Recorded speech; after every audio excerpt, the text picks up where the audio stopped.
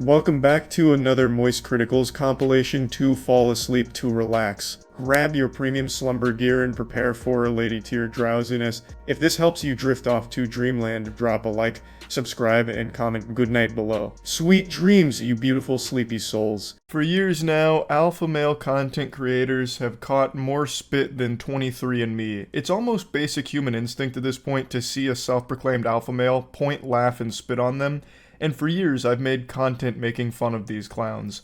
But I thought the only true way to understand them was to meet them face to face. I decided to take the ultimate risk that not even Bear Grylls would fathom. I dove into the shark tank with an open wound and surrounded myself with alpha males. Our original idea was to make a video for the other channel where we fly out some of the internet's biggest alpha males that preach the most awful, useless advice ever and scam their audience and just kind of confront them directly and then amongst themselves figure out who the true alpha is. But what's really weird is it's actually super hard to get in contact with a lot of them. It seems like they don't really want to defend their perspectives when challenged. That's so baffling. That's so weird. It must have just been lost in the emails somewhere along the pipeline. The cyberspace must have malfunctioned, which is why they didn't get back to us on it. Or even more likely than that, they were all too busy having threesomes with supermodels and just couldn't be bothered to check their email because that shit's for nerds. So instead, what we did is we put out a casting call looking for alphas locally. So we were going to source alphas from the local Tampa area, as well as like a general casting call through like Backstage or whatever for anyone who identifies as an alpha male, and bring them together and figure out who Tampa's biggest alpha male happens to be. So I want to show you some clips and go over some of the process here. The whole video is up right now on the other channel. I'll put a link to it in the description. It's a straight up banger. Alright, what's being an alpha male mean to you? Being an alpha male is a lifestyle. It's either in you or it's on you. For me, it's in me. So wasn't something that I just stumbled across. This has kind of been my lifestyle my whole life. What does it mean to be an alpha male to you? I think being an alpha male is, a lot of people think about just the physical presence and maybe competing or being able to defend yourself, but I think being an alpha male is a lot about being a protector. What's that? We met before. Where at? Creator Clash. Like you got something you're passionate about, you got something you're dreaming about, go and chase it. Do it. Why not? Okay. You're living. You have the life. Actually, I do remember meeting him now. He was having a threesome when I walked in on him. It was so embarrassing. And he was so enlightened. Charlie, what does being an alpha male mean to you? I'm like picking up on some subtle clues. Non-stop vagina. Okay. And nothing else. And that's all. And that's all it is. All right, I'm gonna ask you, what does it mean to you? I don't know, but I'm feeling that guy a lot. I was getting electricity. I feel like once he gets in there, he's gonna fucking domain expansion all the other fucking guys. My name is Blondino Olivero. Okay, what's it mean to you to be an alpha? I guess strength, primarily. Just be strong, be someone to lead and guide people. All right, tell us your name. Oh, Will. Will. All right, and what does it mean to you to be an alpha male? No, I always consider myself like a Sigma. You know, yeah. What's the difference between an alpha and a sigma in your eyes? You know, I'd say Sigma's like quiet, you know, it's like the alpha, but the quiet version. The calculating one. Right. How important is pussy in the sigma world? I didn't expect to see a Sigma male here, because that is like I rare find. Yeah, I knew one entered because earlier, like 10 minutes ago, I felt like this presence kind of shake the waiting room. Like when we went to the ghost hunting and stuff, and we could feel like something's here. I'd like Aaron to kick us off with a real brain buster. Yeah, so we're gonna start right down here, and we're gonna move this way. You guys can't repeat each other's answers. I want you to name 5 women. Michelle Obama. Angela Davis. AOC. What's her name though? Not initials? Alexandria Ocasio-Cortez. Yep. 5th woman. You're on 4? Or 4. Bernie Sanders' wife. She's got a name. Wait, she does have a name. Mrs. Sanders. Mrs. Sanders. Pick your name. Okay, I can move on. Benigno Aquino Jr.'s wife. Cory Aquino, she was president of the Philippines. Jill Stein, Green Party. I was thinking Jill Stein a minute ago when you started saying Bernie Sanders' wife. That's Is that crazy. alpha or not alpha? That's a third-party candidate. I think they're. I do think it's kind of alpha because he kept thinking of men's wives. Yeah, he was thinking women of men directly. first, which I think is very. That's super alpha. This was about intelligence. Intelligence, where are we starting? What was Monica Lewinsky? Yeah, okay. That'll work. That'll work. That is 5 How do you women. put your head down after Monica Lewinsky? What? And how is it so hard to name 5 women? All right. So now it's your turn. Yeah, Show how us it those sounds. 5 Go. women. Jessica Simpson, Beyonce, Kehlani. Do I have to have full names? That- Or is I think Kehlani she's cool? recognizable as that, Okay, Shakira, her hips don't lie. Megan Good, that's 5. That was speed ran that. Okay. What we had happen next is after they all listed 5 women, some of them struggling greatly through the challenge, I suppose. I guess that was like an ultra nightmare mode ask on some of them. We then asked them to rank each other based on intelligence, and the only question we asked was that. So their intelligence was based off their ability or inability to name 5 women, which led to a little hootin' and hollerin', as you would expect, a lot of testosterone flaring up. But what they didn't realize is this in and of itself was an alpha test, because a real alpha would put every other man beneath them. They wouldn't amicably meet in the middle somewhere saying, oh, actually, you're more intelligent than me.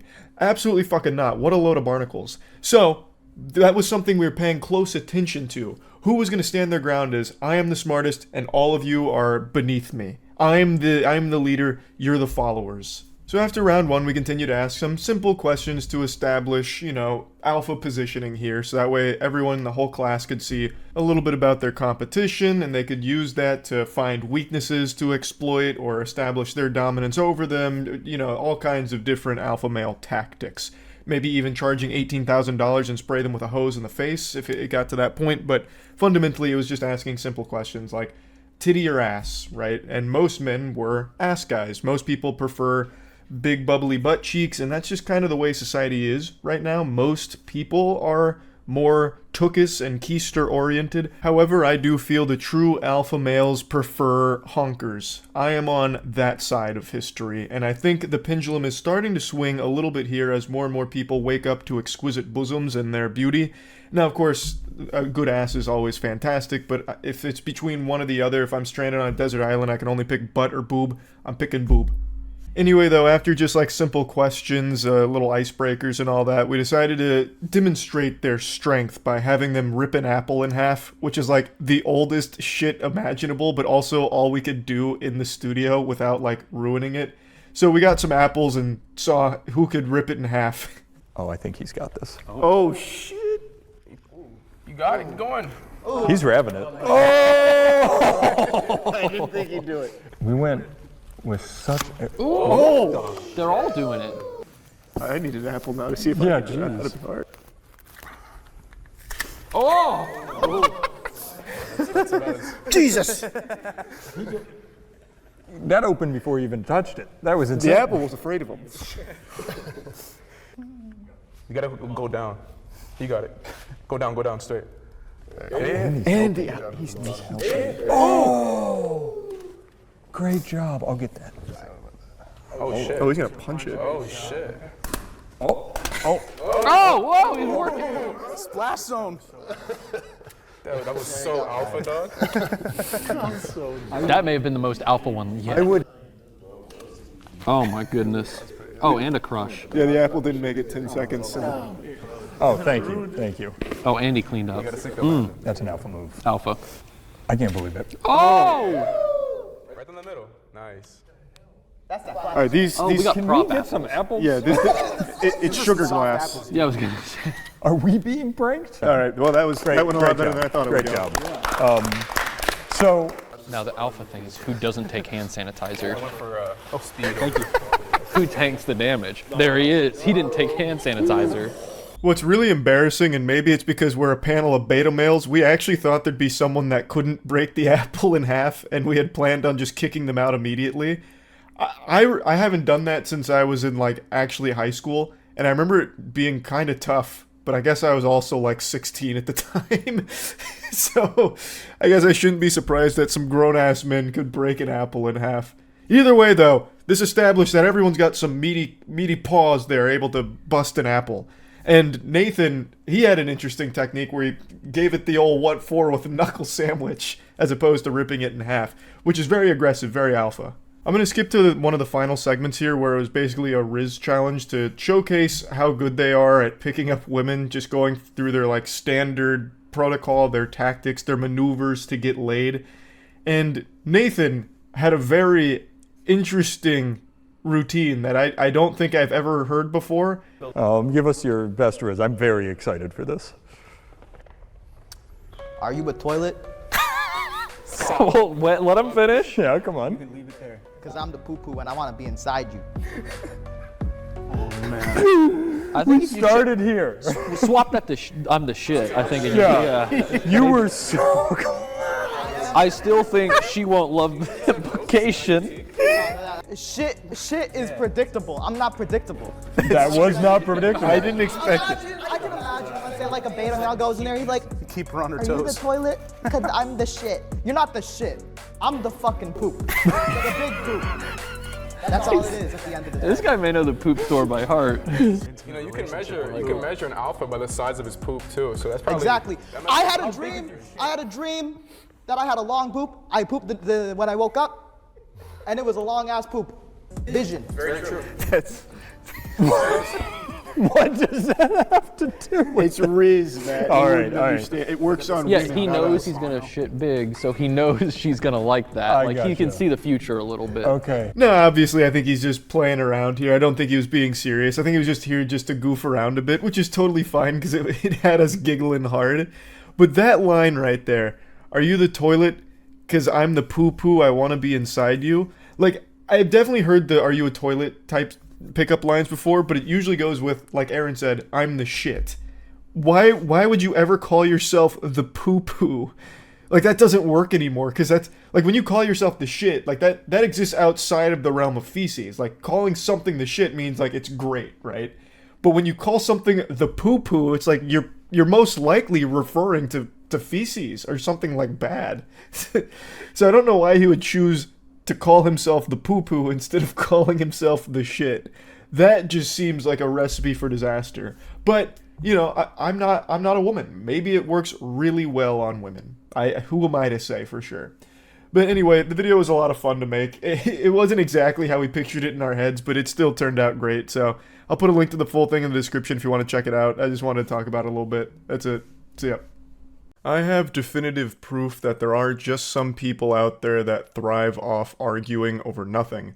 Their body isn't powered by food or water. They don't need nutrients to survive. They just need fury of a nonsensical, worthless argument. It's like a plant with photosynthesis absorbing sunlight, but for them, it's absorbing anger. I'm jogging, I'm trying to take my trash out. Okay, and you can do that. I'm trying to go home. I just did work. Like, you don't need to swear at me because your dog, talk to your dog. As a neighbor, you need to walk away. As a neighbor, no, I don't. You should be able to control your dog. Exit the door. And I'm literally right here. You're being weird. You need to exit the door. Apparently right before filming, that woman's dog had like lunged at the lady filming or something like that. I don't think it was like aggressive or anything, but then the dog owner had a big ol' fucking conniption about the whole situation, and then it led to this. You can go now. I have a lot going on here. You need to be normal. You need to be normal. You literally just told me to back the fuck up. I'm going to my home. I have a dog. Okay, and that's not how you speak to people. You could literally have said... talking me. No. I'm going gonna send this to the office because this is ridiculous. I live here. I am literally trying to go. You can go. Is he attacking you in any Did I say he was? You acted like he was gonna attack me. I said hi to him. He ran up on I me. have 2 hands, buddy. I love that she tried to play the I'm a woman card on a woman who's filming her. I don't know what the thought process was there. It's probably just one of her default tactics here, one of her ace in the hole type of maneuvers or anime finishing move with the I'm a woman, and it just clearly doesn't work in this situation. I can't fully even grasp what the fuck the problem is. The woman filming is doing nothing to impede the other lady's movement here. It's not like she's posted up like a bouncer to Lacrosse House asking who she knows and forbidding her from getting off the elevator or anything. She is inviting her to get off the elevator and go handle what she's gotta handle, take the trash out, do some whippets behind the dumpster of the apartment complex, whatever. And for some reason, this lady just keeps blocking the elevator for like 10 fucking minutes over nothing, just to sit here and screech. Okay, and 2 hands. In a door frame. Okay, I you can need get you there. to understand Yes, that. and you started hollering at me and screaming at me, and now I'm recording. I got a broken Okay, foot. that's between you and your broken foot, ma'am. Yeah, and then the Okay. office already knows that. Okay, so you don't need to cuss at me. Okay, can you please go? I'm trying to go home. You want me to go with the broken foot? You dumbass. There's stairs over there. She tries to throw a pity party, but nobody shows up. Starts complaining about her broken foot in the wambulance with a side of French fries. She's already come down here with her goofy little broken foot, so clearly she's fine walking on it and has no issue standing on it for a long time blocking this elevator. So I imagine her plan was to walk and accomplish whatever business she's down here for, whatever her objective was. I don't think she's here waiting for a stretcher to carry her there, so she's clearly already walking on that fucking fractured foot. Even though I guarantee that's a lie, I know her foot's not broken, she's just making shit up. I'm surprised she didn't go a little harder though and say some shit like, her kids have been kidnapped and now the lady filming is going to be responsible for their death because she can't get the ransom money to the kidnapper or something. Please hurry up. I'm literally just trying to go home. You want to fucking start? Go to the stairs. I'm going to send this to the office because this is unacceptable. I will. This hurts. You understand how much this hurts? And you would I'm a continue military going. fucking woman. Okay, Get the thank fuck you for to your the stairs assist- now. You did what Thank floor you. are you on? I- What floor? you are don't on? need to know that. You want to fucking? I swear to God, we'll do this. Okay. I'm a single ass woman who That's- provides for herself, and I would like to respect you, but you She's just diarrheaing every single... Hello there. You upset about that woman as well? I know. She's just vomiting out all of these useless platitudes. I'm a single-ass woman who provides for herself. What does that have to do with you blocking the elevator? Nothing. And I can't believe you're single. I don't understand what went awry there. I can't believe every man in the city isn't pursuing this absolute angel. That's weird. I also highly doubt that she actually did serve in the military. That just seems like yet another lie. So fucking stolen valor on top of that, most likely.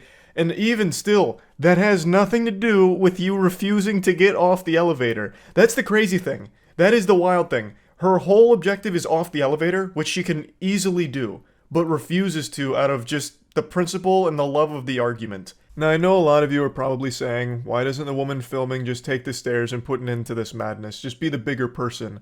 Well, because fuck that. Patooey. That's a bunch of baloney. At this point, stay there, and if her foot really is broken, make sure that it is agonizing by the end of it, that shit swells up and doesn't heal properly. This lady is a piece of shit. I don't think the woman filming is in the wrong here for sticking around out of just sheer pettiness is the wrong word because it's not petty. She wants to go home and she might live on like a high floor in this complex and doesn't want to take the stairs, which is totally reasonable, especially after a long day of work. I think that's totally fine. This woman has no reason at all to be blocking the elevator for this long and refusing to let her go home. So, her taking the stairs is admitting defeat, and she shouldn't have to admit defeat in the face of such a fucking weak, useless opponent like this lady. You didn't respect me as soon as you got off the elevator and told me to back the fuck up. No, dude, we're not doing this. Okay. You already know what you did. Didn't do anything, but I'm definitely gonna record because this is ridiculous. Yeah, you are recording. I'm aware of Okay, that. I'm just letting you know that I'm sending this to the office. You can wait all night. You're the one I who's... served my country. What the fuck have you done? All right. Thank you for your service, ma'am. Yeah, I know. Okay. Yeah, we'll do this. We'll do this all night. You're the one complaining. Technology? Yeah. Christ, no logistics. Her brain's really starting to malfunction now. That double core brain cell really starting to fall short here with a bit of a hiccup. She just starts humbugging technology. You and your technology, meh. Just mad that technology exists now because she's being filmed like Sasquatch.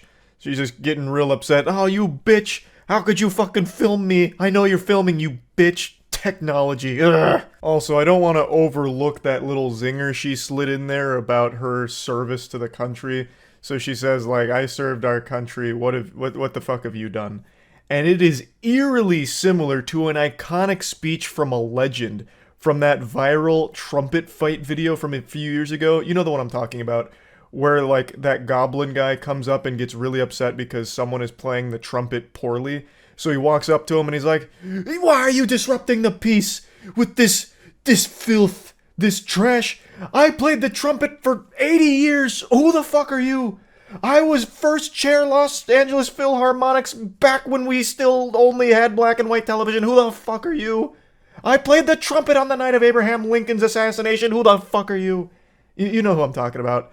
It's an iconic moment, and for a brief second here, this lady in the elevator was channeling some of his energy, and I appreciated the callback. This foot is actually fractured. I swear to God. I'm sorry. I'm so sorry for you, but the way you just disrespected me for no reason. You're a piece. Like, this is not happening. I literally was just trying to go home. I literally got off of a long shift. I'm trying to go home. Stairs. I have a fractured foot. Common sense. Walk up. It was around this moment where I was just completely lost and gave up hope of trying to even have a minuscule grasp of the situation. So it seems like the lady is now wanting to go up the elevator. So at first I thought she just wanted to go take the trash out and shit. But now it seems like they both wanted to go up the elevator, but the lady on the elevator told her to get off and take the stairs instead. Actually just making this whole problem out of thin air. All of this hoopla over nothing. And I guess the dog may have like approached the woman filming, which then caused the dog owner to freak out as if the person filming did something wrong because the dog came up to her. Like that's now my understanding of it, though I think that could still be totally incorrect because none of this makes sense. The plot here is totally fucking lost. It's all nonsensical. I also like how she keeps going on about her broken foot, saying that it's common sense that someone with a fractured foot wants to use the elevator, so you should use the stairs. I don't even know where to start with that pile of shit statement. You're not wearing a boot or a cast or anything on it. It's not like it's immediately identifiable that you're injured, which I just don't think you are to begin with. You're just pulling things out of your ass. But regardless, how does that track? Like, how does that logic track? If your foot is broken or fractured and you use the elevator, why does that now prevent everyone else from using the elevator as well? It's not like you need the whole fucking elevator. You don't take up all that space. How am I supposed to know that there's a person with a fractured foot getting on the elevator? Exit signs all over here. Is your analysis fucking retarded? All I was trying to do was get on the elevator. You told me to back the fuck up. So I'm just confused. I'm definitely bringing this to the office because this is unacceptable. I should not be being treated this way in a place that I live by someone else who lives here too. This lady's brain is trapped in Narnia. What are you talking about? What do the exit signs have to do with fucking anything about your stupid little boo-boo on your foot? Nothing! It has nothing to do with it! Jesus Christ! She is trying to find every possible thing to argue about because it is the only excitement she gets in her life. It's the only thing that keeps her going. Can you move out of my way? And you started attacking me. Are you serious? I really hope there's a camera here. I am serious. Oh my goodness. Exactly what you're doing. I'm glad there's stamps on this. I already called them. I called them about it because there has been men who have been banging on my door. That has nothing to do with me, ma'am. I know, but I asked them for surveillance. Can you, because my door is up there. Men have been banging on my door and I've opened it. And I'm sorry that that's happening to you, but I didn't do that. I didn't do that to you. Psychosis. This has to be a psychotic episode here. What the fuck does men banging on your door have to do with anything here? Because she's using it to point out like there's security cameras or something? I don't know. I also, maybe there are men banging on her door playing Ding Dong Ditch on the creepy witch lady that lives in the apartment like the fucking ghost that haunts the halls. Maybe, I guess. But even still, that has nothing to do with anything here. Can I please get home? I'm just trying to go home. It's been a long day. Walk up the stairs. You can walk out. I'm not taking up any of your space or time. You have all the space in the world. Please go. I'm a government agent. That's okay. Walk up the stairs now. No, I don't need to. You do. Now the narrative shifts again where it's her wanting to get out but refusing to get out because this lady wants to get in. And once again, the camera lady mentioned she has all the space in the world to just get the fuck off the elevator. She could just go. Take literally 3 steps and be done with this whole thing. But now she tries like, I'm a government agent card and you need to go up the stairs. You're under arrest. Give me your badge and your gun. You're off the case. Get up the stairs now. Jesus Christ. It's so weird that people like her exist. I don't. You need to get off the medication that you're on. Can you please go? I'm on 0 medication right now. Okay, then put down the drink, please. Can you go? There's no drink. What drink are you talking The one that you drank before you got on the elevator. Your dog must want to go to the bathroom. You have trash to take out. Okay, you're not though. I swear to God, are we doing this? Can you back up off of me? Because if you put your hands on me, I'm going to call the police on you. Go on the stairs. I'm trying to go. That was a horror movie approach right there. She had that just shit her britches walk cycle coming at her, waddling up, getting right in her face. I really half expected her to dislocate her jaw and scream for a jump scare. That was some terrifying shit. Maybe her foot really is broken. And if that's the case, I'm glad that she's continuing to put so much pressure on it to make it worse. That is fantastic news here. Incredible strategy. She mentions that she's not on medication, but I think it's time they start exploring that option because there is something that's gone untreated here. This is not normal. This is not healthy. Or maybe the lady filming is correct in that she's just been hitting the alcohol hard and she's had a couple drinks already. Or maybe she took a stupid potion with breakfast. There's really so many possible explanations, but none of them excuse any of the behavior here. Please back up. I'm a government. I do not care, but if you put your hands on me, I'm going to call the police. Can you see this? Do you see this? I just want somebody to. I'm just trying to get on the elevator. She's crazy. There's stairs. I'm gonna call the police if you do not stop. Stairs in If this you place. try to barricade me, I'm going to call the police. Yeah, that's how I'm it going works. to call the police. Nobody's confused on how the elevator works. We're all just confused on why you're such an insufferable little asshole here. Just get off the elevator. Just get off the elevator. Go put the trash in the fucking dumpster. Oh my god. It goes on for so long. It just goes on for such an agonizingly long time period here. It takes like half the afternoon just with this random encounter NPC. It's fucking... like, I'm getting upset for her just having to watch it. It is the most annoying video I've seen in so long. This is bad. This is really bad. This is super fucking bad. You're causing a disturbance. We live here. Everybody lives here. This is bad. I'm just trying to go home. Thank you.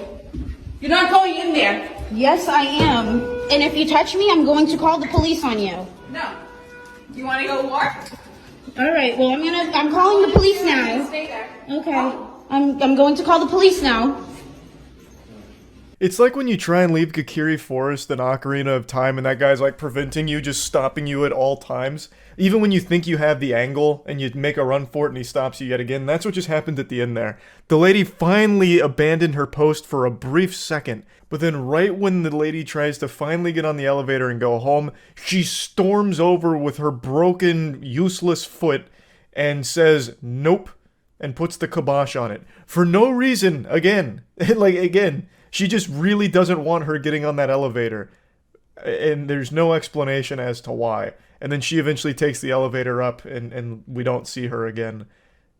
So I guess her objective was to go up the entire time, which she could have done from the start. Even if her objective was to get off the elevator, she could have done it from the start. None of this had to happen. This is just one of those repulsive people that love to argue and make an issue out of nothing and cause an inconvenience to everyone around them. It's fucking sad. It's just downright pathetic. So yeah, that's about it. See ya. I'm sure all of you have noticed that self-improvement videos have become extremely popular on YouTube. I don't think there's anything necessarily wrong with that. I totally understand that since so many people in society are more isolated now from other human beings than ever, oftentimes they'll turn their attention to the internet to get like some basic advice on certain things, and I get that it can be helpful to some people, but it's become a huge market and that's made it ripe for exploitation. So there's been this rise in AI-generated self-improvement gurus, and they all make the exact same video with the exact same life hacks. So you want to get a woman? Well, you need to be a high-value man, an alpha male. That means brushing your teeth, combing your hair, eat well, sleep well, go to the gym. You'll be drowning in sodden beef curtains in no time if you follow this advice that no one else is telling you, because no one wants you to know it. They want to keep you in the dark as a sad cuck beta male.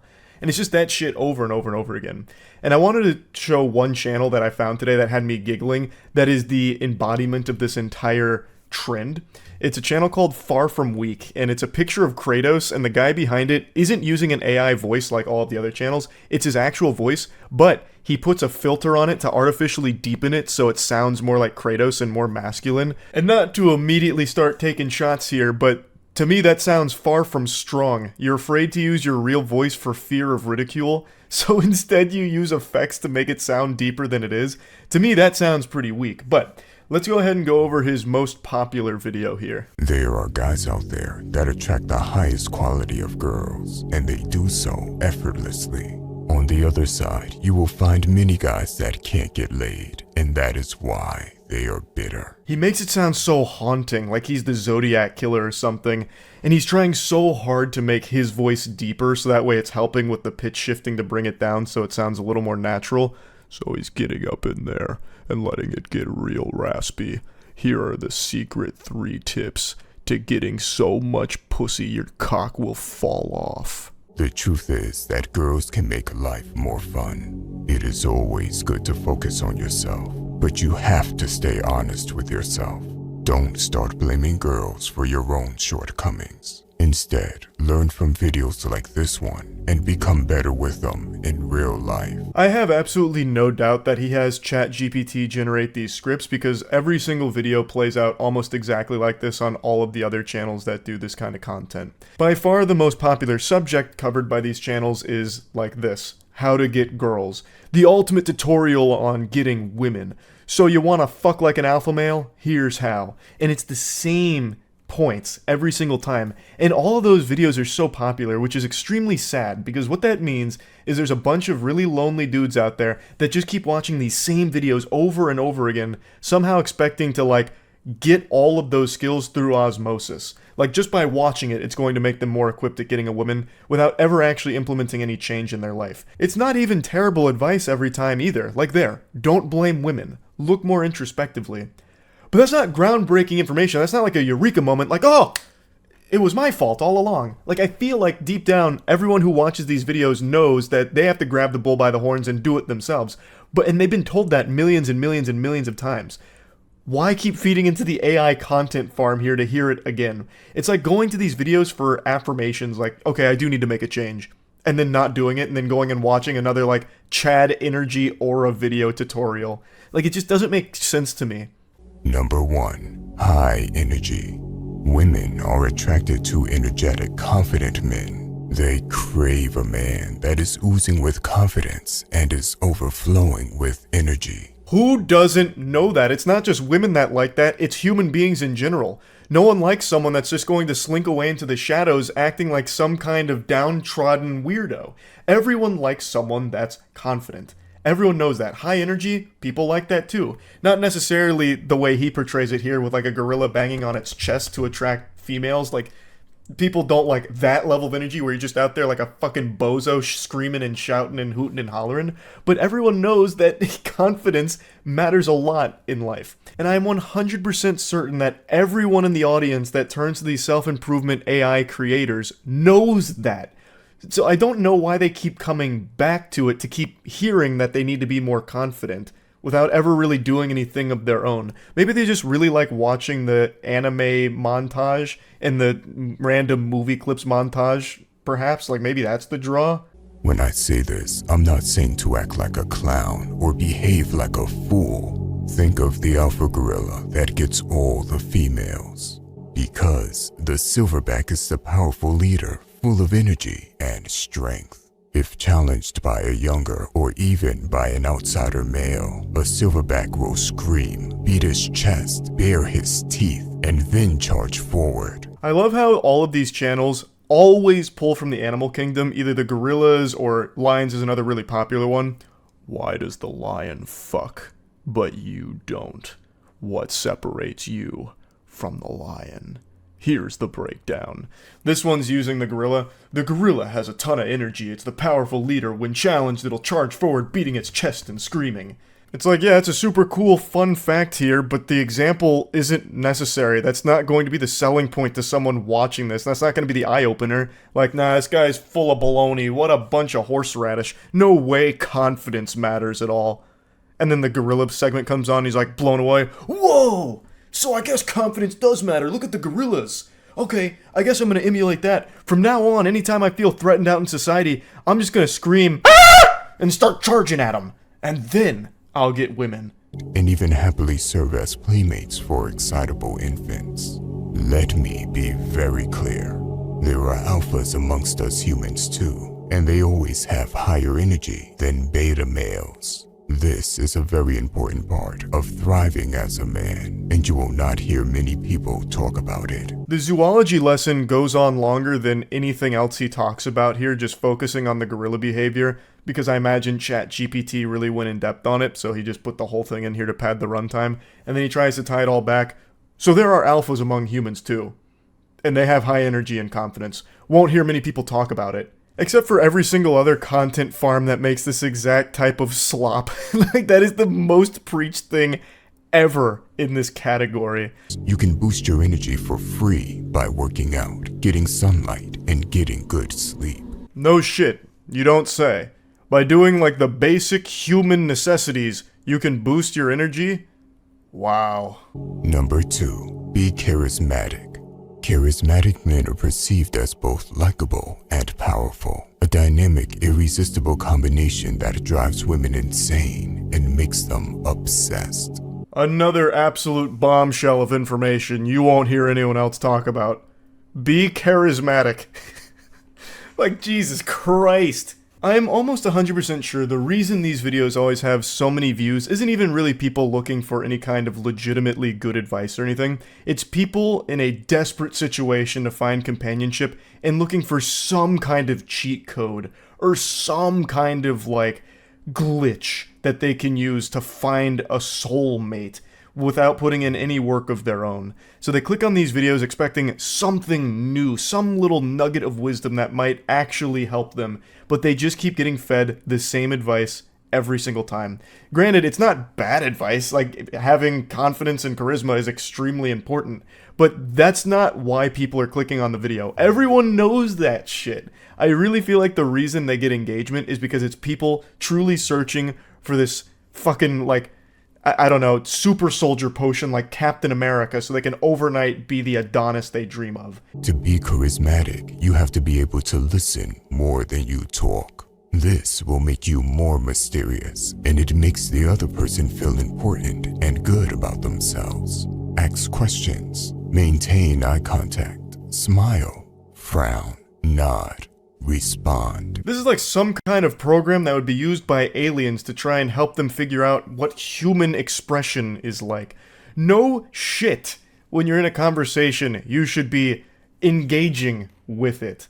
Obviously. Now, the advice about listening more than you talk, I think that's legitimately good advice. Not because it builds you up as some kind of mysterious anime character or whatever, but because that's just a genuinely good thing to do, so that way you can process what's being talked about and legitimately conversate about it, as opposed to just overpowering the other person in this conversation where you treat it like some kind of war. Again, that's not even like an incorrect point to make. It's just a point that's been made a billion times before, and it's just being pumped out by AI self-improvement gurus out the wazoo, and they're making tons of money off it. Number 3, smell good, dress good. While we're taught not to judge a book by its cover, first impressions always matter. Zoinks! You don't say. Smell good, huh? Who would have guessed that that would be important in getting ladies? You're telling me you can't run around smelling like turbo ass? Gonna have to take notes there so I remember that. That's big. What a huge revelation there. Broke new ground. And then dress good? You gotta dress well? Oh man. This is big stuff. The first step to smelling good is to not smell bad. Make sure you take care of your hygiene, shower every day, and use some natural form of soap. Make sure your mouth hygiene is good. I've said this before, but YouTubers have become like parents to a lot of their audience. This is just telling you the most basic shit you've ever heard in your life. The trick to smelling good is not smelling bad. Who is this, Socrates? Man, this wisdom is profound. Really makes you stop and think. But anyway, there's no, you get the point. There's no reason for me to keep going through the videos. You get what the channel is. I have to go away for a while. This isn't clickbait or some pathetic attempt to get views. I will actually vanish by the end of this video. He has to go away for a while because he's being hunted by the Illuminati shadow government that's trying to take him down for being too powerful and revealing the secrets on how to get laid. So this is his goodbye video, and in it he talks about the movement, which he is extremely proud of and wants to continue to spread the movement. Our movement is better than that. Besides, I have many other faceless channels that bring in consistent money even when I sleep. There's no reason for me to milk content since money is of no concern to me. So, the question is, what would take our movement to the next level? His movement is just basic ChatGPT self-improvement advice. The most by-the-numbers, basic surface-level shit you could ever imagine in terms of how to help yourself. That's it. That's his movement. But what he drops here is something I find very interesting. He claims to have many other faceless channels just like this one that are generating a ton of income for him. And I believe it. I would imagine he has an entire network of channels just like this because you can spit these videos out super quick and super easy. I imagine he doesn't even use his voice for the other ones. He probably does just use canned AI voices, which makes it even lower lift and even bigger return. Less time, more money. That's exactly the kind of world we're entering into in the digital space. We're seeing it a lot with shorts right now. That's been a huge talking point for a lot of people recently, is all of the AI generated shorts. YouTube recently rolled out something where you have to click to disclose whether or not the video is AI generated content. It's supposed to help viewers distinguish real from synthetic content. And that is going to be something that's going to get really tricky down the line too. And this guy is far from the only one that's doing this. There's actually tons of people that are super open about their AI usage and content farm. So I think it was like 2 or 3 weeks ago, there was a shorts creator who was talking about how he's making 15 to 20K a month just by using ChatGPT to generate things like top 10 reptile facts. And then the only thing he has to do is compile random reptile videos that he finds on YouTube, throw it into a short, and he's making a ton of money doing that. This guy is doing it for self-improvement. He's just taking like the most general self-improvement topics, how to get women, how to be more attractive, what alpha males do versus beta males, that kind of thing. It generates the script, and then all he has to do is just randomly grab anime moments and movie moments and put them into the video, and that's it. Ship it. And he says he has tons of other channels that do similar things to make him tons of money. There's a lot of people that are doing this now. And it's something that is only growing in popularity. It is so fucking dystopian, and I just had to talk about it a little bit here. So yeah, that's really about it. So yeah. The PS5 Pro has just been revealed, and it's not going swimmingly. For a lot of people, it's very underwhelming. I've seen many people are super disappointed, feeling the same way I felt when I found out I wasn't going to be growing taller than 5'6", just inconsolable and outraged. And that's mainly because the PS5 Pro's pricing. It's 700 clams for the new console that doesn't have a disc drive, also doesn't include the stand, and for the upgrades that they showcased, does not feel warranted for 700 doubloons. We want to give players the graphics that the game creators aspire to, at the high frame rates that players typically prefer. To do that, PS5 Pro substantially improves over PlayStation 5 in 3 ways. Here's what we call the Big 3. These are improvements, no doubt, and they even give some of the numbers about like how much faster or more powerful the PS5 Pro is compared to the normal PS5. But when you actually see side-by-side comparisons, it feels less like a big 3 and more like a moderate trio. But there is one category that I think there is a substantial difference, and it's this one right here. Here's The Last of Us Part 2 running on PS5 Pro. It has huge amounts of detail and targets a super smooth 60 frames per second. Let's compare this to the fidelity mode on PS5, which is only running at 30 frames per second and is therefore much choppier. Clearly there is a big difference there under these settings. However, I don't think that makes it worth the $700 price tag. If you try and argue that it does, I would just slap the crack pipe out of your hands. Another way to compare the two consoles is to look at PS5 Pro versus Performance mode on PS5, both of which target 60 frames per second. What we see here is a difference in detail. PS5 Pro is much sharper and crisper than PS5. Where? Are we looking at the same thing? They just copy and pasted the image and thought we wouldn't notice. This is not a $700 difference here. I'm not exaggerating when I say I stared at this image for close to about 10 minutes and I could not pick up on a single difference between the two here. The only thing that I could maybe speculate is that in the distance there, like on the tower, the text looks a little darker.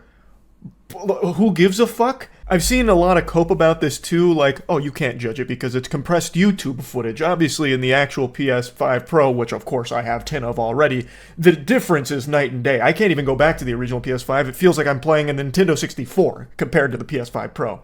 Like, yeah, it's probably sharper and more crisp outside of a YouTube video, but even still, this is a very weak showcase of the PS5's power and justification for the $700 price tag. For this, my favorite is the parade scene from Ratchet & Clank. Distant details are much clearer. Where? Is there an individual pixel buried back there somewhere that's a bit more saturated than the others on the PS5? Am I trying to look for someone in the stands here? Like on the PS5 Pro, can I zoom into one of those audience members standing up and see like a bulge there with so much detail that their dick print starts to show through? Like, I don't even know what I'm supposed to be focusing on here because they are identical. The only tiny change I can see is on the PS5 Pro, you can see a bit more of that fucking floating tomato or whatever that is, like the basketball surrounded by leaves in the top right. But I think the only reason you can see that a little bit better is because the angle is a bit more to the right on the PS5 Pro than it is on the left. Though, I guess the leaves pop a little bit more.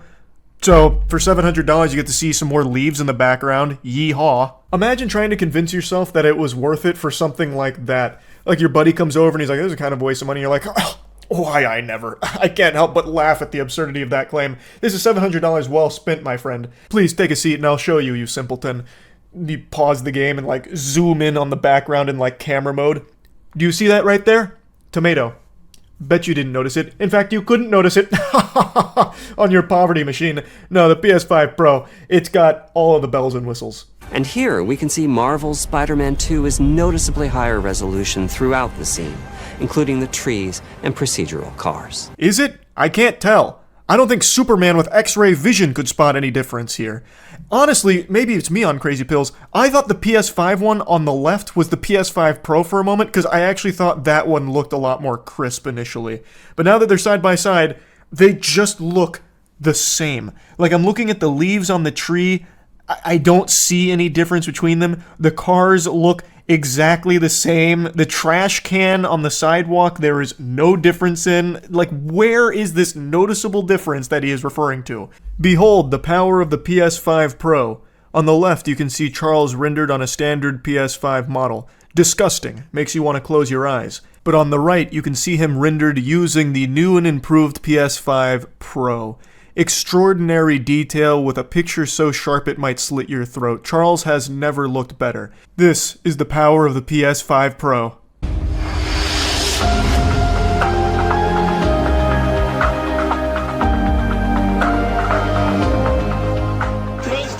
Play has no limits, and neither does money. Everyone's got infinite money, and it's time to play. So fork over $700 or $800 if you want that stand and that pesky disk drive, and then buckle your seatbelt to enjoy some PS4 games. Only possible with the PlayStation 5.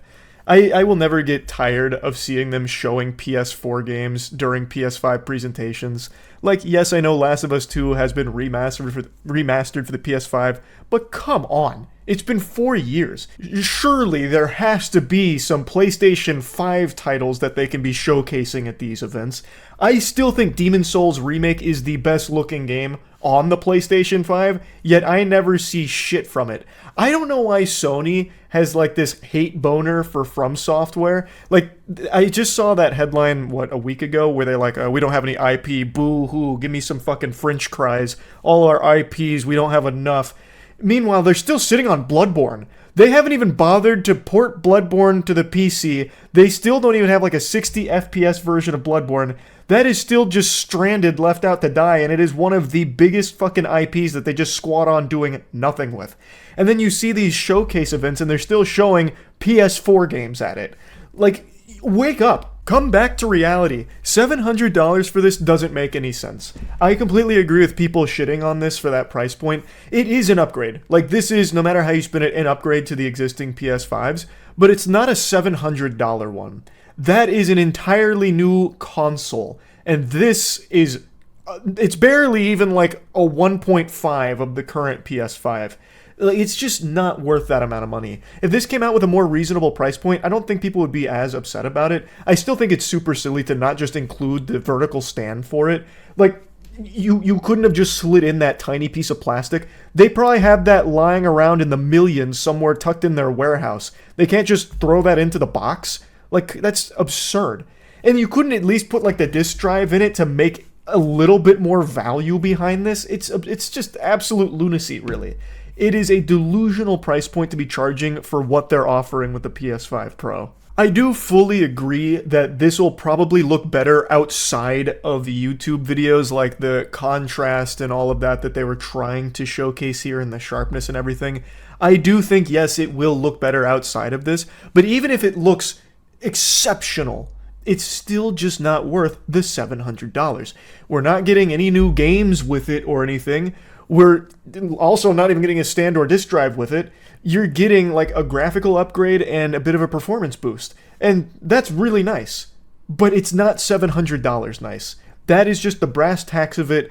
I just don't see any compelling arguments that justify that amount of money. Unless you just don't have a PS5 already and you have 700 clams lying around, then maybe this would be worth it for you. But if you already have a PS5, I don't see why you would spend this money to upgrade it. I just don't get it. So yeah, that's really about it. So yeah. What's worse than being a loser? Being cringe. These are two very powerful forces of shame. Loser and cringe. But what would happen if you combine these two elements, put them together?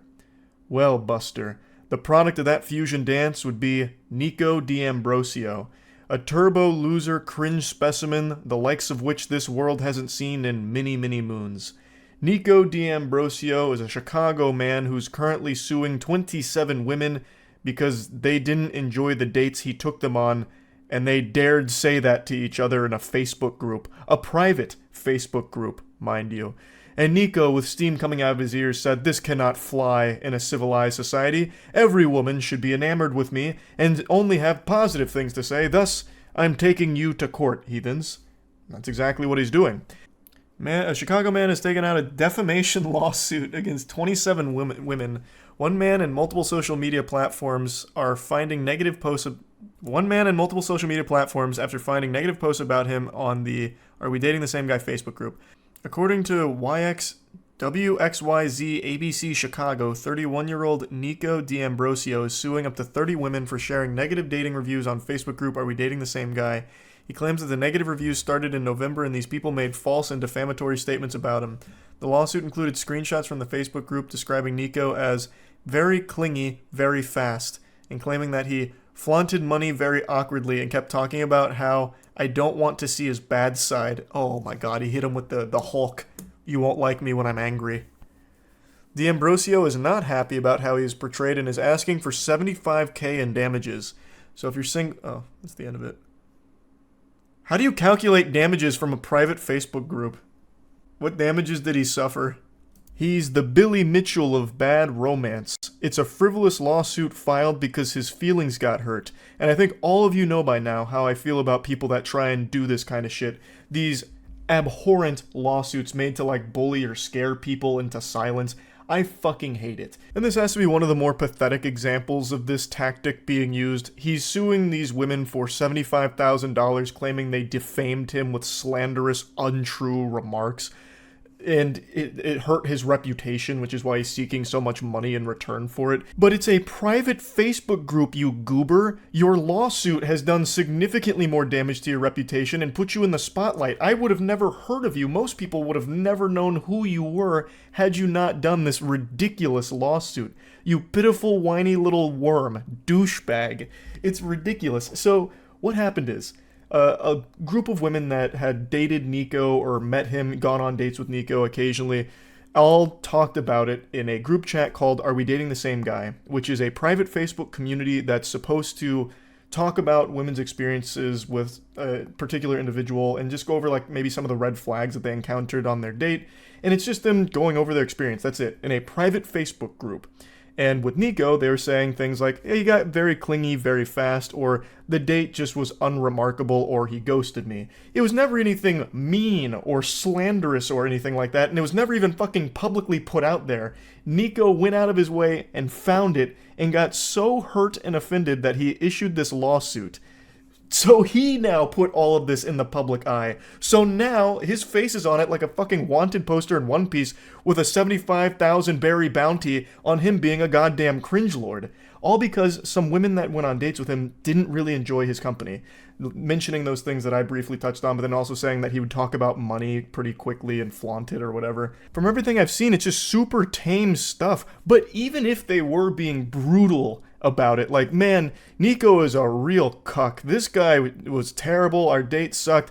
Worst sex of my life. I couldn't imagine a man worse at sex than Nico.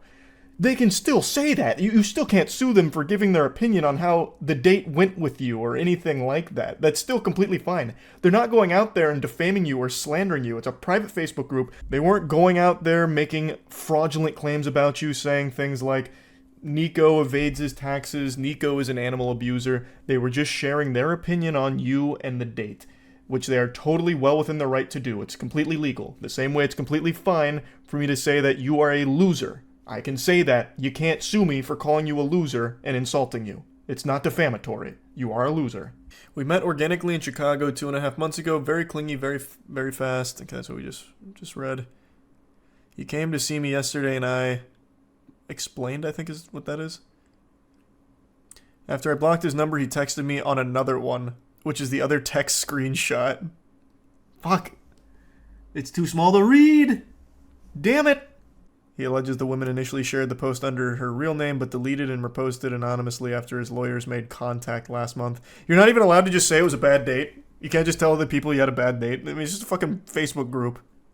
I matched with him a month or so ago, but convo never went anywhere. I went out with him a few times just over a year ago. He told me what I wanted to hear until I slept with him, and then he ghosted. I'd steer clear. He's been posted here before. The poster said he sent her a slew of texts calling her names because she didn't want to spend the night with him. I just searched, and this was on November 2nd, so take a look.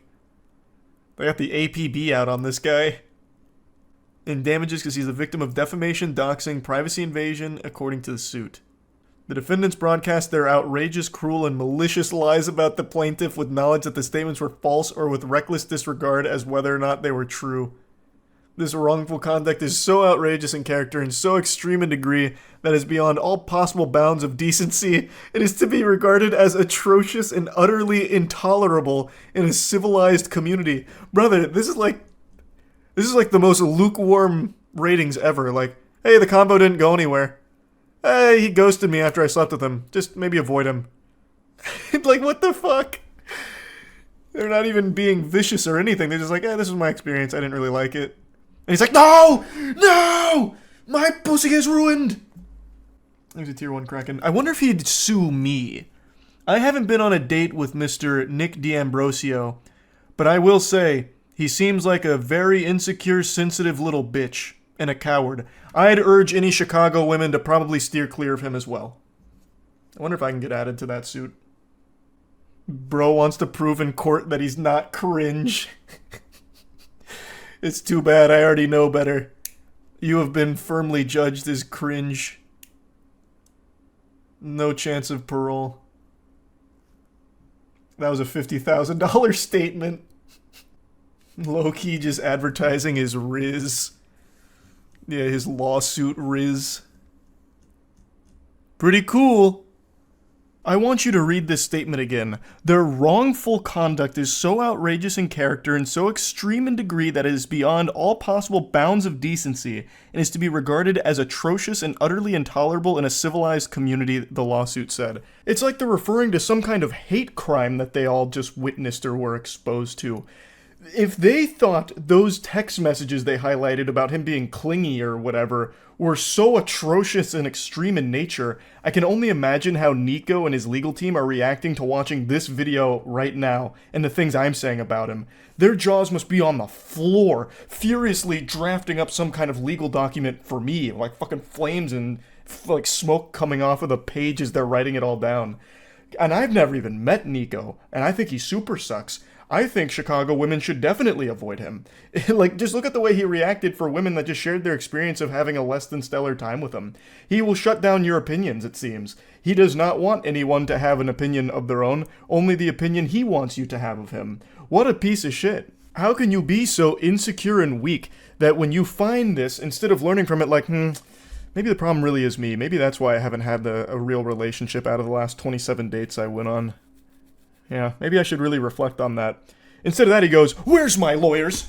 Do you see these mean words they're saying about me in this group chat? They called me clingy. Me? They called me clingy. Come on, we ought to sue them. 75 grand, maybe, at least?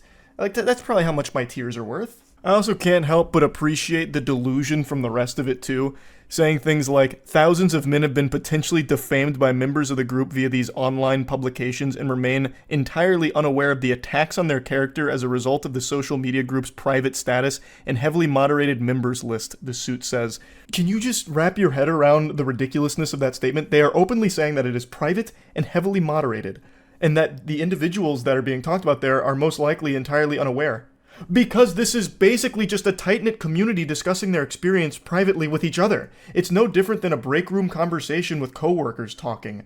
You can't sue someone for a conversation they had privately with others about you. You are going after people for their opinion of you. They are not defaming you or anything like that. And since it's not public, they're not even bringing awareness to you being a weirdo. They are just talking privately with each other about like, hey, listen, this guy was kind of shitty. I didn't really enjoy it. Like, that's it. So if you match with him, just know I didn't have a great time. Maybe you will, but here were a couple of the red flags I noticed. That's totally fine, totally reasonable. There is nothing wrong with it, and this guy is still crying. It's crazy.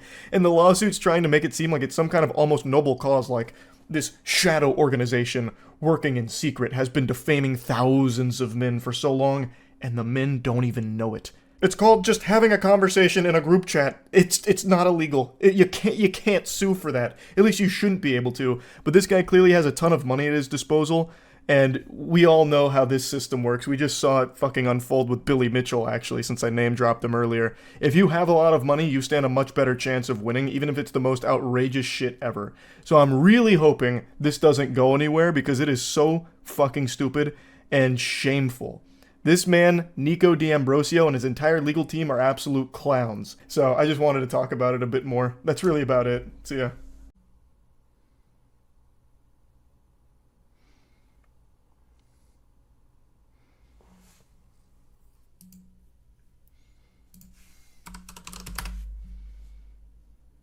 I don't know. I think it was interesting because when I talked to a lot of streamers. Hey.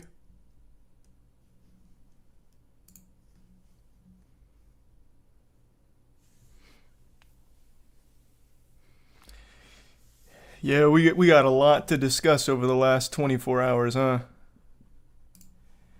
A lot of wacky shit.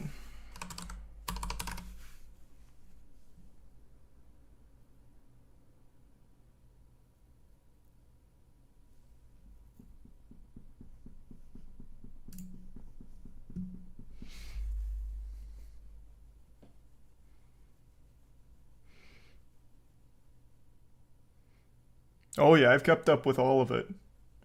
All the CM Punk everything. So, even outside of just internet drama. Even the AEW drama.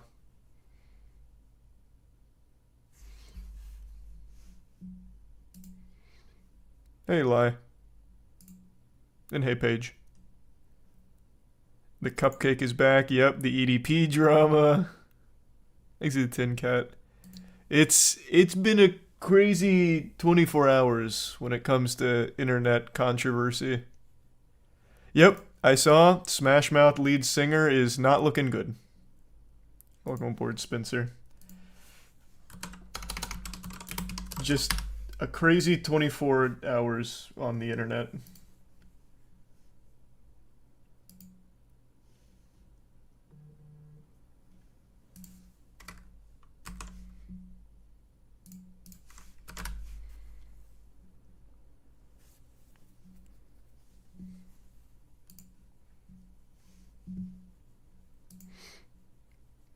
Hey, Glibby.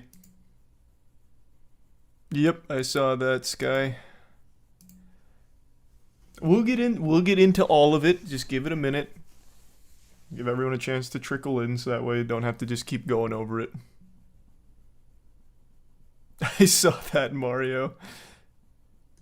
And yep, I saw the Vince drama, all of it.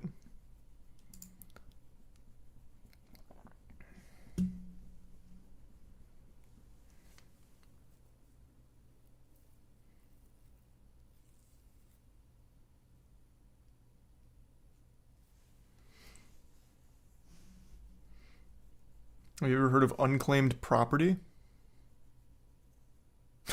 No, I can't say I'm familiar with that. Welcome aboard, yes man. And hi, Brendan. What's all out? Thanks again, Paige. Welcome aboard, Keaton.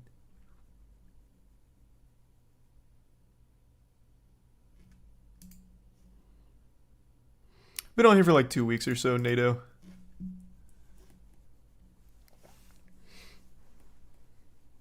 Yeah, we talked about the woman who hid the gun and accidentally shot herself at the baseball game. Oh, allegedly. I guess they haven't 100% confirmed that she hid a gun in her gut.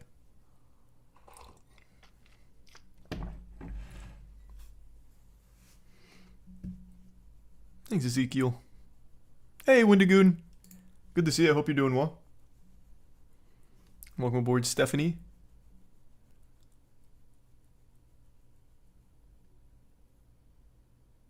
Hear about Jimmy Buffett? I did.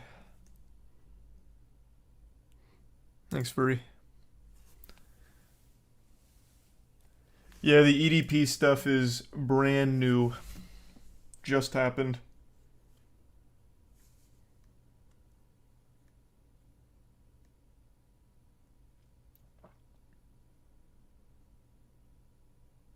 Hold on, I'm getting the link for it.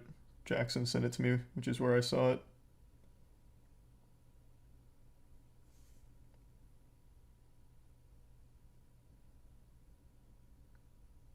Okay, there, I got the EDP link.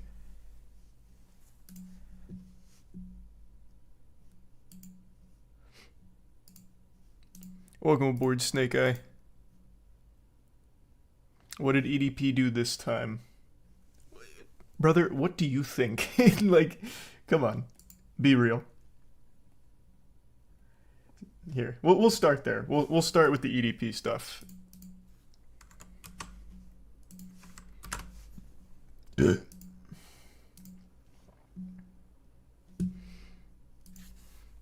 Thanks, Jordan. So, they haven't released the footage yet, but Gideon is alluding to catching EDP in another sting, and he showed up in the cupcake costume, obviously. So it's looking like EDP is still preying on children, or at least attempting to. So this just happened, what, 6 hours ago or something like that?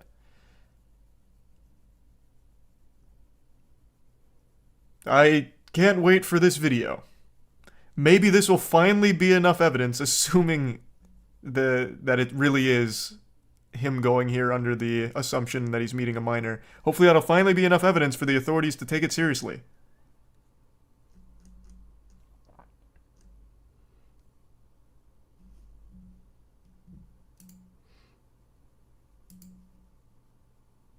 Trying to become a member but cannot find it. It's a button that says join somewhere. I don't know where, to be honest with you. It's fake. There is a good chance that it is. When Jackson initially sent it to me, I said that it's probably all just a big meme. But from what everyone's posting on Twitter, it's seeming like it's not a meme. And that Gideon really did catch him again So there's a video. I think it's in the article somewhere down here.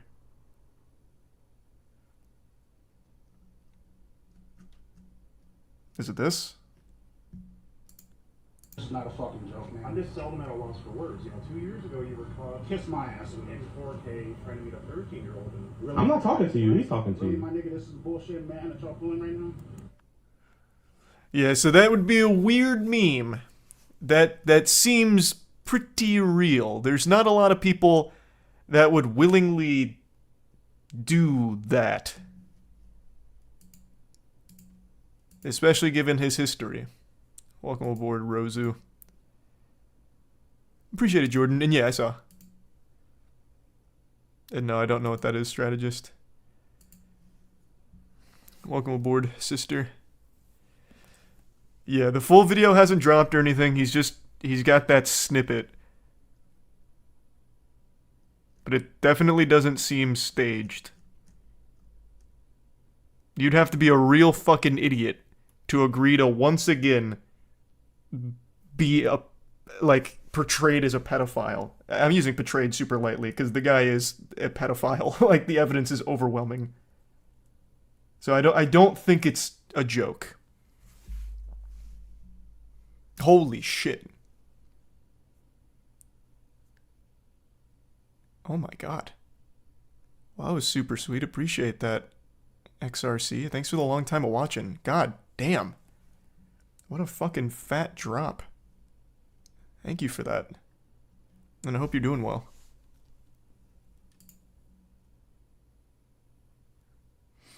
Just got out of Gideon's stream. There's already a court date, and he's on an FBI watch list for other reasons, gun-related. Wait, what? That has to be brand new, then.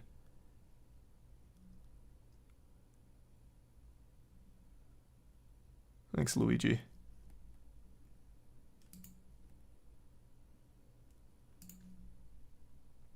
Happy birthday, Slow.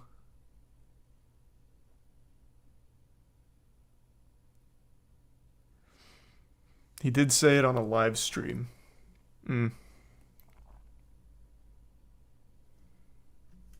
Welcome aboard, Husk. Apparently Punk tried to run up on Tony after squaring up with Jack Perry, so TK had to get rid of him. Yeah, we can talk about the Punk stuff in just a little bit. I kept up with most of it.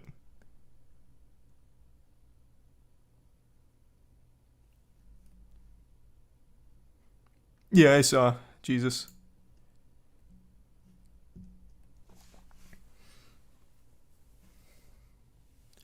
Welcome aboard, Caleb and Jose.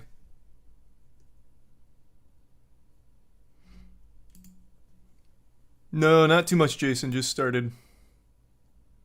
Do you think EDP could ever be rehabilitated? This is like his fucking 4th time. No, man. He's a predator. He can't be saved. Like, people forget, the cupcake incident wasn't his first time doing that either. It was just his first time getting caught with enough evidence that everyone saw it.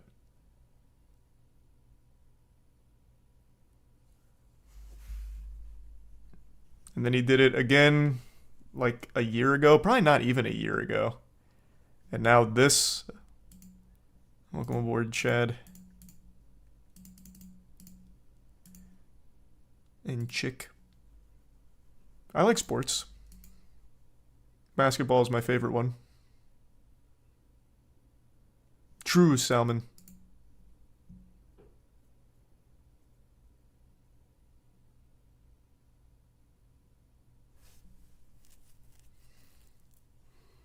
That was wholesome. Thanks, Juice. Yeah, we're going to talk about Vince Vintage and all of that as well. Like I said, there is a lot that's gone on over the last 24 hours. We'll get to all of it.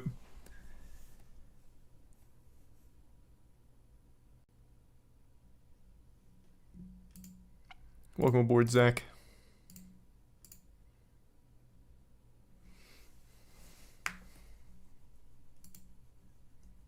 Appreciate it, Zeph.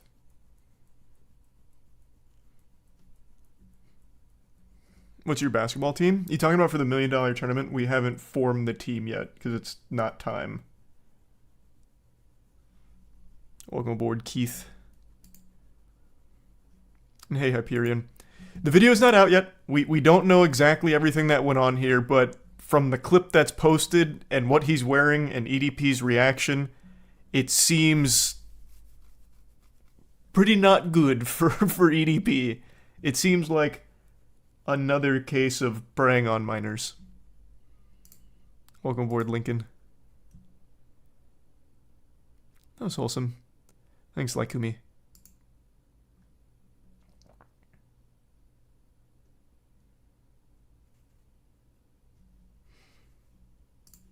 He said the video's going to come out sometime this month. Well, I'll be waiting. So that's the EDP update. Welcome aboard, Ark. And Stiegel. Appreciate it, user. Hi, Rocky. I heard about the Mr. Beast stuff. I saw all of it unfold in real time last night. Yeah. There were two different Mr. Beast things. That was a rough evening for Mr. Beast on Twitter last night. Shit was getting crazy.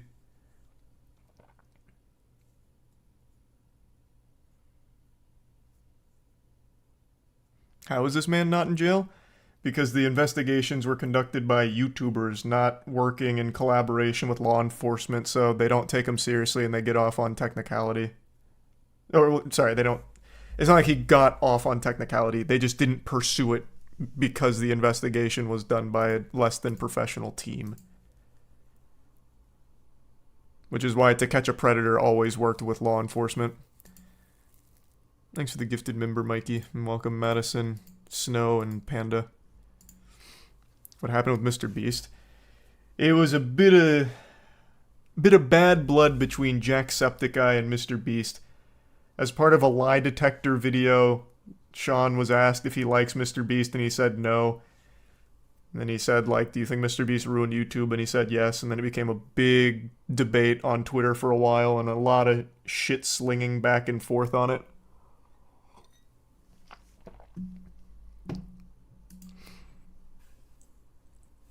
Thoughts on the John Wick spin-off series, The Continental?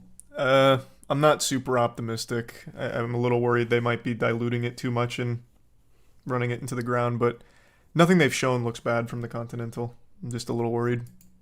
Welcome aboard, Darth.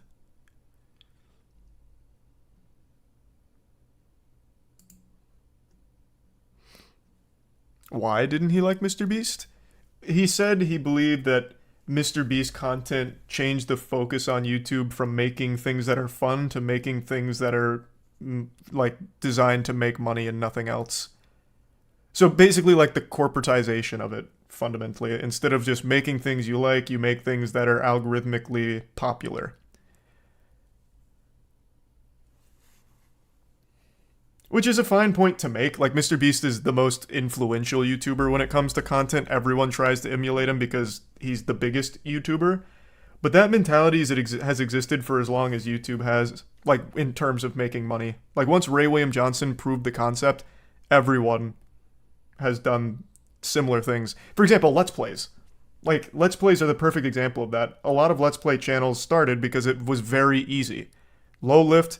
You can crank out 2-3 Let's Plays per day on a popular game, so it's big in the algorithm, everyone sees it, and it's just an easy way of making money.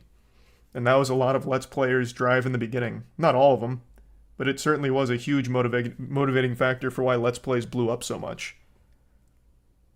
So while Mr. Beast did become the biggest, it's not like he invented the concept of making content that was solely focused on money. That's not unique to him or his influence.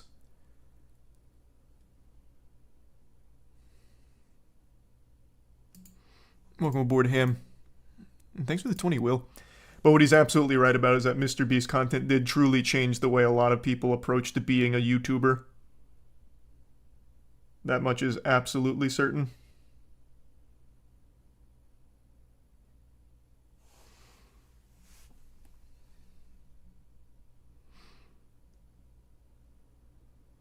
Hey, well, thanks, Jason. And no, I haven't, Will.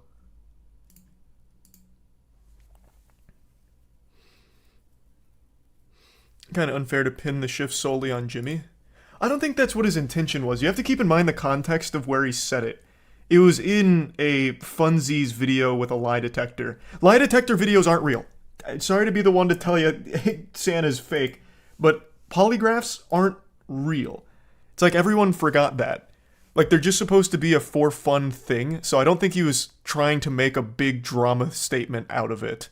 I don't think that was Sean's intention.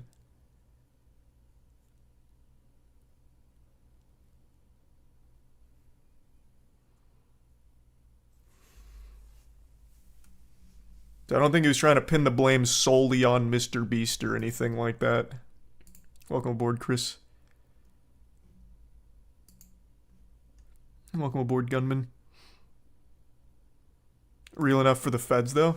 I think it's not usable. Like, I don't think you're allowed to use polygraphs. Isn't that one of the big things?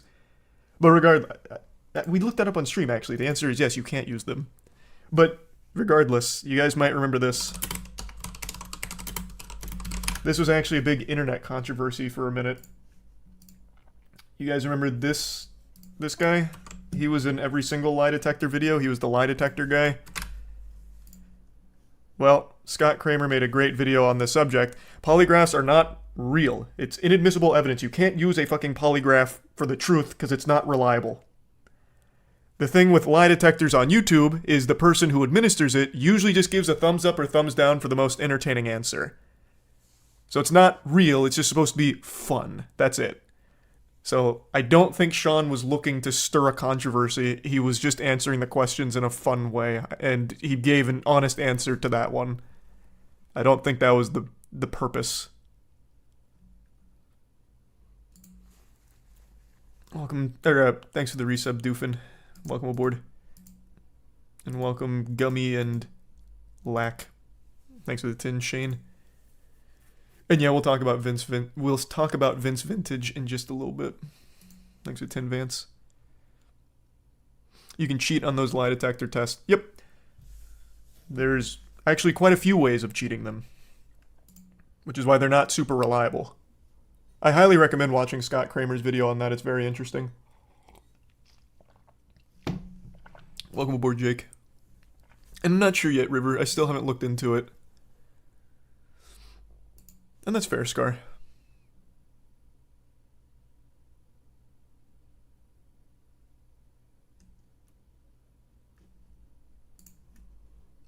Welcome aboard, Electro. Yeah, super excited for the event this weekend. Should be a lot of fun. I don't know how many tickets are left, but if we have any left, here, I'll drop the link. September 8th through the 10th.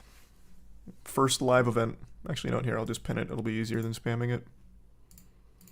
Welcome aboard, Throbbing.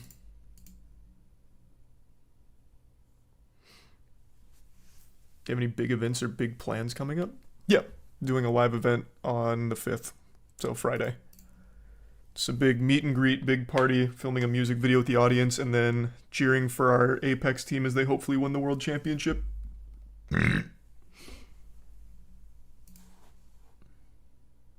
Thanks, Abby. The DoD doesn't use polygraphs, but shadier prosecutors have brought in polygraph techs as expert witnesses. Yeah, that's some shady shit. Thanks, Nate. That's awesome, Shane. Glad to hear it. Welcome aboard, Kat. I'll moist meter Starfield when I'm done with it. Happy birthday, Weird.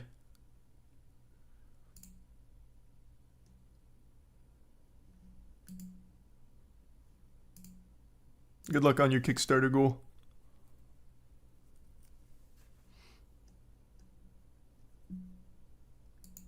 Thanks, Cooper.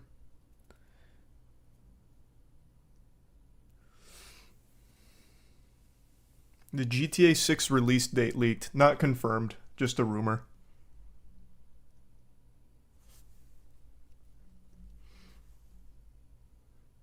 What's up with Vince Vintage? Here, we can talk about it. Here, let me pull up the whole thing. And then the other thing with Mr. Beast was the Creator League. That was the other thing on Twitter. It was a rough 24 hours for Mr. Beast on Twitter, unfortunately. He was having a tough time. The Creator League, though, is some weird shit. Yeah, I'll have to check that out, Adonis. I've never even heard of that. Welcome aboard, Vocal.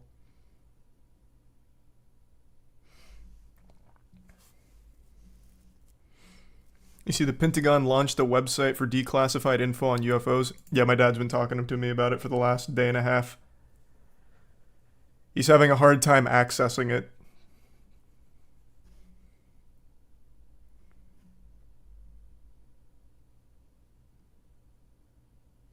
That's sweet. Well, thanks, Harrison.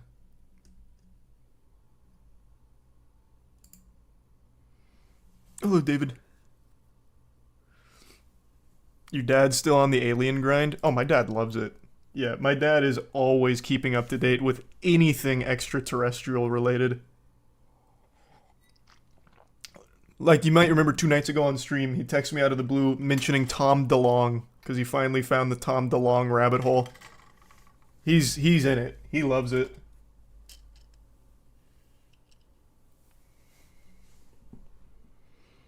His theory is the reason they're declassifying all of the UFO shit is because the government's trying to warm people up to the truth that aliens have visited us many times in the past, and they don't want to cause a panic. So I countered that with my theory that I think the reason they're declassifying so many UFO documents and footage is because they're trying to justify a higher spending budget on a new sector. Instead of just dumping everything into military, they can justify it with extraterrestrial defense and research or something. So it's just kind of a distraction. Oppenheimer was amazing. Yeah, that movie was fucking incredible. No, I can't say that, Shelby. I'm sure Colin doesn't post cringe. Boo, that's boring. Hey, man. Sometimes the truth isn't all, you know, unicorns and rainbows. Sometimes it's just shady spending. And I'm really sorry to hear that, Daniel. Wishing you and your family the best. My favorite horror movie's Hereditary. Welcome aboard, Jeebus.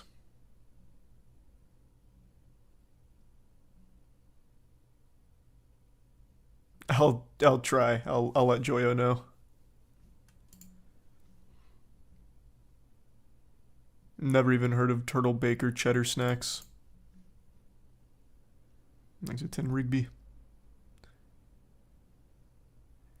Yeah, Tiana watches pretty much nothing but K-dramas, so I get it. K-dramas are huge now.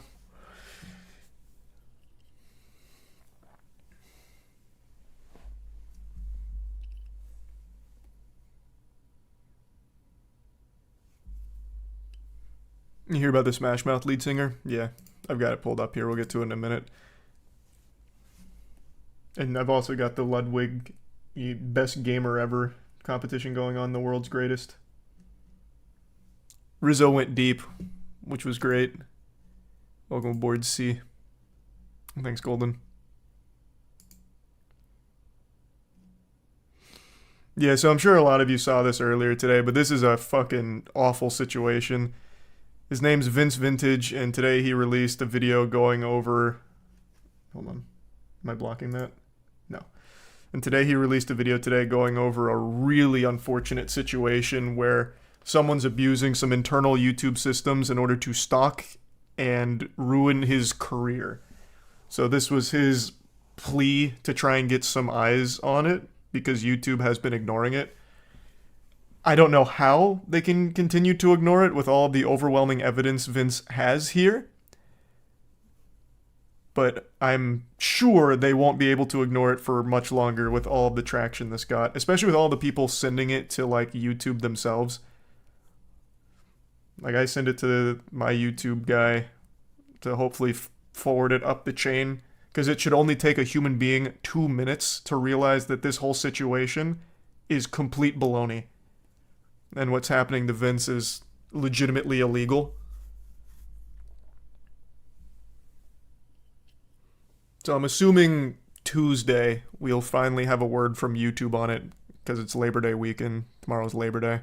So I'm assuming when they get back to the office on Tuesday, they'll hopefully rule everything in Vince's favor.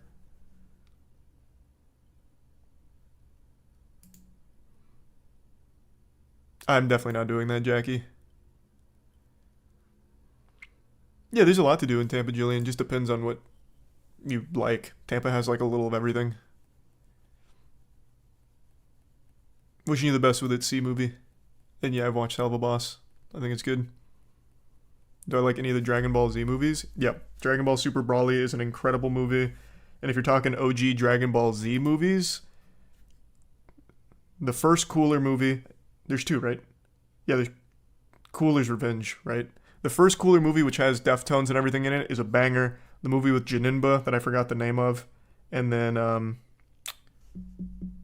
Android 13, I think is the movie. The blue android guy. I think that's 13. Is great.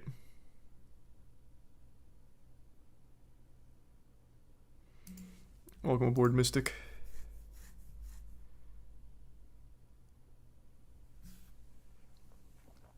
Yeah, we were just talking about EDP.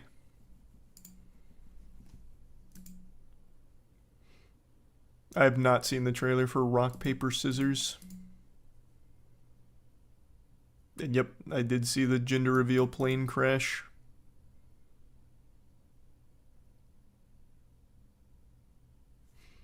Hey, well, sleep well, Rigby, and thanks for the generosity. Hope you have a great night. That's awful to hear, Pearl. I don't know. I guess just report it to authorities. That's fucking terrible. Have you seen Talk to Me? Yeah, I made a whole movie about Talk to Me. I think Raka Raka did an amazing job on Talk to Me. It's a really good movie.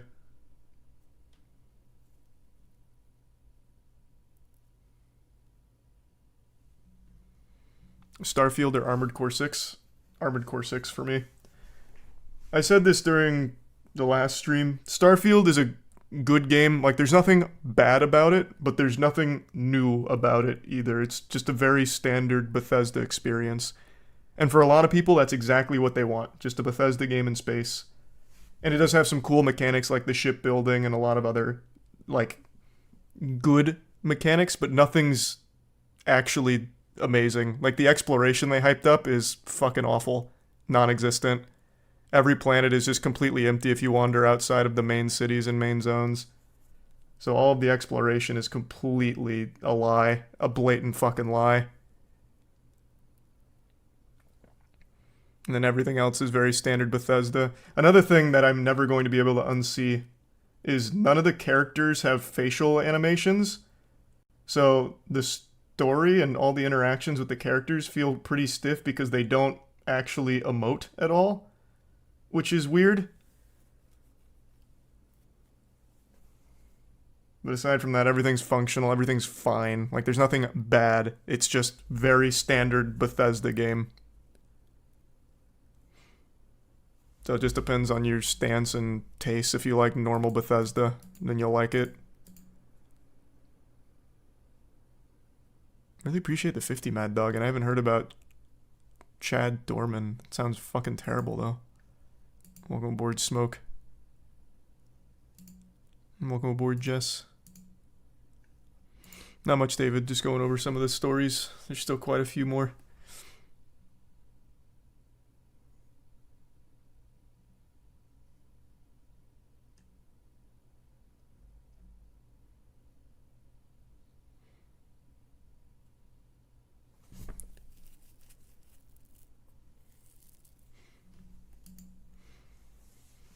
Yeah, I didn't watch all of it though, King, but I saw like the gist of it.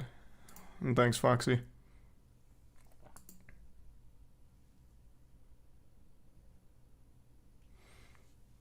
I'm excited to see what the modders will do for Starfield. Oh, they're already hard at work. They've already got they already have DLSS in it, right? Nexus Mods already has some Starfield DLSS. I don't know why I keep stuttering on that.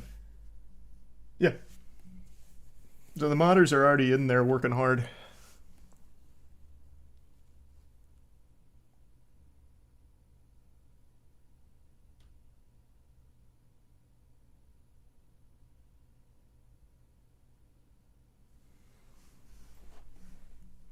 Welcome aboard, David.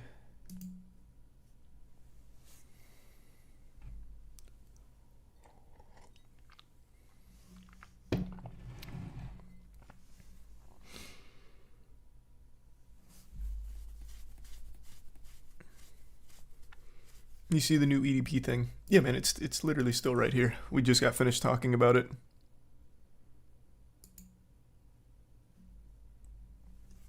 I know you did a pube shaving tutorial. Yeah, I know. The guy who nared his butthole just made a pube shaving tutorial. Full dick. You see Gideon say Logan Paul faked the Japan vlog. Yeah, it's a legitimately huge theory right now that Logan Paul faked the Japanese suicide forest video. I still haven't seen the expose on it yet, so I don't know all the evidence. It's from a channel called, like, Dark YouTube, I believe. I'm not sure, but the theory's blowing up right now. I'll have to check out the evidence, but on the surface, it seems like the dumbest fucking idea to fake that. Because you'd have to know that's a usually career-ending moment. Filming and making fun of someone's suicide. So I don't know why he'd film that. That doesn't sound... Or, sorry, why he'd fake that. That doesn't sound plausible. Welcome aboard, Adriana.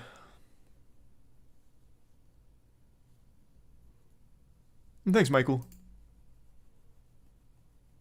Of course I'll be streaming Spider-Man 2 when it comes out and looking forward to it.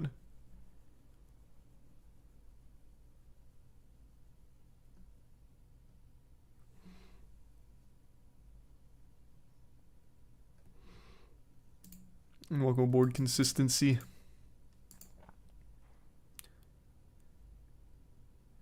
Did you hear about the guy that got arrested in Nebraska because he got with a bull in his car?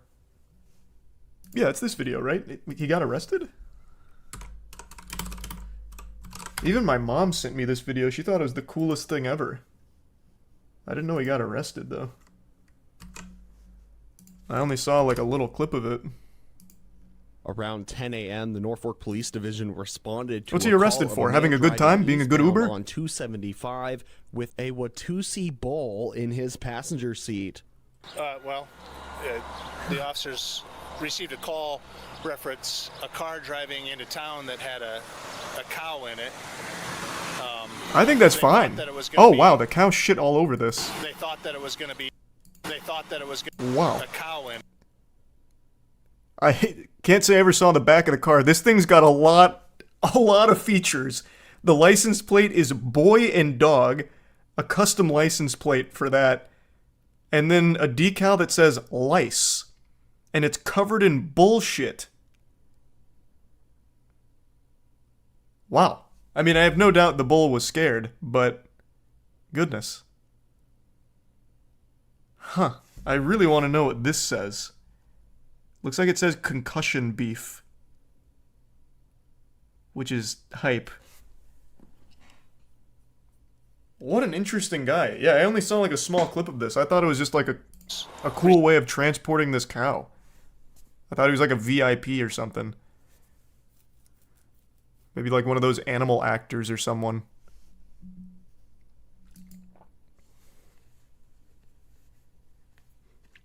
I'll have to check that out, Mad Dog. That sounds awful, though. I mean, he's definitely dumb enough, but I don't think he would actually fake it, Daniel, that's all. You'd have to be like another level of stupid. And there's nothing wrong with that, Butter. And yeah, we're going to talk about that in a minute, Reynolds. Received a call reference a car driving into town that had a cow in it. They thought that it was going to be, you know, like a calf, something smaller, something that actually fit. What is that it said on the side? Best car? Calf, something smaller. Best car citizen, Or something that actually fit inside the vehicle. And the vehicle was big enough. Well, technically.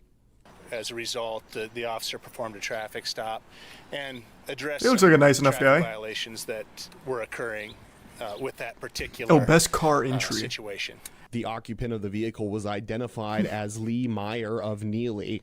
The Watusi Bulls Free my named man. as Howdy Doody. Free him. He was immediately pulled over by Norfolk police, and they performed a routine traffic stop. The officer wrote him some warnings.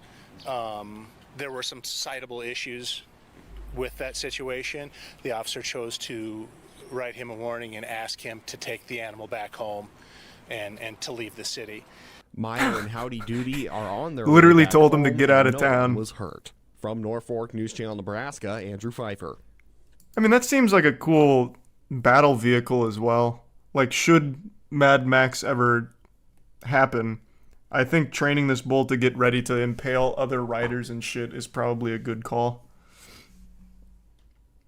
He seems like a cool guy. What was his name? Lee Meyer. Well, I mean, do you want to tell us a little bit about yesterday? Wait, oh, it's a phone interview.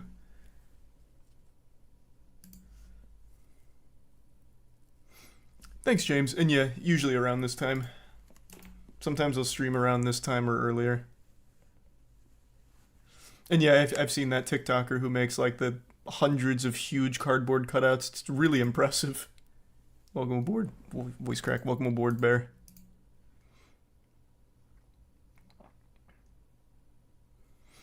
I heard you're basically Steph Curry from the 3. Steph Curry and I are very close, yeah. You could say that. Thanks for the big 20 pit.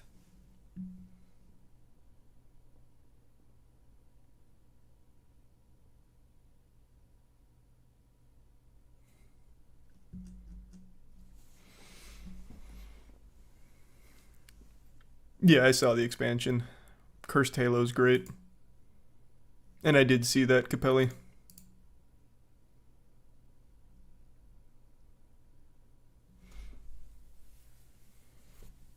Yep, I, like everyone, am waiting for the follow-up to the EDP stuff. Don't worry, I saw. I am as curious as all of you. I really hope the video releases soon.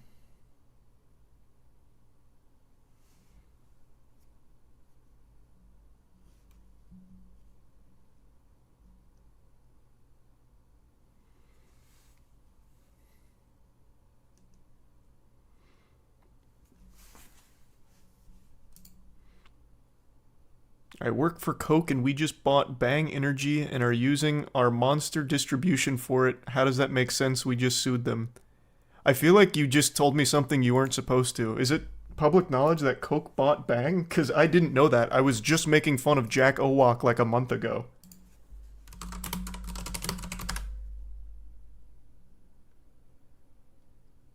Yeah, I don't see anything about that. The last thing I see is Monster Energy attempting to make a move to challenge Coke. Nothing about Coke buying Bang Energy. And in fact, the last Bang update was about the court approval for the Monster lawsuit. I think you just broke NDA live, brother. Or you're lying to me. I'm not sure. It could just be a lie. That would be a wild thing to lie about, though. Yeah, the last thing I see here is speculative interest in buying out Bang. To the tune of about 360 mil.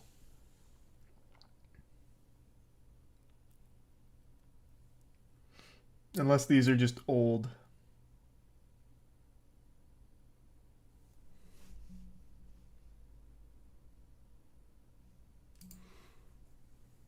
Yeah, we got the official Duck Studio plaque. It's hanging in the warehouse. What do I think will be Game of the Year this year? It's either going to be Baldur's Gate 3 or Tears of the Kingdom. That's cool though, Colin. And yeah, I just mentioned the Vince Vintage situation.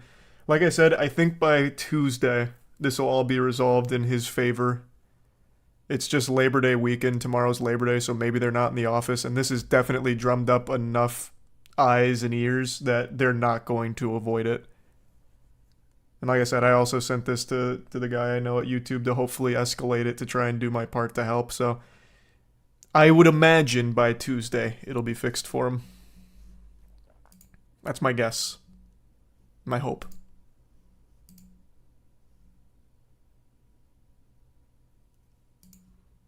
No, I'm definitely a shooter on the court. And I have not heard anything about that, Jason.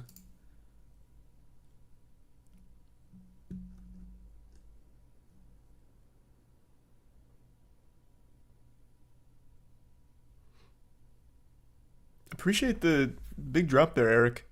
Hey, no worries at all.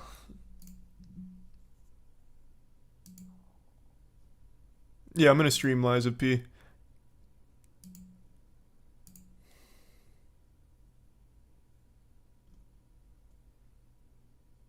And I have heard of that by...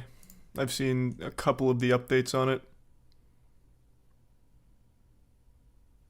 Yeah, I saw the video of the fake maintenance workers getting fired upon.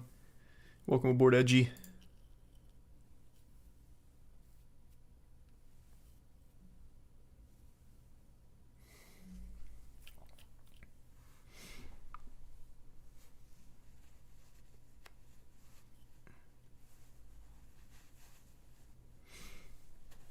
You gonna play Starfield today? Nah, not today.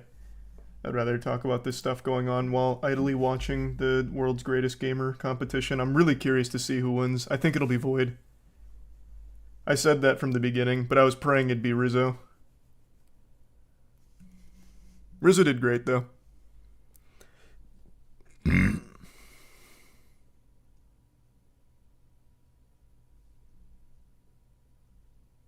You read normal messages? Yeah, of course I do. I'm always reading the chat. You excited for Ghost Runner 2? I am. I'm very excited for Ghost Runner 2.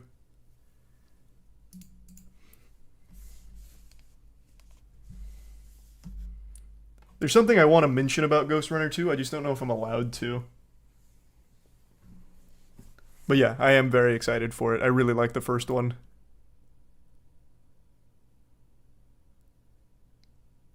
Hey, no worries at all, Heinz. So hopefully it wasn't like top secret knowledge. On July 31st, Monster Beverage completed its $362 million acquisition of bankrupt Bang Energy owner. Monster confirmed that Coca-Cola and its brothers will distribute Bang. Okay, see, you didn't break NDA. You're good. I guess that article just didn't pop up for me. All I see is speculative interest at the beginning of April. So you're good. Coke's not going to come after you.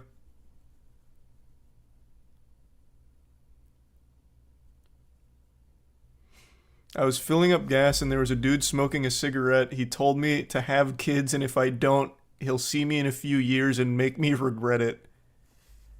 Well, now you've got a responsibility. You don't want to let that man down. You certainly don't want to see him again. Get to it. Welcome aboard, Mad Dog.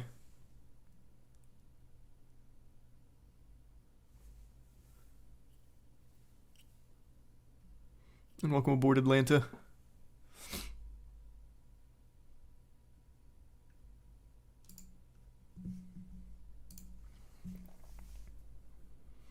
Yeah, I already talked about the Jacksepticeye vs. Mr. Beast stuff from last night. I already went over it. Oh, thanks for the long time watching, Don. God damn. Oh yeah, I saw they just broke that record pretty recently, Colin. I did see that. And appreciate it, Rigby. I'm not sure. It's just something that says join near the channel for the membership thing. Oh, update on that. The crane for members, we've got a pretty good grasp on how we're going to do it. So it's just a matter of getting the guy out here to set it up properly. So I'm hoping it'll be pretty soon that we can have you guys playing the claw behind me to win prizes.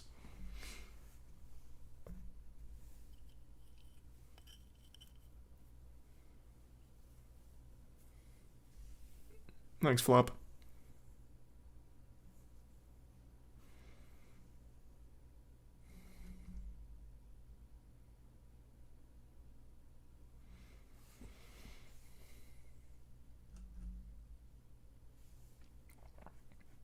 The girl EDP was talking to came out with a statement of what happened.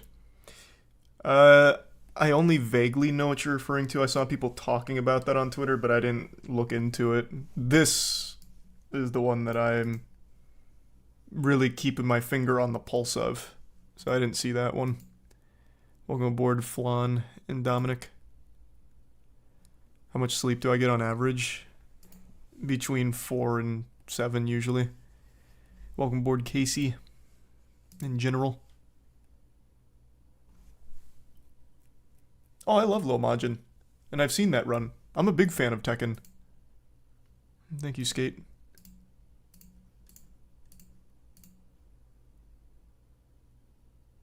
You can only join as a member on desktop YouTube. Oh. Oh, I'm sorry, Blue Light. Well, thanks. Yeah, we can talk about the Smash Mouth lead singer now. This is not goofy news at all. This is actually just really fucking sad. I haven't even read this yet. I just saw the headline right before going live. This news just broke like an hour ago, if that. So apparently Steve Harwell's not gonna make it.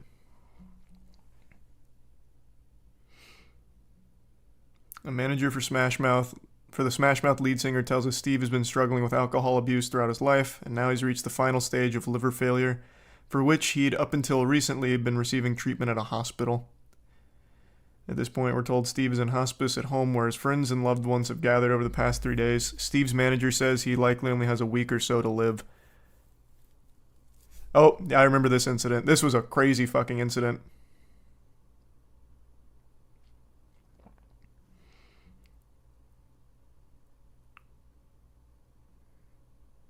Man, alcohol abuse is awful. Yeah, it's a sad one. He was the soundtrack to a lot of children's lives. Not just All-Star, but you got Walking on the Sun, and then, oh my god, what was his other big one? Oh my god. What was his, he had one more huge song. It was All-Star, Walking on the Sun, and then there was one more big-time banger. I'm a Believer. Thank you. I'm a Believer. Yeah. He was even in the movie Rat Race, which for some reason I remember very well. Welcome aboard, Corin, and Jack, and Tori. And thanks, Rosie.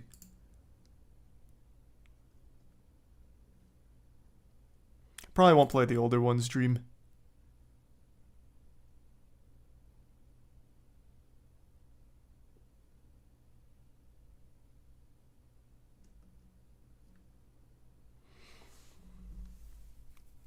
My first time doing karaoke was to his music.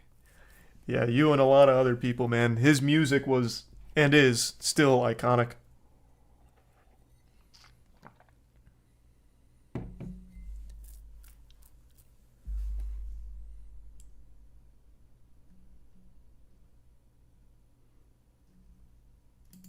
Welcome aboard, Misty and Jacob. Appreciate it, Mad Dog, and yeah, I'll definitely check it out. Why can't he just get a liver transplant? I don't know, man. I'm not a doctor, but I'm assuming that's just not an option at this stage.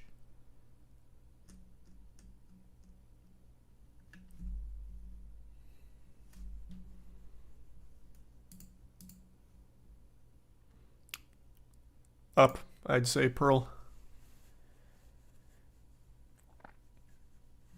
Not sure, Colin. Definitely still want to do Ninja Gaiden, though. The whole series. Well, yeah, I'll even do Yaiba. Even though Yaiba's pretty shit.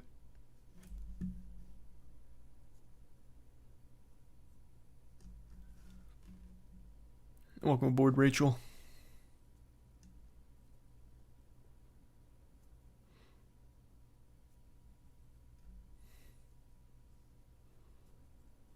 The hurricane missed us almost entirely.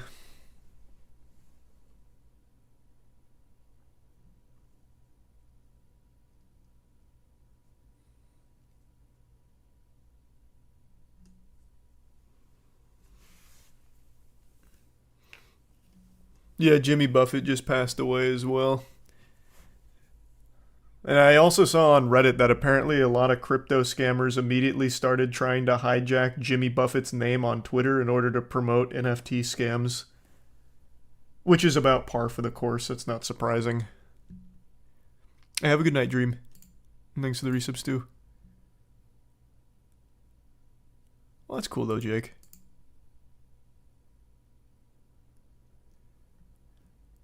I heard, Pearl.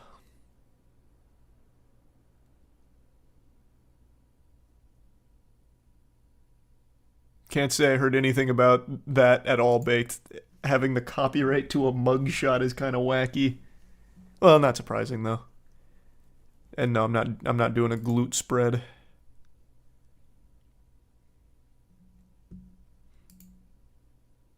Ghost is alright, yeah. Did EDP get caught again? Yep, seems that way. And I still just have not looked into it, really, Android. Welcome aboard, Jack. They won't let you to the top of the list unless you show them you aren't an alcoholic for a liver transplant.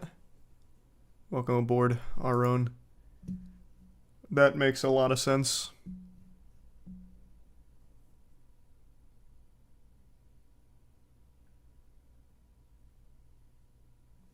Yeah, we got lucky that the hurricane missed us, really.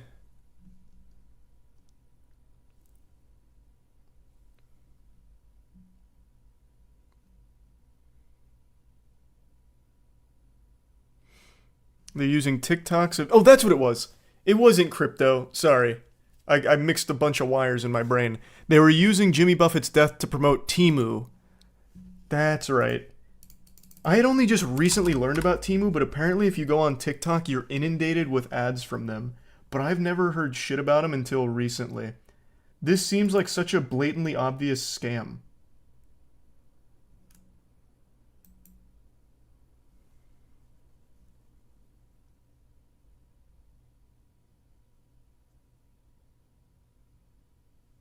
Temu's Wish 2.0. Not really, though. From everything I've seen, a lot of what you get is legitimately non-functional. At least when you go with Wish, the shit works, just not well. Temu just sends you, like, actual trash. Like garbage.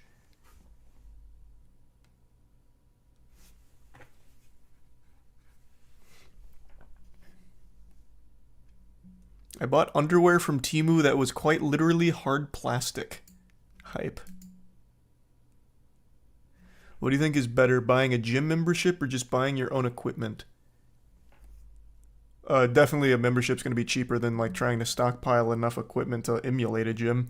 But you also don't need a gym right away if you're just getting started. Just get started with easy things like calisthenics and all of that. Make working out a little bit of a routine, doing some push-ups, easy stuff like that. And then if you really get into it, then you get the gym membership. And then if you don't like the membership, or rather you don't like the facility for whatever reason, then maybe you start getting like some free weights to take home. But yeah, just make it more of a progression thing instead of starting with trying to build your own gym. It's going to be very expensive.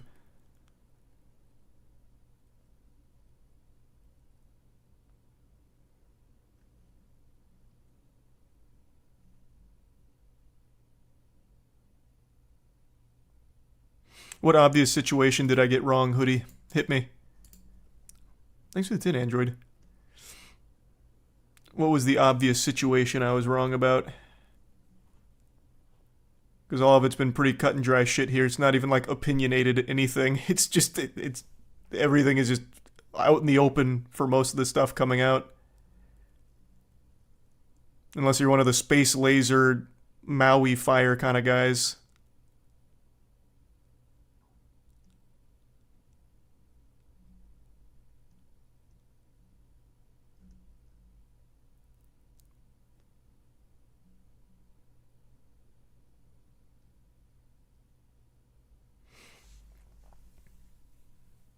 A Temu haul? Yeah, maybe I should get this stuff for myself and give it a whirl. And yeah, hopefully they don't go full CGI or anything on the second season of One Piece live action if they do it.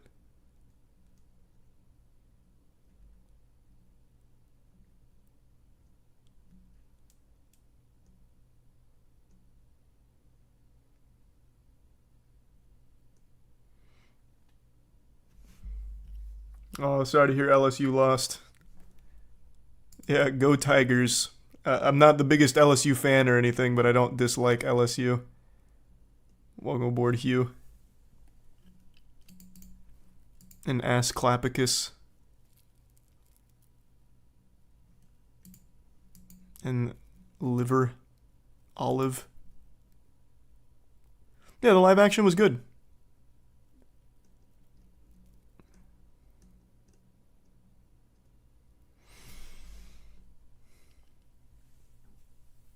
Berserk is a very good manga and horrible 2016 anime.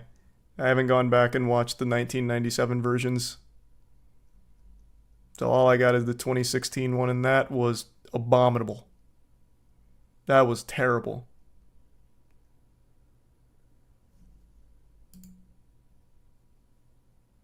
Yeah, I already saw it, Vizo.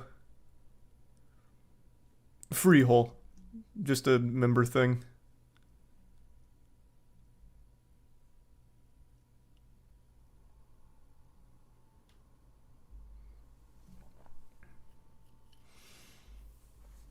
What do you think about the John Wick spin-off Ballerina? What the fuck is the spin-off John Wick Ballerina?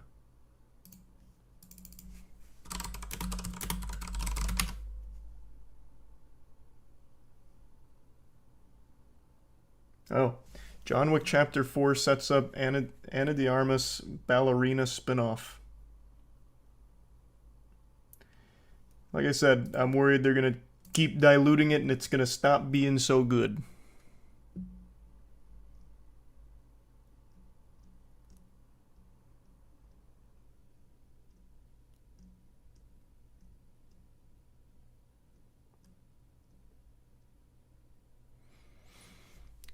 Confirmed Timu's trash. Mother uses it and I've had to assemble items with either no instructions, broken segments, and 2 overcomplicated cabinets made out of 50 different segments. Yeah, but I bet you paid 5 cents for it. Big W.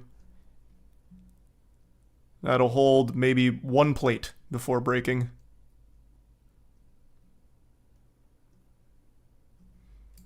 Welcome aboard, Vance.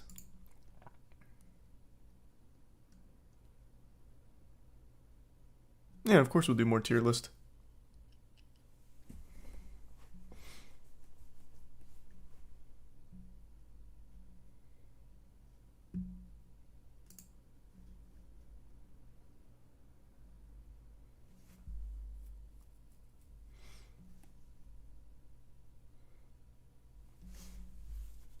The XQC Meat Canyon.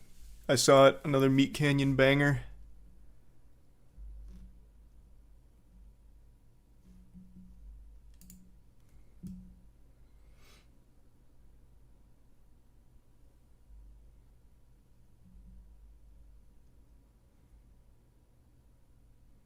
I've heard of it, Pearl. I haven't looked into the case too much, though. And I don't know anything about solo leveling. I know a lot of people like solo leveling, but I don't know shit about it, really. And I'd say shirts, Angela.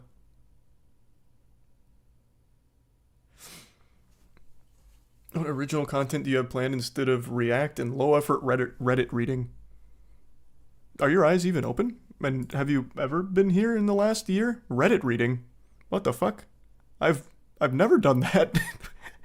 And I haven't done React content in over a year. Did you just make up someone to be mad about in your head and put my face on it? What are you talking about? Reddit reading?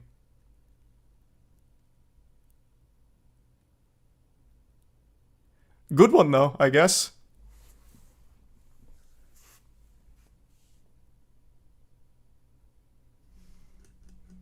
You got me, big guy. Did I hear about Red Dead Redemption 3 being confirmed? Nah, no shot. Now with GTA 6 around the corner. Of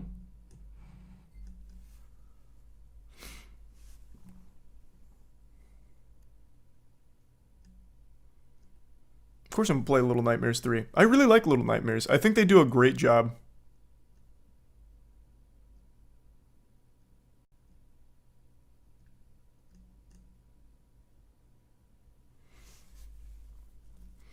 Welcome aboard, Gene. And yeah, we were just talking about Steve Harwell. Have you heard about the Electric Zoo Festival closing its first day? What the fuck is the Electric Zoo Festival?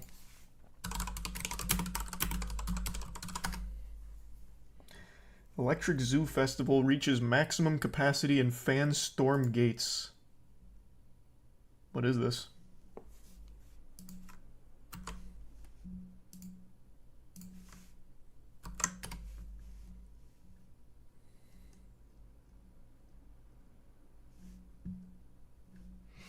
The Electric Zoo Festival reach maximum capacity.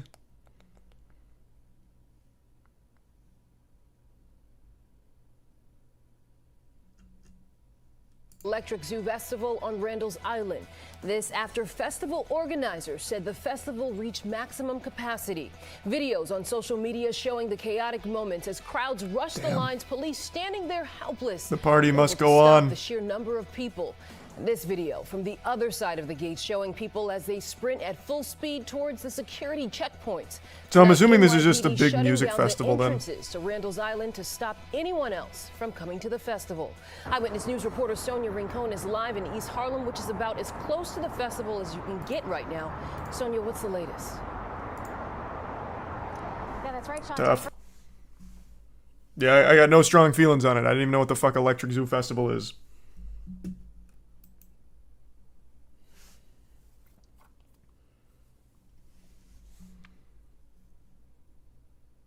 Welcome aboard, Majestic. Oh yeah, I saw there's a ton of people trapped at Burning Man because of flooding or something. I did see that.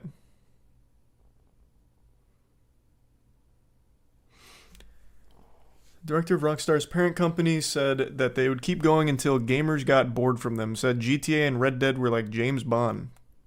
Huge. I don't think that's necessarily confirmation of Red Dead 3 coming out, though. I mean, probably eventually.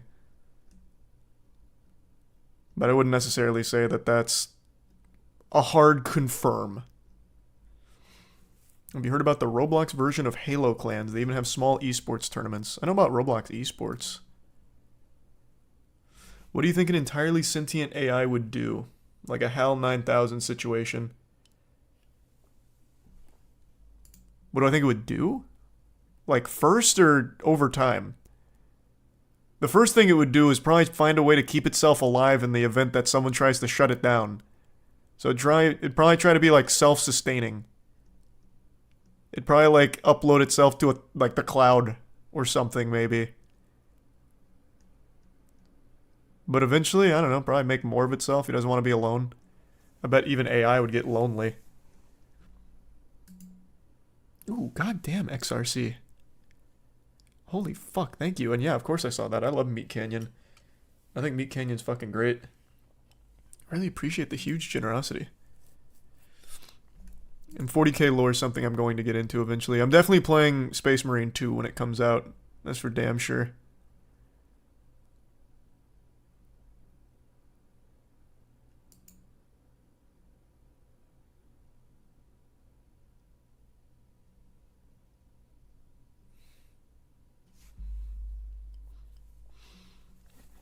Old news. We already been there, talked about it. We just gotta wait for the follow-up now.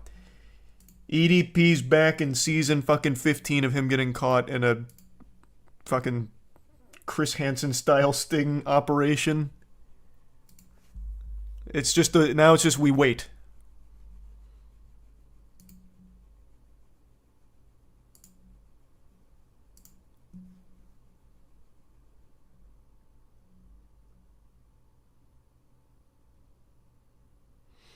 The Cupcake Season 20. Yep.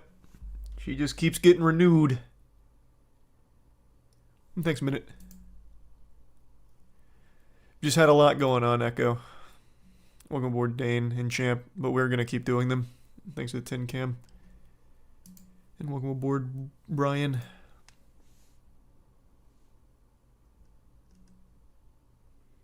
Thanks, Grim. What do you think of Payday 3? I haven't played it yet. Looks fine. But I've heard a few people don't really like it, so I don't know. And thanks for the 10 gifted members, Ollie. Here, that's you know, I'll check right now. Is the Pentagon UFO website functional yet?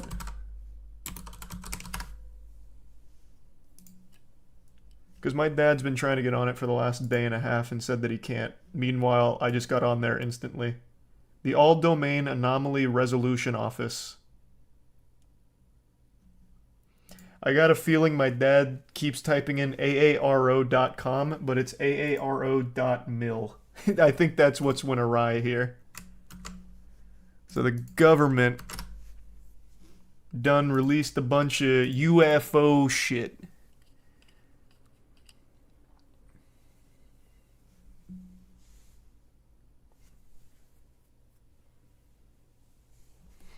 So where do I see all of it? Coming soon, U.S. government UAP-related program and activity reporting. Cool, cool, cool. Official UAP videos. Oh, we've seen all these.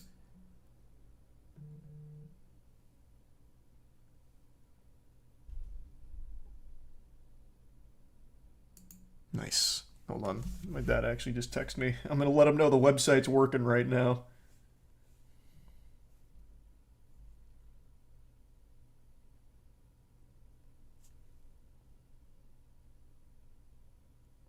All right.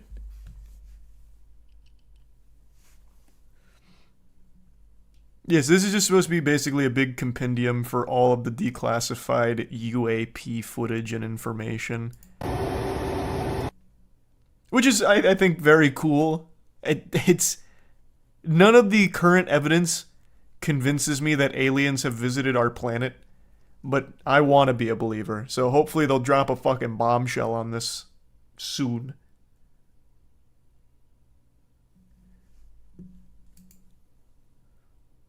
My wife is an airline pilot. She saw like 6 UFOs this week. There were lights flying in circles around each other like a centrifuge in the sky. Your wife's playing a joke on you. I don't I don't believe her. Welcome aboard, Zeke. She would have absolutely filmed it. 100%. If I was a pilot, I'd be doing the same shit. I'd be like, oh man, I saw 3 alien UFOs just like on my last route. Shit was crazy. One of them was mooning me. I mean, a bunch of degenerates that visited us. Have you seen Clash of Clans esports? Nah, I don't play Clash, so I don't really watch any of that. And I don't know that situation. Zeta, what is that? Opinion on alien cheeks? I've said it before, I'll say it again, this makes a lot of people mad. If aliens are real, I promise you they're not going to be fuckable. So I got no opinion on alien cheeks, brother. Modern sci-fi's poisoned your mind into thinking that every alien's gonna have big 3 titties goth babe. Won't be the case. I think they're gonna be insectoid. Real gross looking weirdos.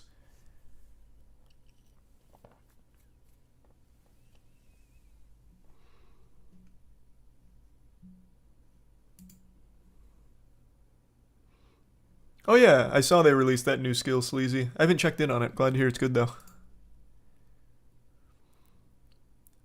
Project Blue Book. Yeah. We've talked about that before. She tried. It's dark and lights are like satellite sized. I'll send footage to you, but it's shitty because that's how camera works. How do you want me to send it? Tweet it at me. Imagine your wife has like the one piece of definitive evidence that convinces me and every other skeptic that aliens are real. And you're just casually dropping it here in the YouTube stream chat.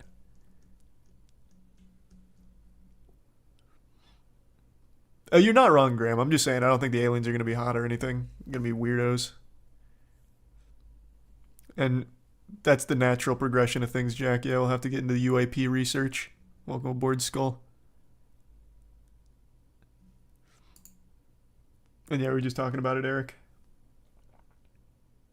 Oh, god damn, Gideon. Holy shit, really appreciate that. Sure. Is it about the EDP stuff? Yeah, sure, hit me. Welcome aboard, Cat.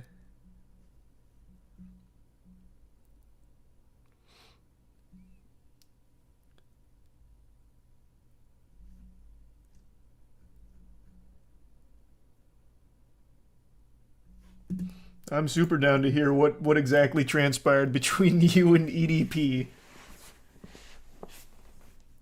I'd love to get the scoop.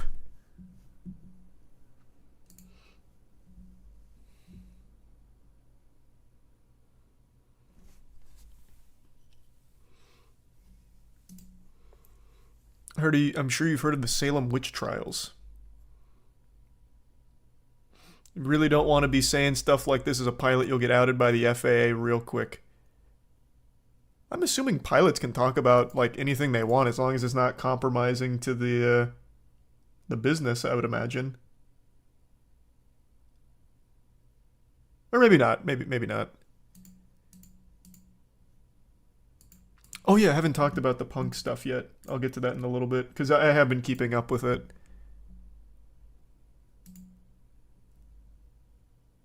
Oh, here, I'll toss it your way, Gideon. Thanks for the... You could have just asked in the chat, man. I read the normal chat. But yeah, here. I think I still have you on Discord, right? I can just message you there.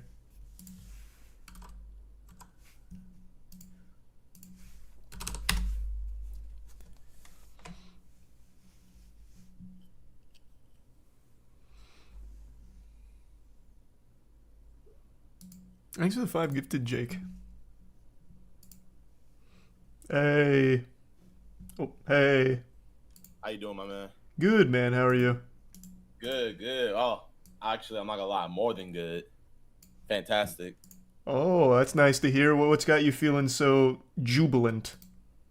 Hey, first thing first, I just want to fanboy real quick. I know I already talked to you before and told you, man, but I really enjoy your videos, dog. Like you're probably like top 3 funniest niggas I know. Appreciate the kind words, man. Thank you for that. That was sweet. Nah, bro, you're hilarious, bro. You're hilarious. But let me stop glazing. Bro, it's just so funny how this all like goes in a 360 circle, because you're the one that broke the news for me about EDP.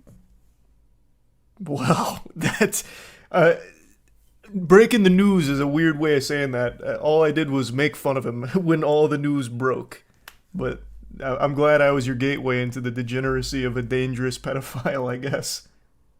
Nah, man, like you have no idea, like actually how dangerous he is. So I don't know if you know too much or what all you do know, but like with this case, he actually talked to a 15-year-old girl.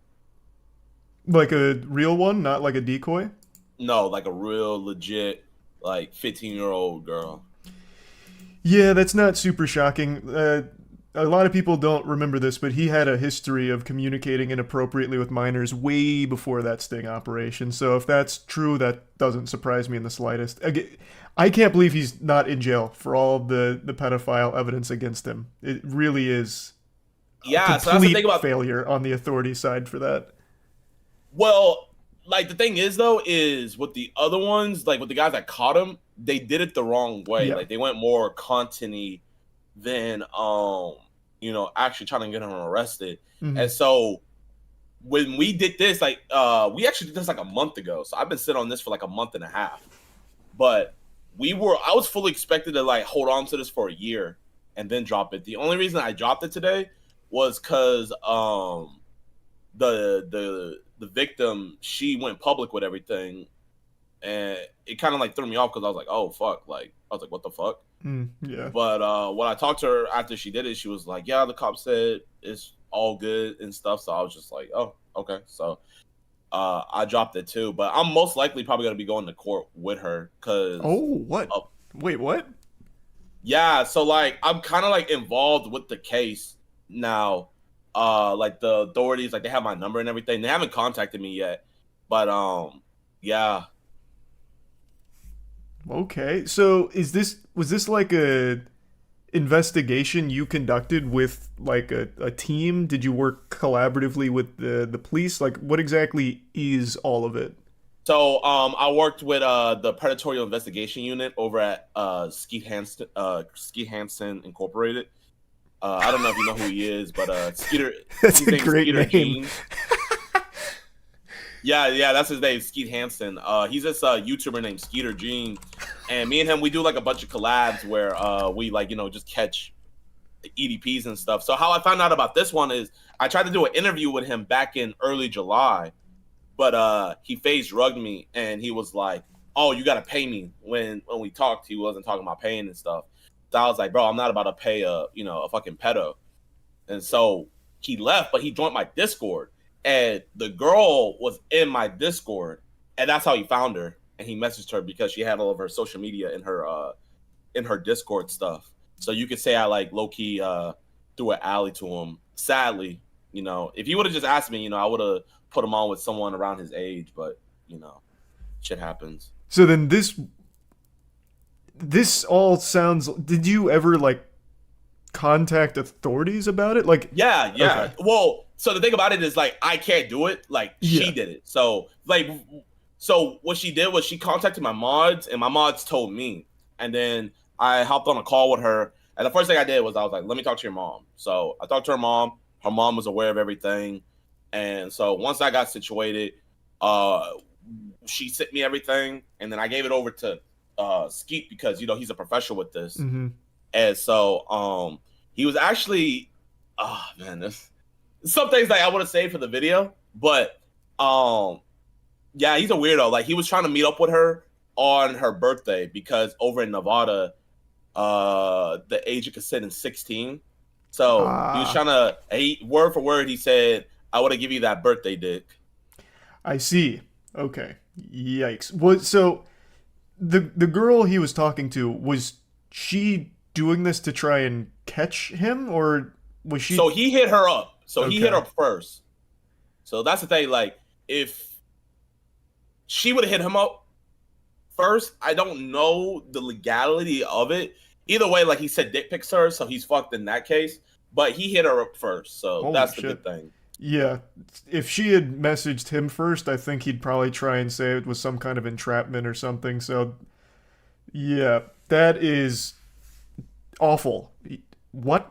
So he sent dick pics and everything within like their first couple conversations, or did this go on for a while? Like they're talking. He was kind of tamed at first, but he literally sent a voice memo saying like, "If this is a setup, I'm gonna fucking air you and everybody else out." And so we were on high precaution whenever we conducted the investigation in person. Yeah, that makes because, a lot of sense. It's like, damn, but I'm not gonna lie, we caught him lacking at the dialysis center. Don't ask me how. I knew he was gonna be there, but we caught him lacking. So that clip that you showed, that's not him going somewhere to try and meet that girl? No. Okay. No. Okay, I thought it was another like just here for a cupcake situation kind of thing. Nah. Okay. Nah. Wow. So then, do you like? You said that they're building up a case, basically. I'm not gonna lie. Like, it's been a month. It's pretty much it's any day now. Okay. It really is. Like I mean, I don't know if you want, but I could send you the pics later. Like, it's pretty bad. And videos. I could send you the videos too. I don't need to see any of that. You can keep that for you and the authorities. I would just hope that justice would finally be served, because he's skirted away from that for a while. And that's the thing that I wanted to do with this. Like, that's why I was so willing to wait like a year, because I was afraid that it would have messed up the investigation. Because, like, at the end of the day, like, yeah, it's cool to get views and stuff, but I just think it'll be so much tougher. Like, fuck, like, we got him arrested. So, but it looks like it's already on that trajectory. And since she already went public with it, like, I was just like, oh, fuck it. Okay, I'm gonna go show everybody, like, look, this is what we did. Yeah. I've been sitting on this for like a month. It's been eating at me like so hard. Yeah, I think the most important thing is actually getting justice as opposed to like the content of it. So hopefully this leads to a legitimate case against him, because he is not safe to be around children in any way, shape, or form. No, yeah. If this doesn't get him locked up, it's the justice system just failed everything if he doesn't get locked up for this. Yeah, here's hoping. Well, the chat logs is public. If you and your chat want to go through it. The chat logs that he sent to her? Yeah. Yeah, like I said, she went public with it first. Oh. What? Like, So- so even, like, his nudes and all that shit? Nah, it's on YouTube. It's Okay. just like the stuff that he was saying. Yeah, because so. that'd be a huge problem if that got posted as well. Like, that's... Oh no, Yeah, okay. no.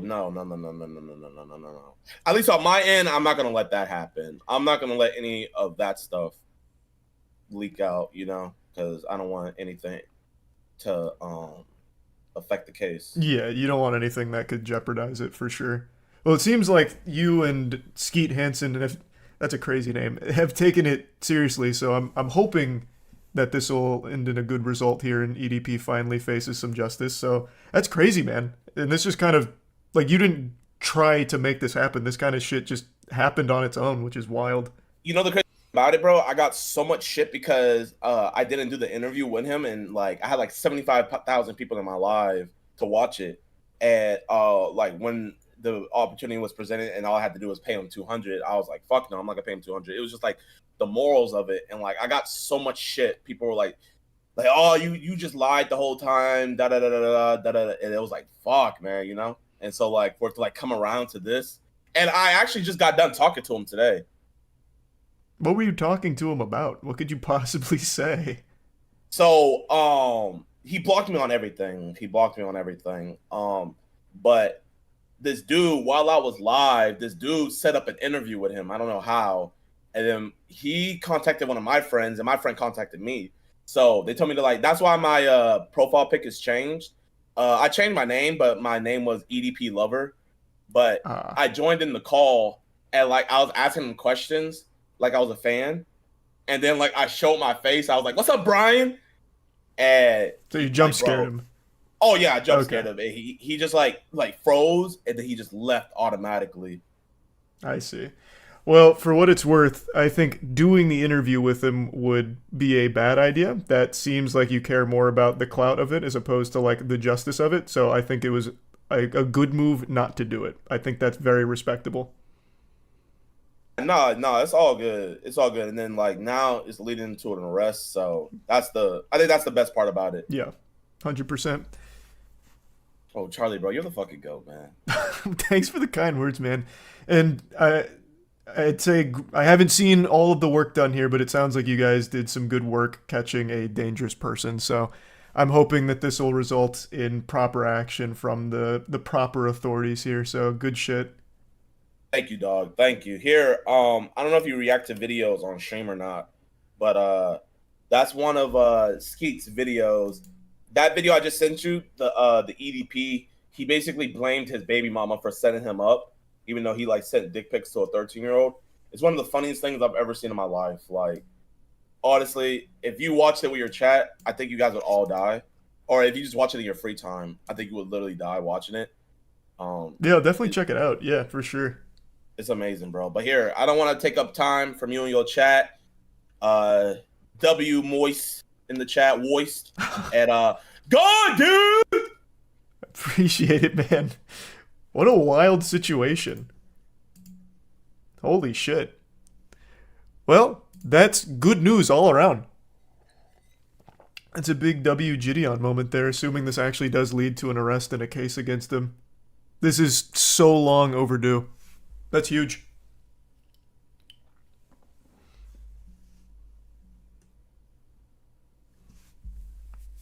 No, the whole video is not out yet. He released a clip, which is what led to all of this today. And according to what he just said, he's been on it for like a month and was willing to just wait like as long as it took to make the case as strong as possible. But I guess the victim came forward first, so making it all public, which I hope won't affect the case. I don't see why it would, since it's the victim. Welcome aboard, Alia.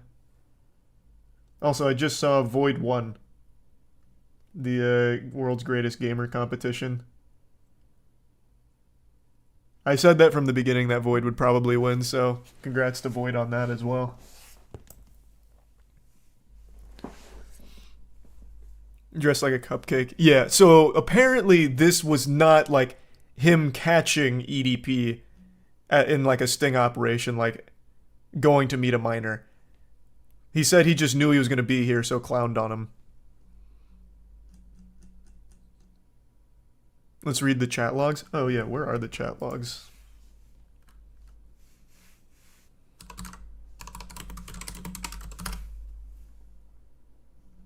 Let me see if I can find them real quick.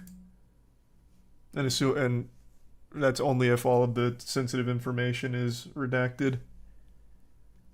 Welcome aboard, Jinxler and Amanda. Here, let me just ask Gideon for it.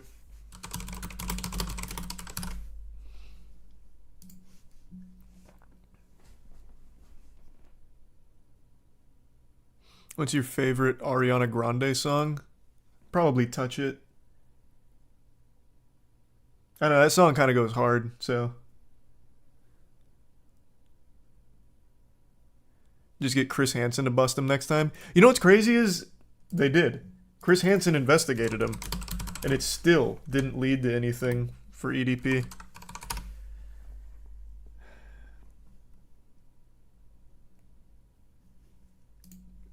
He just keeps getting away with it and keeps doing it.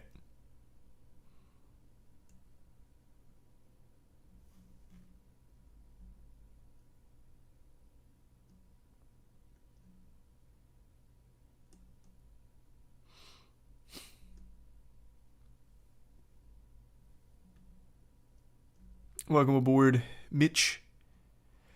Why hasn't he been arrested?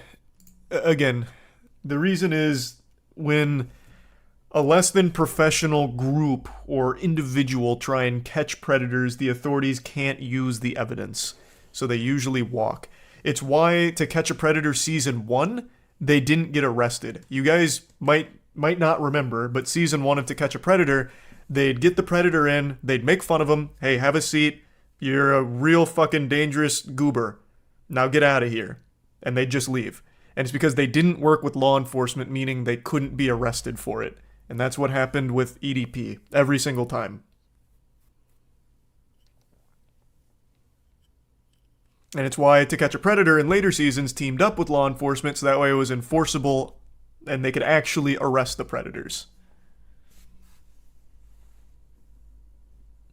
Thanks for the 10, Unbox. Thanks, Meow. Welcome aboard, Tall. And Guzu. I'm a Canadian trucker. I'll be in Tampa on Thursday. How do I convince my company to let me go to the live event? Oh, just tell them you gotta. They'll understand. Tell them what the event is. Welcome aboard, Abaddon.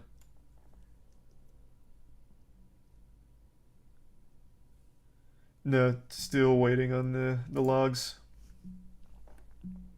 So entrapment. Yeah, that's it. They basically just say it's all entrapment and it really can't be used. It's very, very rare that a non-professional predator catching group gets a predator that actually gets arrested based on their investigation. I only know of like 2 cases of that happening. And they were like egregious predators with like a long history of it. It's because they don't want to encourage like vigilantism or anything like that.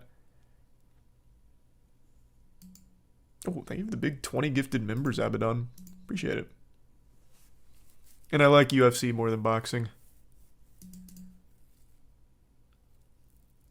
I have no idea, Chop Chop. Welcome aboard, genius. So he actually got arrested now. According to Gideon, there is a case being built against him. And I imagine there's a lot he can't say, but it sounds promising.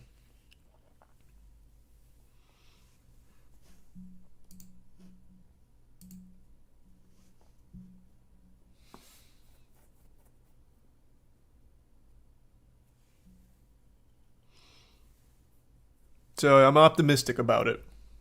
EDP is like Team Rocket, never goes to jail. Yeah. I compared him to the Box Ghost. He's just this fucking embarrassing, reoccurring villain that keeps popping up a few times a year, only to keep repeating his evil and getting vanquished, shaking his fist, but then coming back later. Every time. Every fucking time.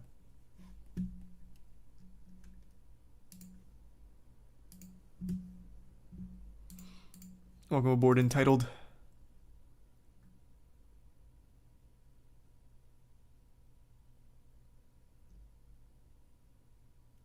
Oh, I'm sorry. Wait, no, I did. I said thank you, Ghastly. What do you mean?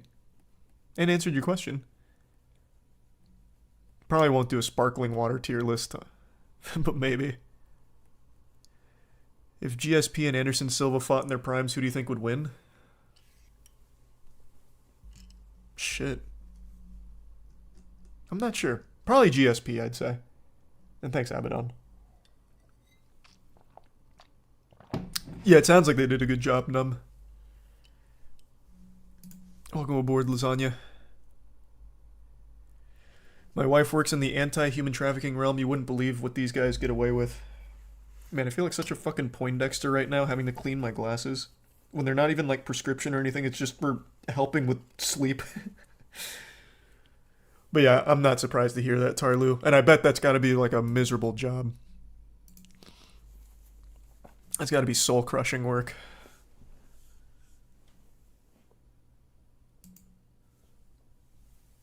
Yeah, I mentioned the Burning Man floods earlier. I saw some of the clips. You have to give it time, Connor. Did you like the 90s Brawly movie? I did. Yeah, they were good. It's not that law enforcement can't use the information, it's that there's too many loopholes.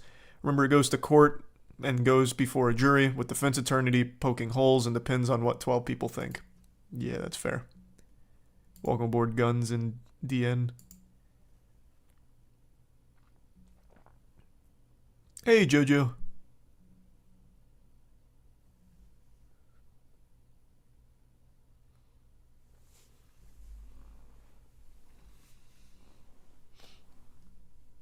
Burning Man made NBC nightly news. Yeah, I still don't even really know what Burning Man is. I remember it used to be kind of a joke. But now it's like huge. 70,000 people are isolated at Burning Man right now. What the fuck? 70,000?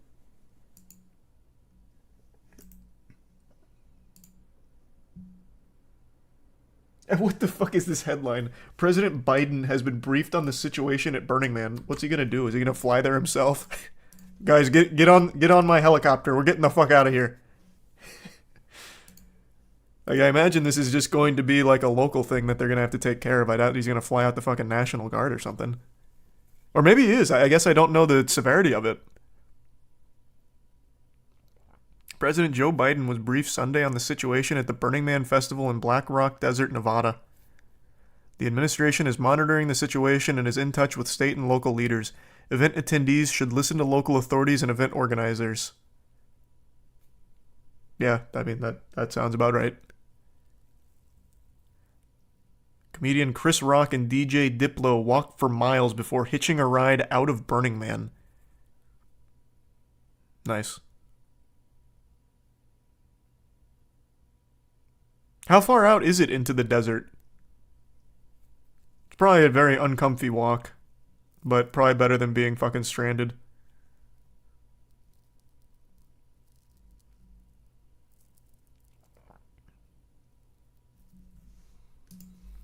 Thanks for the 10 thumbs. We talked about that a little bit ago, Kat. I already went over all that.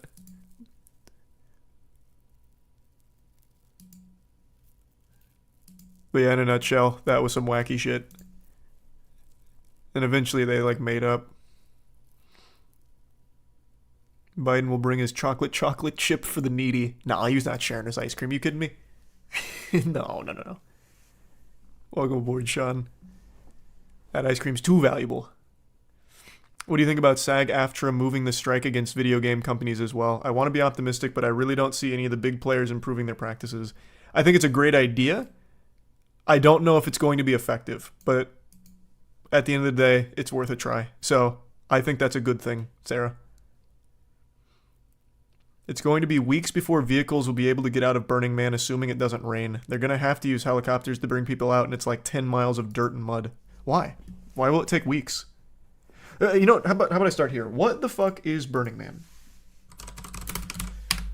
I always understood it as something that your boss goes to cheat on his wife. But what actually is the event? Let's see. Go to the Wikipedia page. Burning Man is an event focused on community, art, self-expression, and self-reliance held annually in the western United States. The event comes from its culminating ceremony, the symbolic burning of a large wooden effigy referred to as the Man. That's so cute. Coming down with a serious case of stick-it-to-the-man-neosis. Okay. So it's basically just a big party, from the sound of it.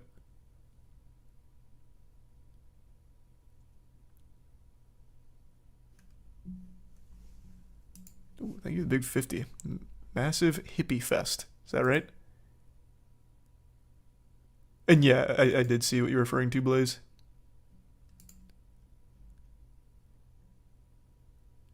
Sounds like a wild banger. I mean, this is a really cool photo here. That does look very cool. Not get stranded in a desert for weeks cool, but cool like, hey, I'd go for an hour or two. Of course I know them, Broby one. Woodstock for normies.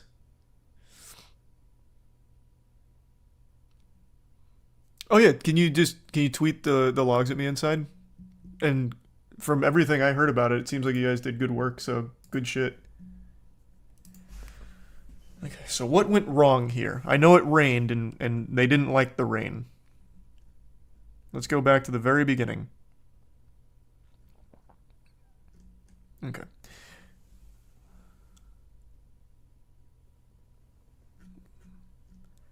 Some 70,000 people stranded at Burning Man are walking out of the site. Forecasters expect more rain at Burning Man. Interesting here.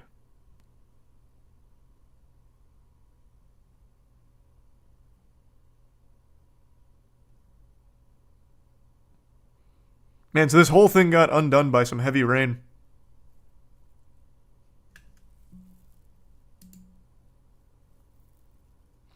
It's a desert, usually doesn't rain. When it does, it turns into soup and mud that doesn't easily dry out. Because the ground is so hard, the water won't drain. So if 70,000 people are going to be... 70,000 people are going to be stuck there. Man. Goodness gracious.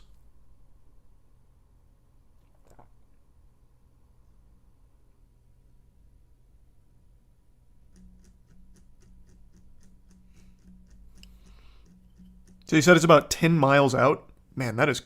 This looks like straight out of Destiny. This looks like something out of Callus's ship. What the fuck? Is that like what everything at Burning Man looks like?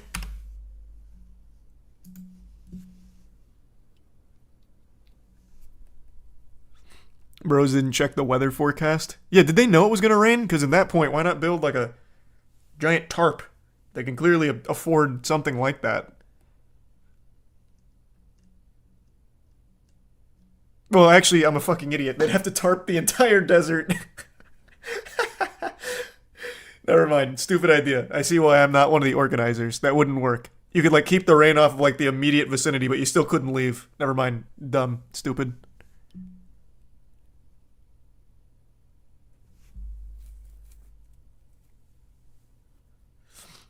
New raid leaked. Yeah, true. Hey, no worries at all, Dragonfly. I hope the move is painless and fun. I think most of them are pretty fun, dehumanized. I think they're pretty good for the most part. I've been a DPW lead at a regional sanctioned Burning Man event for several years now, if you actually want some real info on what it is. Yeah, sure, hit me. You don't have to donate for it, man. You can just type it in the chat. I'm always reading just normal chat. And yeah, I saw some of the pictures, Connor. Thanks, gamer.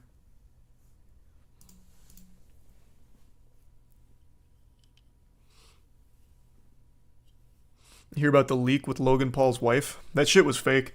That is getting so degenerate. People are just finding porn of women that look like his fiance and saying it's her. Just bringing in complete fucking strangers to it now. It's getting so out of control. Shit is so weird. Dylan's like still cooking them constantly, but then like people are running wild with just like anything that looks like his wife.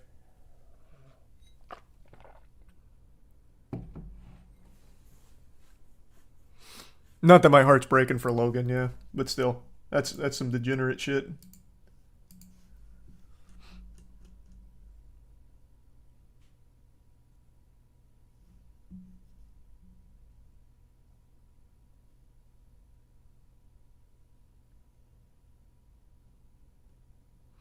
You really thinking about a D&D show? Thinking about? We're doing a D&D show, yeah. We've got almost everything in place now.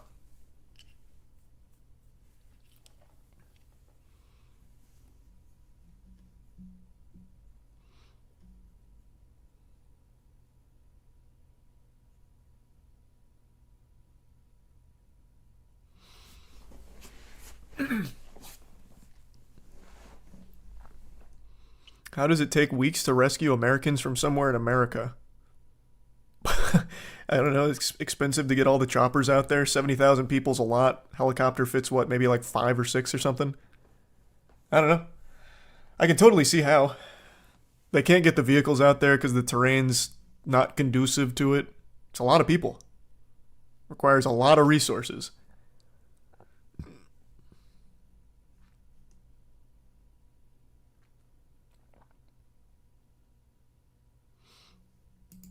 Yeah, I'll definitely take a peek then inside. Appreciate it. And welcome aboard, boss. Haven't stopped doing it, Will. The only reason we haven't done another one in a while is because we were going to do a bigger thing, but it fell through the cracks, so. And then recently we just had a lot going on with like the live event that I haven't been able to get the new one ready.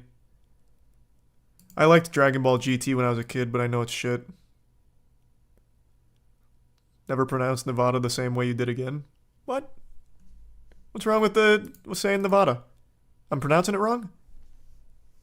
No way. You're wrong.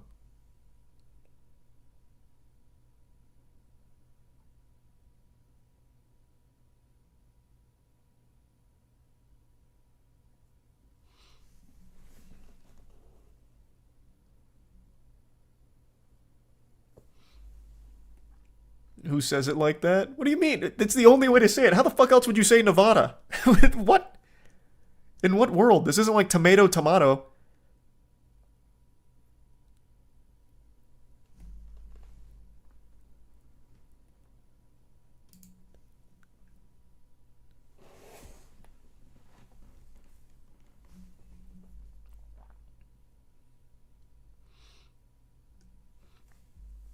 Hey, well, good luck, Bill.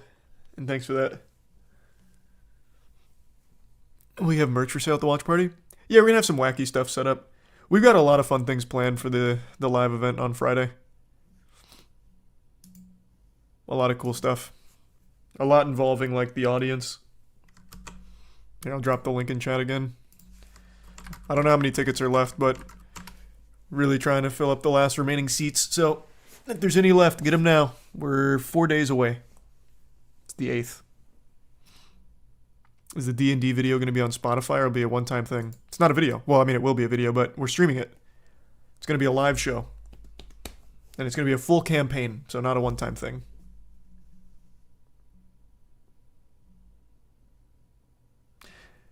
As a Nevada resident, it's pronounced Nevada, not Nevada. Nah, you don't know what you're talking about. You guys need me to educate you.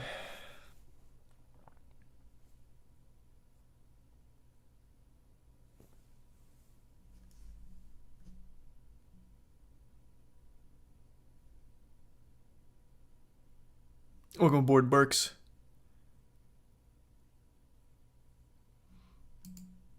Who's your favorite band? Probably Deftones. It's gotta be Deftones. I've listened to them since I was a literal child, and they still just slap just as hard now as they did then. I've seen some of the hoopla on Twitter. I haven't seen anything out of boycott or anything, though. Phoenix. Who's going to DM? We actually have 2 DMs. 2 very experienced DMs. Thanks, Thumbs.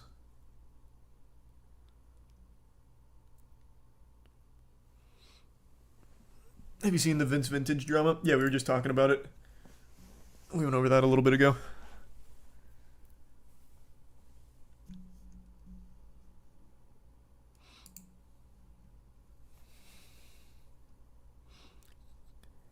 Can't believe AI is so advanced. It's like Charlie's a real person. You just reminded me of something my mom told me tonight when I went for dinner. She was telling me about AI, which was like a wild conversational topic because it wasn't something I would have expected my mom to talk about. But she's like, did you know people are using AI to do fake phone calls to family to try and scam them? And I was like, holy shit, Mom. I was actually just talking about that. So that scam is becoming so prevalent that even my parents are aware of it now. And they do not keep their finger on the pulse of AI developments.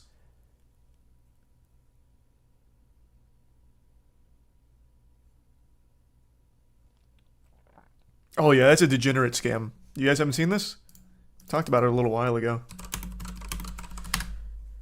So what they do is they're replicating the voice of children and calling their parents. And they either do things where it's like, hey mom or dad, I need the credit card right now. I'm in a tough situation. I need to get out, so I'm gonna need this information. And then the parents, not knowing any better, thinking it's their kid, just say it. Or more nefariously and much more evil is like ransom stuff. So it's pretty fucked. Oh yeah, see, even right here. AI voice cloning scam that faked a kidnapping.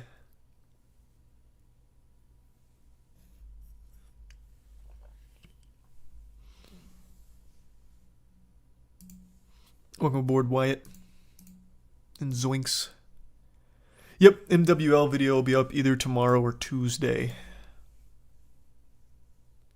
And no, I don't do React stuff on stream anymore. The only videos I watch on stream are news broadcasts or trailers.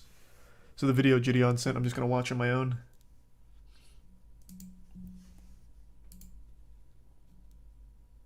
And not sure yet, mister.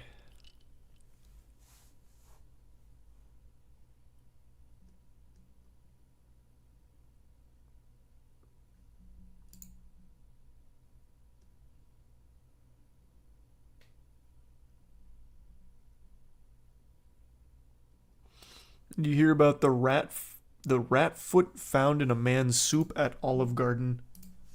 Was he upset about it? That sounds like a pretty high quality menu on Olive Garden. They gave him a treat. I actually don't hate Olive Garden, to be honest with you. Madison Heights man is suing Olive Garden for allegedly serving him a severed rat's foot in a bowl of minestrone soup. Thomas Howie, 54, seeking damages of more than $25,000 for physical injury, mental anguish, and emotional distress. Let me take a peek. That could be anything. That might not even be a rat's foot. That's pretty big. That's like a whole goddamn werewolf paw. It's good luck. It's good for you. Howie said he was talking with 2 dinner companions and not really looking at the soup he ate when he felt something sharp stab his cheek. Ooh. He quickly spat the object out into his napkin. When he looked inside the napkin, he saw what appeared to be the fur-covered foot of a rat, complete with claws. Oh, God. Scrumptious. That's like something you'd find at Burger King. This would be something Burger King would serve you with a smile on their face, and this would probably be better than half their menu. Howie informed Olive Garden management, who says they did not take the matter seriously. One employee even joked about it, implying that Howie had placed the rat foot in the soup himself. That's usually, like, the thought process. This man must have brought a rat foot in here to frame us. I'm sure it's happened at some point, but I feel like it's not that common.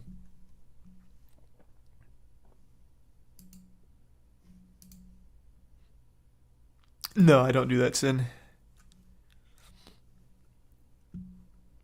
The lack of concern displayed by Olive Garden employees led Howie to call the police. Warren police interviewed Howie, his friends, and several employees, and the police report described the object as a rat foot that appeared to have been chewed. Ooh. That's a crucial piece of evidence. Bite marks. The rat foot allegedly cut the inside of Howie's cheek, causing him to bleed and later seek medical treatment at an urgent care in Warner. He received a tetanus shot and was prescribed antibiotics. Warren police contacted the Macomb. Health department visited the restaurant and determined there was no evidence of rodents in the facility. MCHD also noted that Olive Garden's pest control provider conducted a regularly scheduled service at the restaurant on March 11th, the same date as the alleged incident, and there were no pests observed in the report. We have no reason to believe there is any validity to this claim. Code Geass is my favorite anime, yeah. I think it's amazing.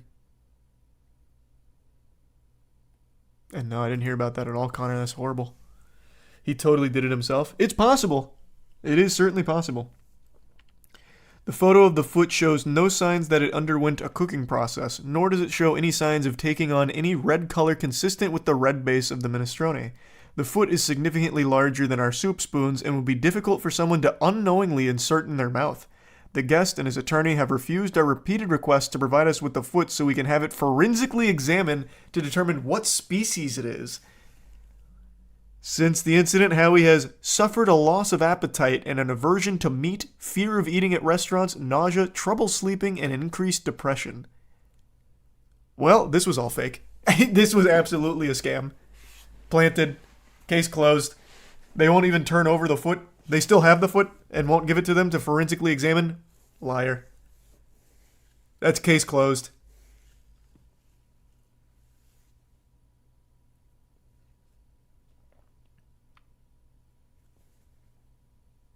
That is crazy, though, if he started biting on the foot himself, though. He's like, all right, I'm doing it. I'm gonna get 50 grand out of this, I swear to God. I'll eat a rat's foot.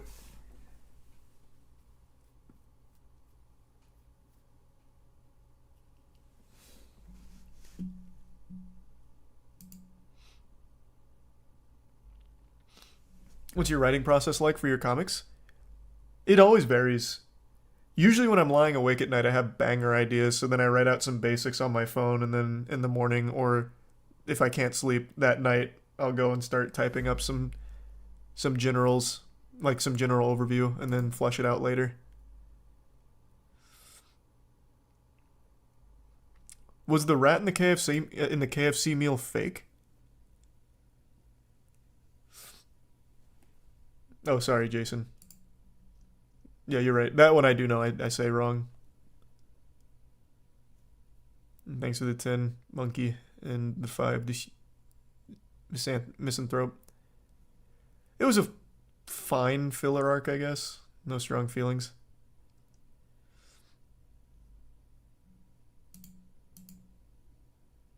It happened decades ago at Wendy's. The lady put a severed human thumb in her chili for a payday. What?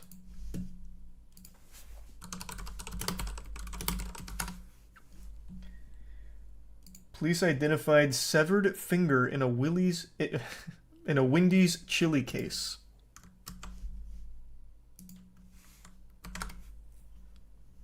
Oh God, Jesus! I hate that this became the norm. I hate that I have to fucking pay to access every single article on the internet now. Okay, here we go. Wendy's chili finger lady comes clean. She could only keep quiet for so long, the scam drew international headlines and made millions of people think twice about ordering a cup of chili from Wendy's. Now the woman at the center of the chili finger case is talking about the infamous finger food crime. So this one is a confirmed hoax. Thanks, Noah. I don't know who at all you're talking about with that one, Bear. Yeah, that'd be fun, Robo, if he wants to. And no, I'm not on keto right now, but I am gluten and dairy free for the last like 3 weeks. It's been very easy, actually. Gluten and dairy free has been nice. I've been feeling much better. In 2005, Anna Ayala was dining at a San Jose Wendy's restaurant when she claimed she chomped down on a partially cooked segment of a human finger. The fast food chain suffered an estimated $21 million in lost business. How do you calculate that? Do you do like an exit survey to your regulars? Like, hey guys, why aren't you ordering the chili anymore? Seems like such a hard thing to quantify.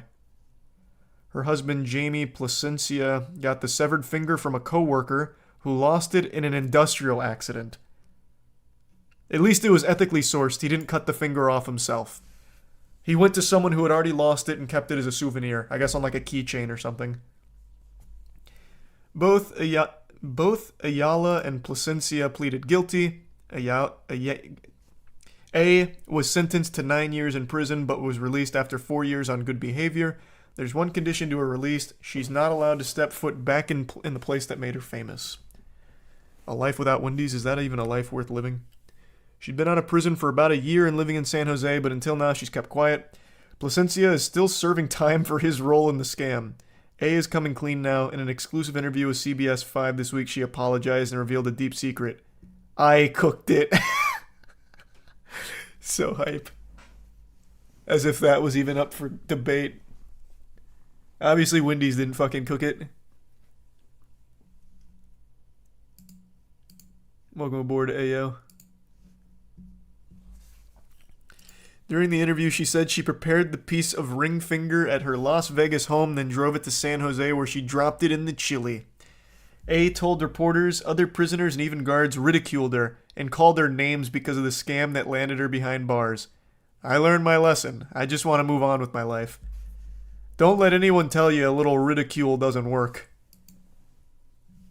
I imagine the jail time also certainly helped her learn that lesson, but, you know, let's not discount the efficacy of calling her mean names.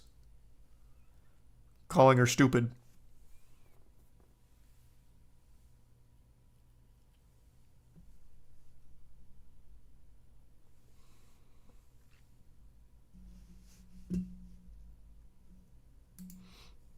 Have you heard about the Pentagon released website for declassified UFO and footage? Brother, it's up right now. Yeah. We were just going over that. Someone said that she's done other scams like this before. So what else has she done? I want to see. Because this is big brain.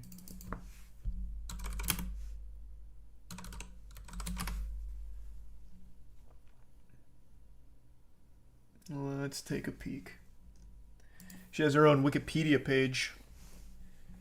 American fraudster, convicted felon, best known for the severed finger in the chili.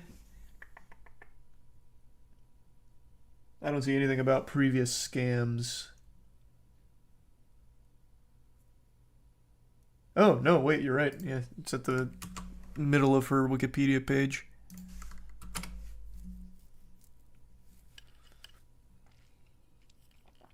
It was, where was it? Oh, yeah. It was later discovered that she had previously filed numerous lawsuits against various retail establishments. Rumors spread that A had a dead aunt who might be related to the case. A denied anyone had recently died, and A claimed to the police that treated her and her family like terrorists, acting against her violently, and neighbors downplayed the events. This was in response to an investigation at her home. But this was her only, like, finger food scam.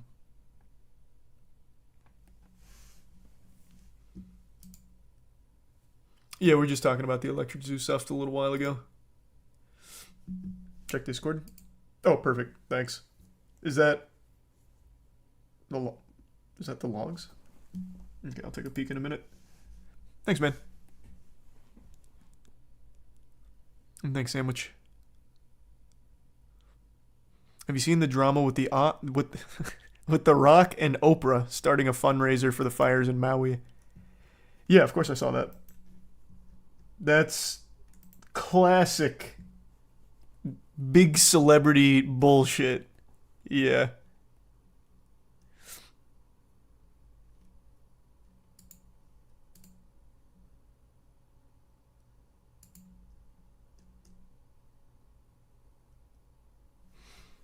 No, I doubt YouTube will ever have free membership or anything. Even with like YouTube Premium, I doubt they'll ever do that because it is just not financially viable. Twitch just loses their ass on it, but it's what keeps them at the top. There are a lot of streamers.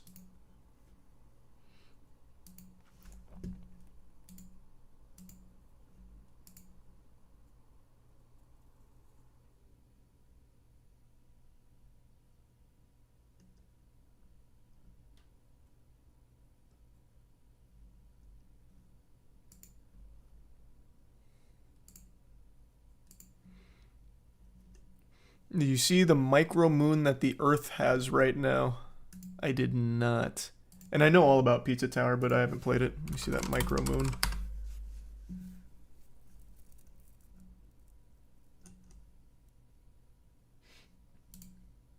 Nice.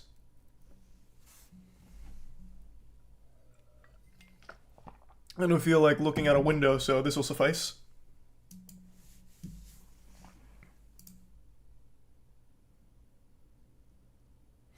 Yep, the new Meat Canyon video slaps per usual.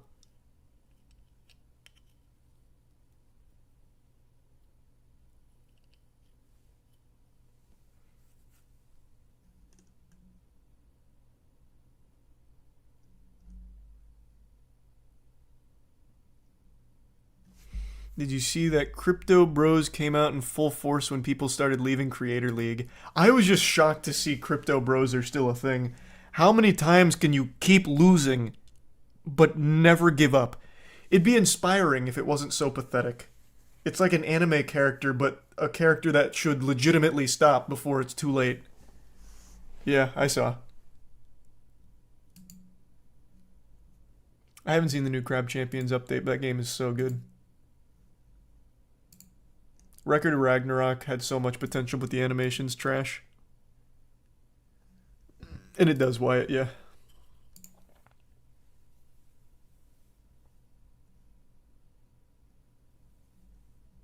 It's cute mess. No tips, but good luck.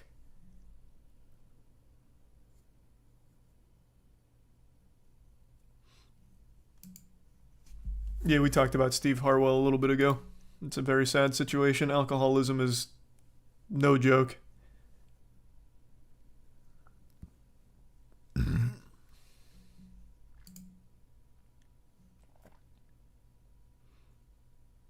First I've heard of that story, obscure. Yeah, his name's Steve Hardwell. Or Steve Harwell, not Hardwell. Lead singer of Smash Mouth. Yeah, he's not going to make it. In 2020, there were 390 reported fires at recycling facilities in US and Canada. At my facility, we have an on-site fire hose and one infrared sensor hooked up to a fire hose that will aim at the heat source and activate the valve. I don't know what that has to do with anything, but that's hype. That's cool.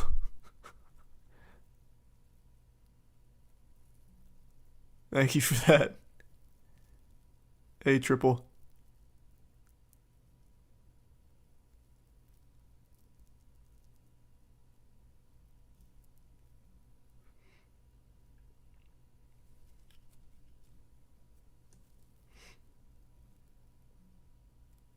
No, who's that, Vase?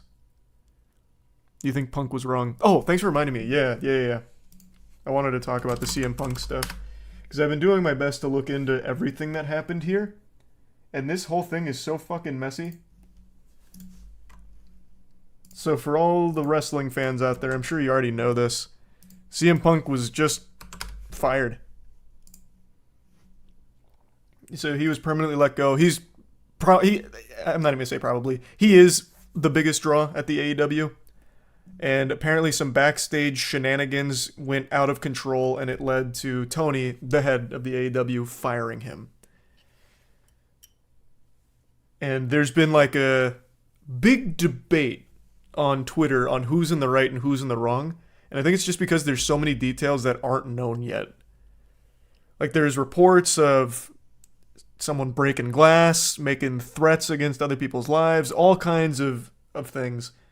And it doesn't help that when Tony made his statement, he was not direct about it. He said that he actually feared for the first time, like legitimately had real fear, and he didn't feel safe by keeping Punk around, and he didn't feel like his staff could be safe, which is why he let him go. Welcome aboard, Kenobi. But as far as I've seen, there haven't been a lot of hard confirmed details on exactly what happened, aside from like a big disagreement on what was it? It was like someone taking a hit that they didn't want to take, or like a hard, fuck, what was it? I already forgot now. Shit, whatever. But this isn't the first time that some drama like this has happened with CM Punk. This isn't new, per se. That's what it was. Jack Perry used real glass. That's what it was. And that's what started it. It was real versus fake glass, not a hit. That's what it was. Thank you.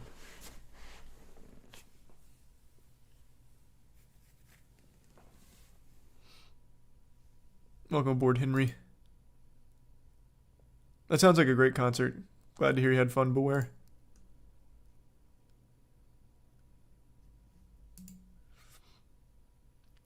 Yeah, it's fun, Fledge. CM Punk for the MWL. That'd be huge. I don't think he'd want to do that. That would be crazy.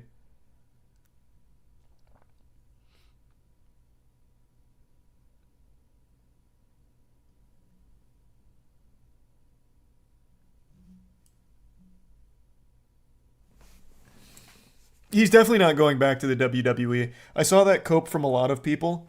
I don't see that happening. Like I said, this is not the first time there's been an issue with Punk, and I don't see the WWE even taking a risk, so I don't think that's going to happen.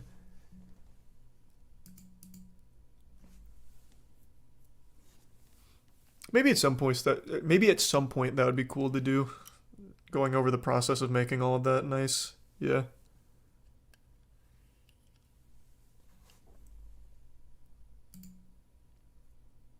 And yeah, Steve Harwell, we were talking about him.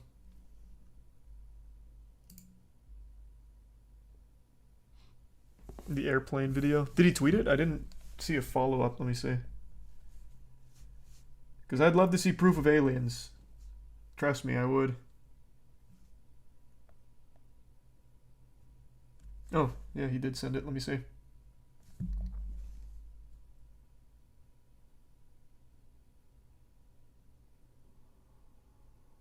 I can't really see anything.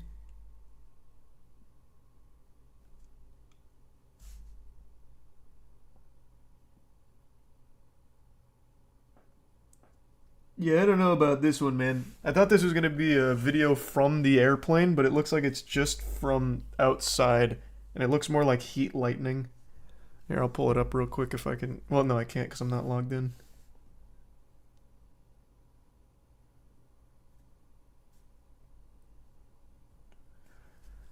Yeah, I don't know, man.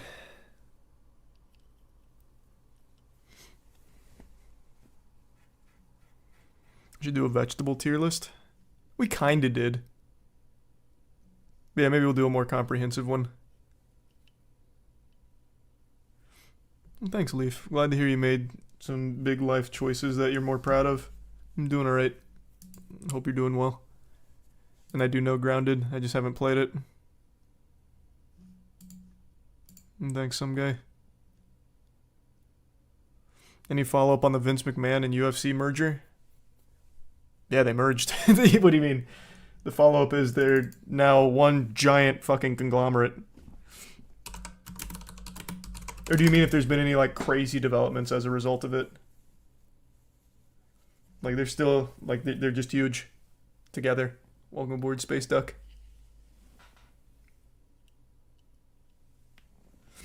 Oh, glad to hear that, CS. It takes effect next week from now.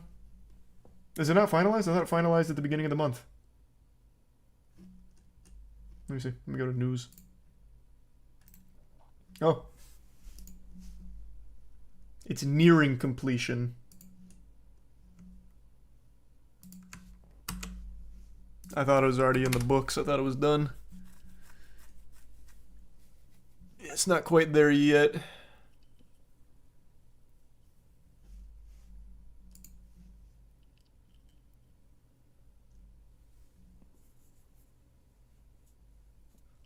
Watch the video about how Kim Jong-un used YouTube prank videos as a way to kill his brother. Kill him with what? Cringe? What What? There's no way that's real. Huh?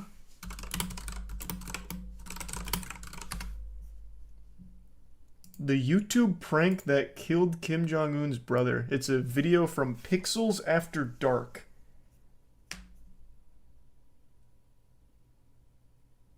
What? No way. I knew his brother died. I didn't know it was a fucking YouTube prank.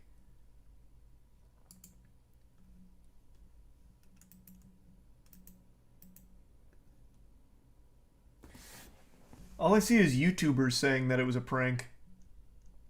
I don't see any, like, reports going over it.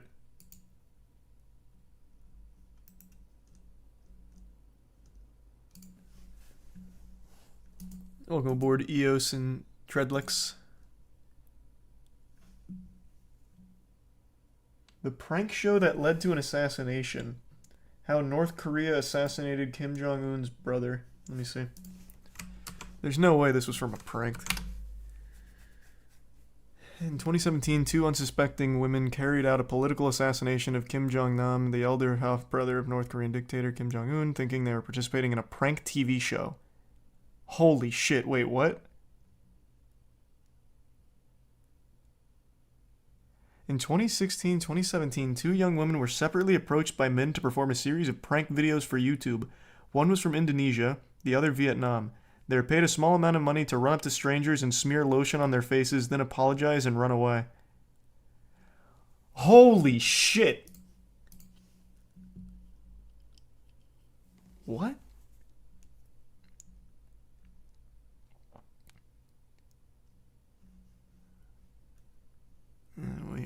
Where's the assassination? Kim Jong-nam was in Kuala Lumpur airport when 2 women smeared his face with a powerful VX nerve agent. The CCTV footage of the incident shows him at the airport's information desk seeking medical help. He claims he felt dizzy after 2 women grabbed his face. He died within 20 minutes of the incident. She revealed she was recruited by a man named James, claiming to be a TV producer. For months, the 2 women were groomed to smear random people with lotion and creams.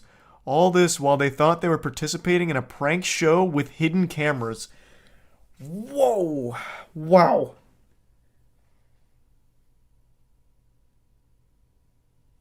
What? I had no idea. I thought this was just like a straight up assassination. I didn't know there was a deeper layer where the people that killed him didn't know they killed him. Muda talked about this? Oh, is that why it's like back in the headlines then? Muda just made something on it? Yeah, just a prank. And thanks, Grizzly. And yeah, I still do that, Richie. And appreciate it, Leaf. All good. Didn't you talk about this on the podcast? We talked about the assassination. I don't recall us ever mentioning that it was a prank. This is news to me, and this is recent information, it seems, because this article is 2023, and the 2 videos I mentioned are like within the last month.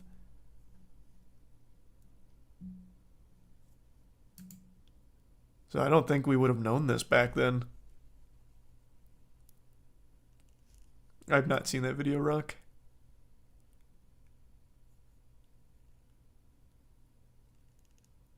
Oh, that's huge. Thank you, Keith. Appreciate that. And thanks, Sinric. And yeah, we were talking about EDP earlier. Mr. Ballin has a video on it called Evil Brothers Plan Caught on Camera. Wait, what? That's where he talked about this too? You gonna play that crappy looking Walking Dead game for a bad game night? I'm so tired of people calling that Walking Dead game crappy. It's shitty. Get it right. And yes, I am going to be playing it. I'm very excited for it, actually. Welcome aboard, Egg. And yeah, we were talking about Vince Vintage earlier. Thanks, Dexter. I've streamed Starfield a few times. Like I said, the game's fine. There's nothing in the game that's bad. I don't think there's anything about Starfield that makes it a bad game. But it is very much not a super special Bethesda game. It is your typical Bethesda experience set in space with a nice new coat of paint. But it's still all pretty much the exact same Bethesda experience you're used to. So if you like Bethesda, you're going to like Starfield. If you don't, it's not winning you over.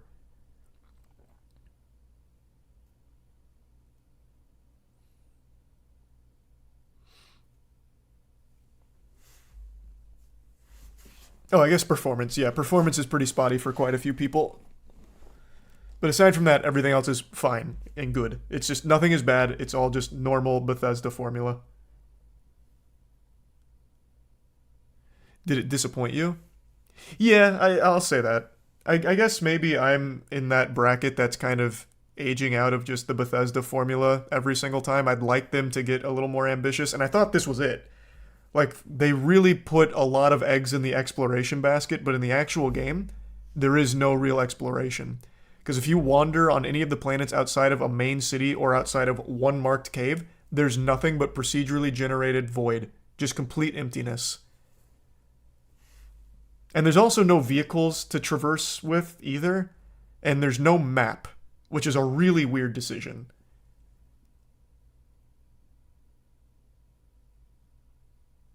But again, if you like Bethesda, this is a Bethesda game in space.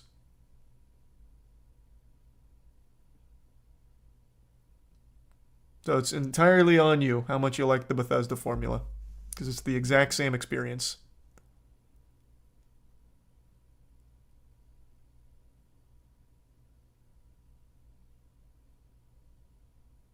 How are they going to do a map in outer space? Brother, what the fuck is this? Well, actually, that's not realistic at all. You wouldn't have a map if you were out in outer space. I'm talking about when you go into a city, if you try and open your map to see where you are, it's not there. There is literally not a map. There is not a map. Christ. So if you go into any city and you try and open a map, there is nothing.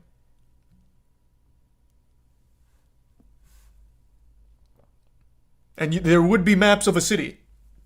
Buster. So all you can do is bring out your scanner and then just look around 360 degrees and see important locations, and that's it. It's just a really weird decision to axe that. Or if you go into like a base or something, you can't like map it out or anything. You just pull out your scanner and 360 and then just go in a direction and see what you find.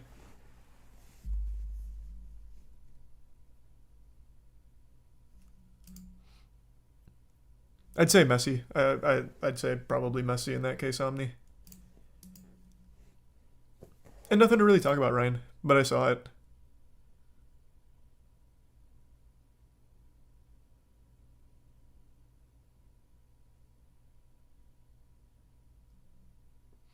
Never saw the Ghostbusters 2016 movie. Alien vs. Predator was good, though. Like, in a fun, bad way. Alright, I'll check it out again, and then... I'll check it out again, then, Spencer.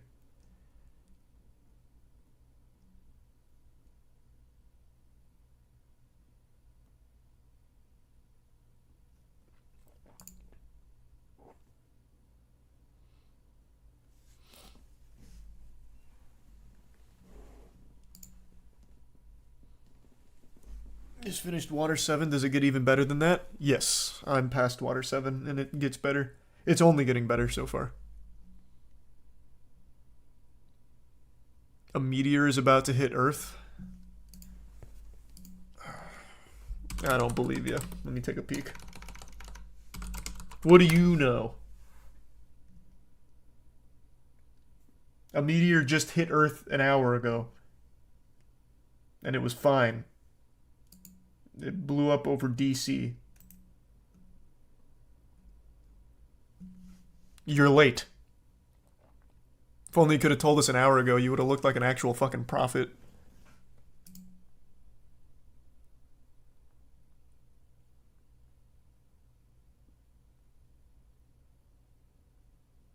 Appreciate it, dreamer.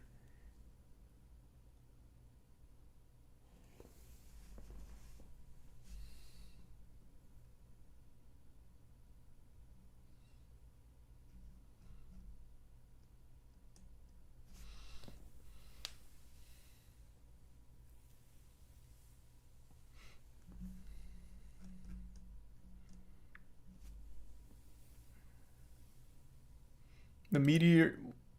Well, no, it just happened like an hour ago. There's already videos of it with a lot of people who saw it blow up over the sky. It's brand new.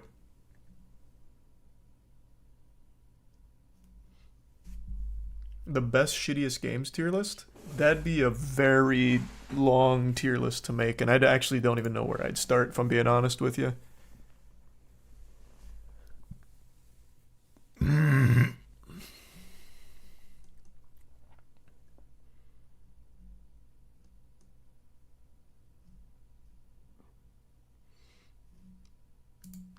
Yeah, we talked about Steve Harwell. It's a sad situation.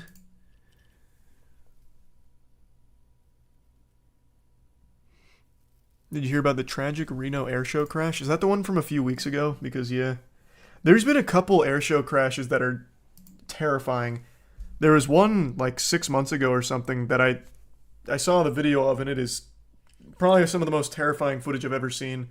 They had, like, an old, very rare plane that they were showing, and then another plane in the airshow comes around, and it makes, like, a big turn into that plane, immediately disintegrates on impact, splits the plane in half, and then that plane nosedives and leads to a massive explosion.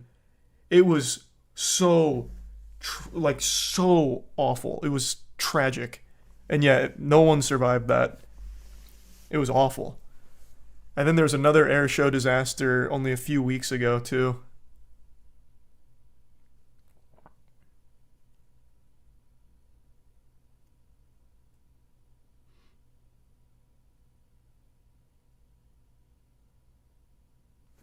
Yeah, and then there was the gender reveal plane crash like 2 hours ago.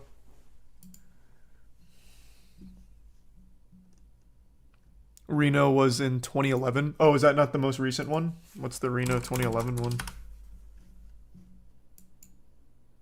No, I don't know this one.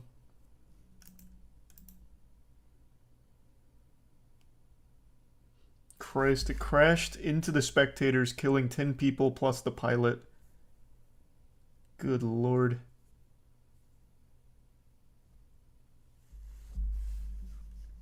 Air shows are just scary, man. That's scary. What's your favorite RPG? You'd have to give me quite a bit of time to think about that.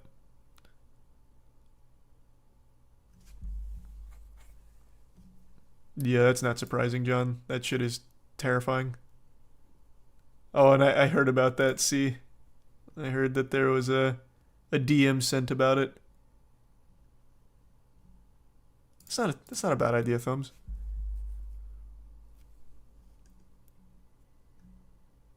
You remember when that dude on bath salts ate that other guy's face? Crazy times.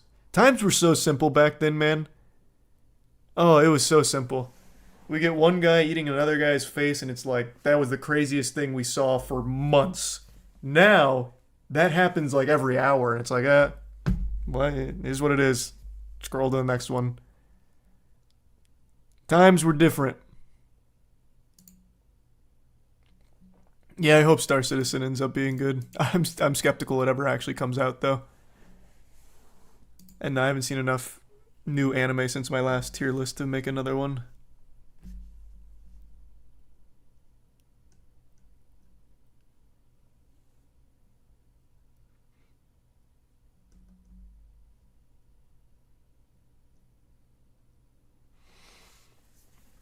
SAG-AFTRA striking against video game companies. Like I said, I think that's good. Let it ride. I don't know if it's going to bring about like a huge change in the industry when they're already cutting costs every chance they get. But I think it's absolutely worth trying. Thanks, Illuminati.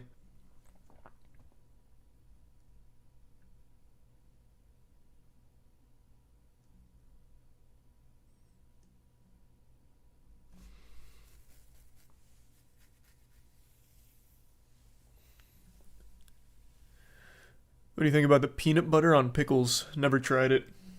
So, since I've never tried it, couldn't tell you. Doesn't sound good, though. Even though I really like pickles. Not after 1,000 Year Blood War Dehumanized, no. It's been getting better.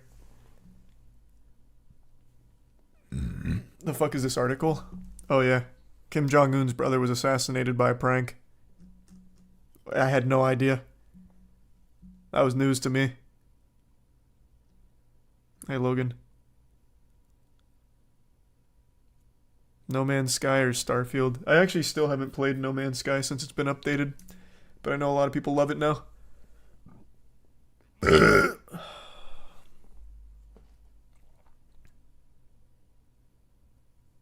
This was long ago. Yep, it was 2017. I know.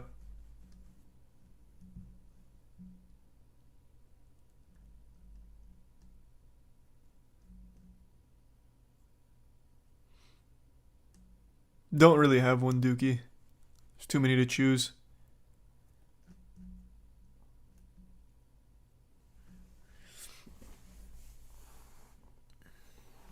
You hear about the dinosaur with 500 teeth. That sounds so lame.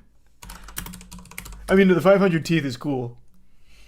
But like the whole thing, like I'm not a big dinosaur guy, so I have no clue.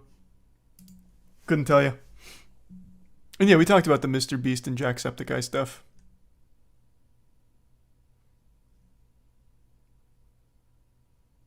Have you seen that some people eat cereal with water?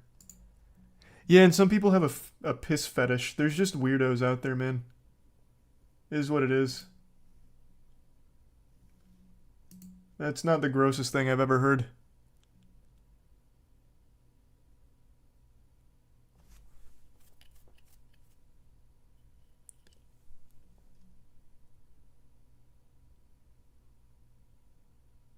What the fuck is People Playground? Yeah, I mean, I guess stop playing People Playground, David.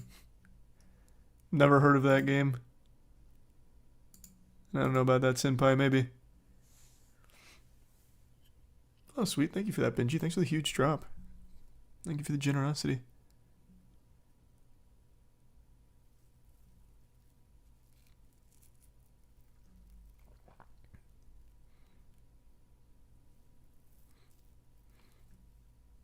You ever watched The Amazing Bulk? Of course I have. That's a classic.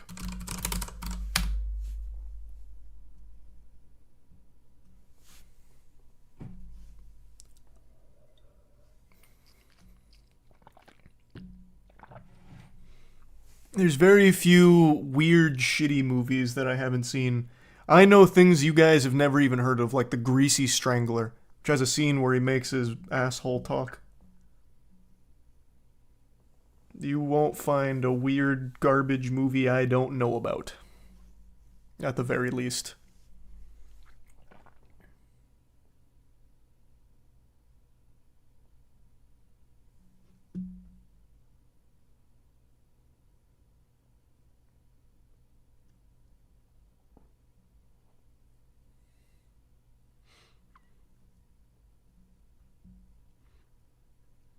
Have you seen the God Monster? There's no way that's the whole title.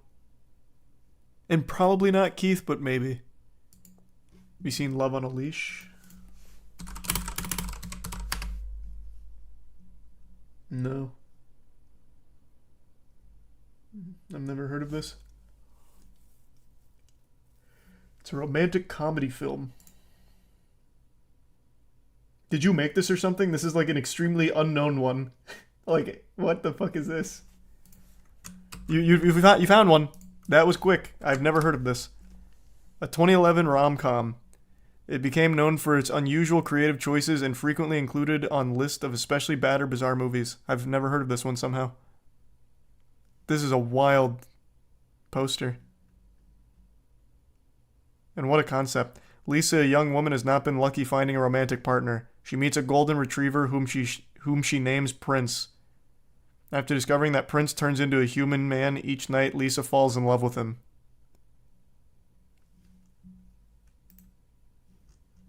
Wow. Wow. Cool. The movie for all the zoophiles out there. Thanks, Dakota. Favorite cheese is probably American cheese. I used to say provolone, but I've been really warming up to American cheese right before I stopped eating dairy. So I'd say American cheese probably takes it over provolone just barely.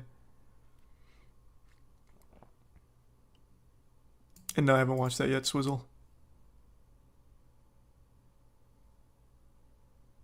Onyx and the Fortuitous. I'll look it up. I don't think they're going to remake Shaolin Soccer, but I did see the rumors. Onyx and the Fortuitous and the Talisman of Souls. Oh, this is a new movie coming out.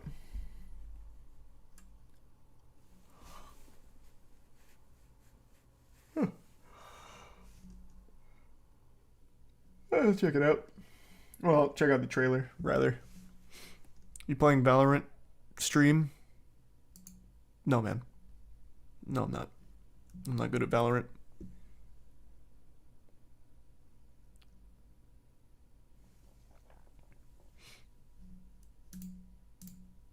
You seen Thumb Wars? Yep.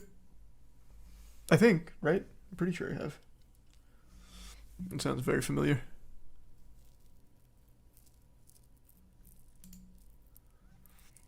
Have you seen the Fast and Furious parody Superfast? For the longest time, I used to say this is the worst movie I've ever seen. Or why did I do that? But then I gave the honor to something called Let's Be Evil. I think this is just legitimately one of the worst comedy movies ever made. Like, everything it tries to do, it fails. I actually fucking hated it. It actually just made me really upset.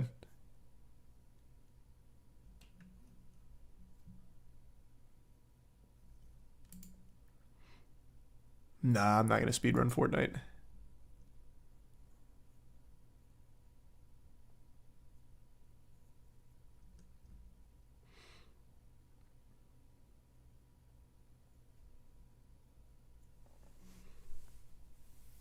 Those parody movies used to be mass-produced. Glad they died out.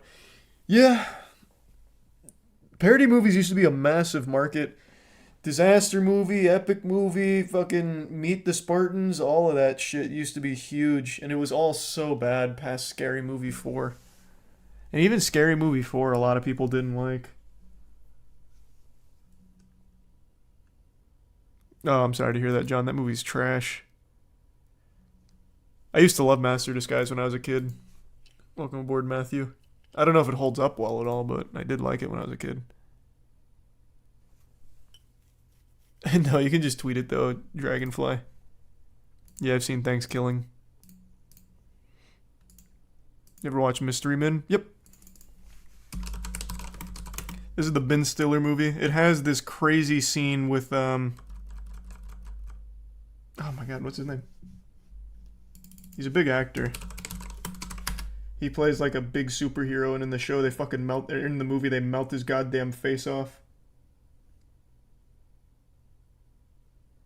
Captain Amazing is what he is in this. This was a PG movie, by the way. And this death was hardcore. Hey, morons, over here. She's right, my little friend. Yeah, I'll just skip around.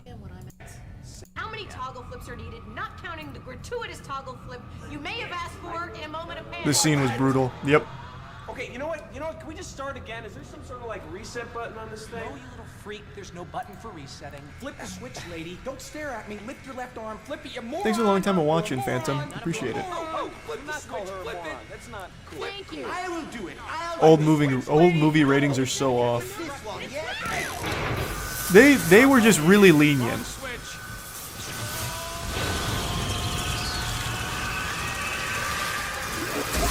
I think I was like 5 years old when this came out. I think this was a 1999 movie. And this shit was wild. Everybody heard me say reset button, right? Oh my god. Oh my god, we killed him. What do you mean we? I was right. That's not that bad. To a 5-year-old? Yes, it is. They fucking... Look at that! What do you mean? I still remember this so vividly. And then they have a really cool scene because Kel from Kenan and Kel's in this, and his superpower is he's invisible only when people don't look at him. And he was supposed to be a joke character, but they eventually just used that. And then he ends up being naked at one point, and I was like, ah. Naked guy. That's I've never seen that. No, don't do that.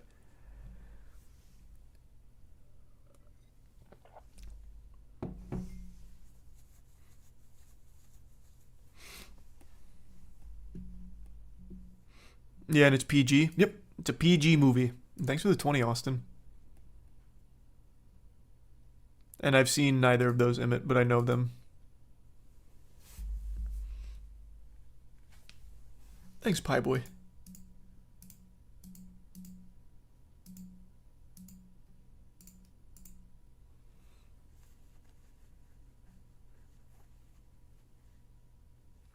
says PG-13 right there. Oh, no shot. They must have changed it. Because that was PG. I saw it when I was like 5. They had to have re-rated that. No, this thing was PG when I watched it. Had to be.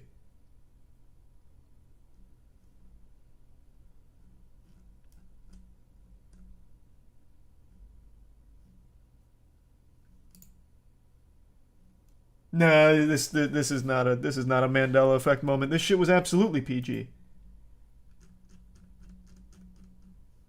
What the fuck?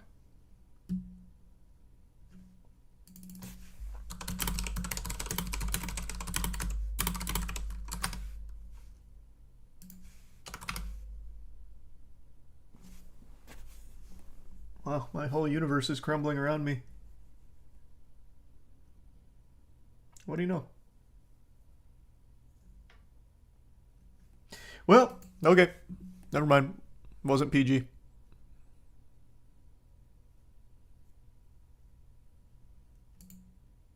You like Bollywood movies? Yeah. And I don't know what Deadstream is. I haven't heard of that movie. I didn't think Mr. Meaty was that disturbing or anything.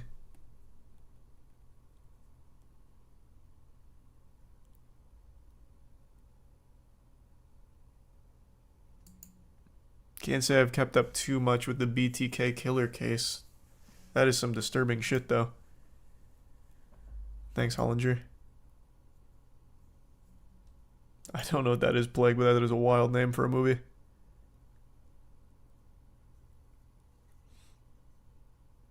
Mr. Meaty wasn't disturbing. It was fine. It was a very interesting aesthetic.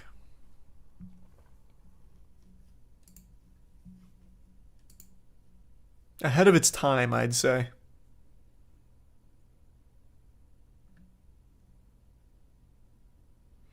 Would you consider Gears 1 to be in your top 10 games? Probably not. It's the most important game I ever played in my life, though, but I don't know if it'd be like one of the top 10 best games ever made on my list. It'd be close, though.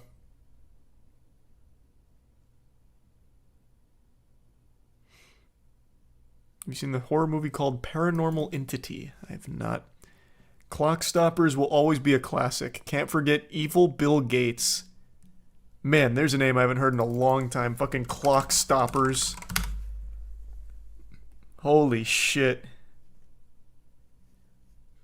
And appreciate it, John. Yeah, Velocipaster is one that it's still on my to-watch list. And the glasses are cool. I like wearing these glasses. They feel nice, and I don't know if they help me sleep, but the placebo's working. And thanks, Crypto. And thanks, Dylan. Sorry. Yeah, we were already talking about EDP. Even talked to Gideon directly about it, so we got a bit of the scoop.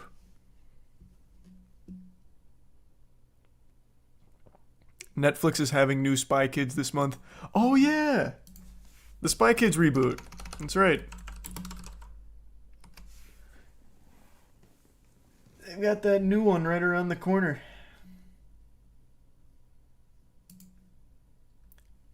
Spy Kids Armageddon. Whew.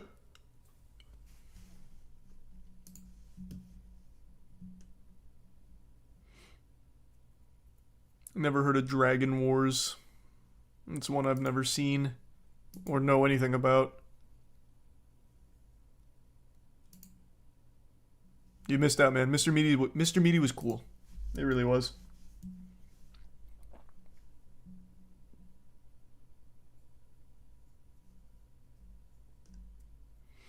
Would you ever review the anime film Mind Games? Nah, I only moist meter new things, but I'd be willing to check it out. Did you ever watch Catch That Kid? Yep, of course I did.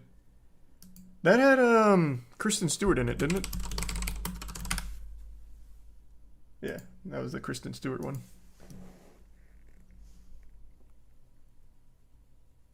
Thanks, Storm. I'll look that up. Appreciate the gifted member. Thank you, Trojan.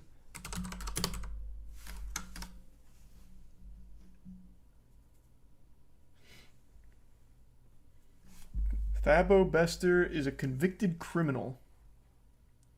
He faked his own death in a fire in his prison cell and was on the run for almost a year. He's a murderer and a rapist. Jesus Christ.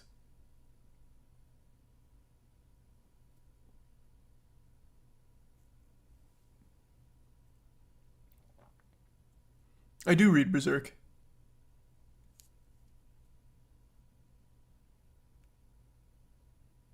Mystery Men was PG, but the VHS tape confirms it.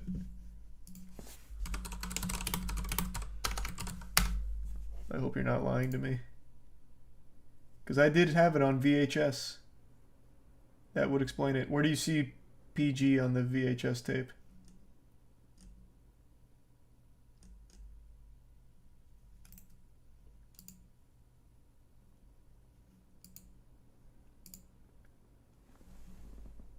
Fucking liar. No, it still says PG-13, you son of a bitch. Just rubbing my nose in it, huh? Bastard.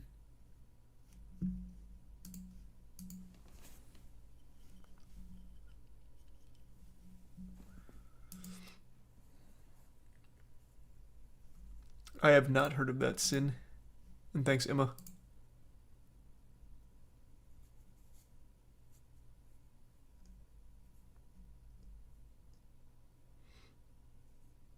No, I'm not going to live read Genghis Swan, Benjamin. Sorry to say.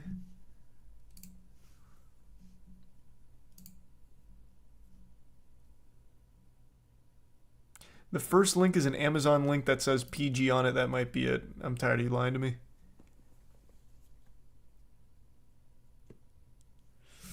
Dallas man wrongful eviction. That's very vague. I don't think I'll find that.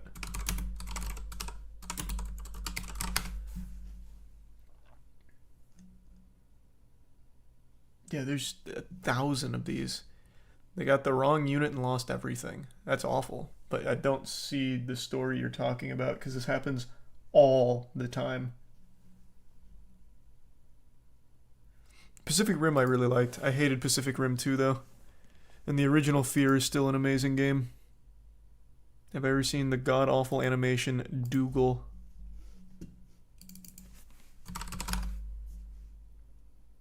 Dougal. No, I don't know anything about this. What makes this a god-awful animation? This looks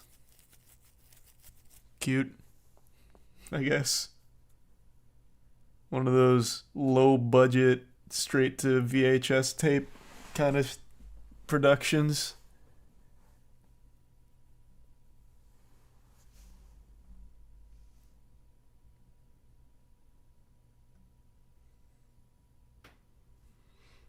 Yep, we talked about Vince Vintage earlier at the beginning.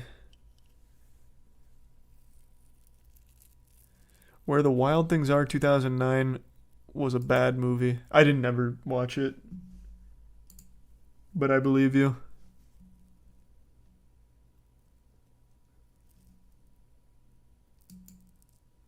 Thanks, Obama.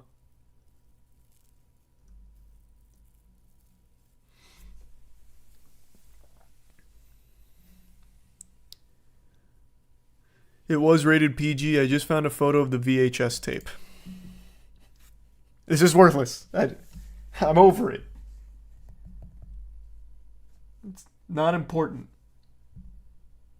Oh, but you're right. The VHS tape itself does say PG. Oh, that's hype. like 3 different people tweeted me evidence that it actually was rated PG. Love to see that, fuck yeah. But it looks like that was done in error. It seems like it was supposed to be PG-13, but the VHS must have went out as PG.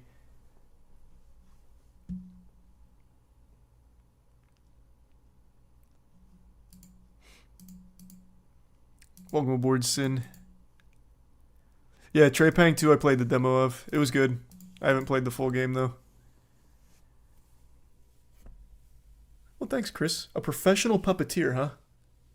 I don't know who my favorite puppet would be.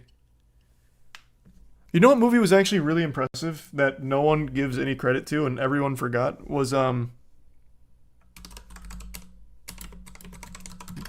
not helping its case, because I don't remember the name. Happy Time Murders. Found it. This was, like, super impressive. Like, the puppet work itself. The movie writing was god-awful for the most part. But, like, I was really impressed with the way they did the puppets. That was the R-rated Muppets movie. It's this thing.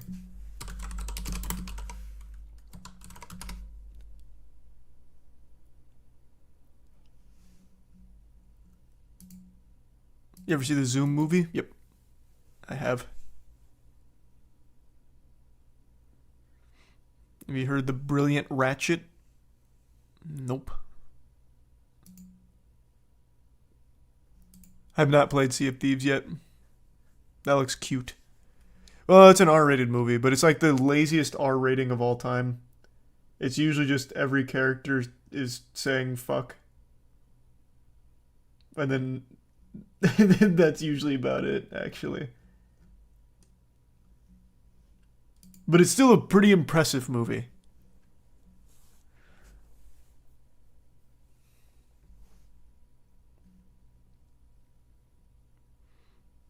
Don't Hug Me, I'm Scared is great puppet work as well. Yeah. That's fair. And yeah, we talked about Vince Vintage.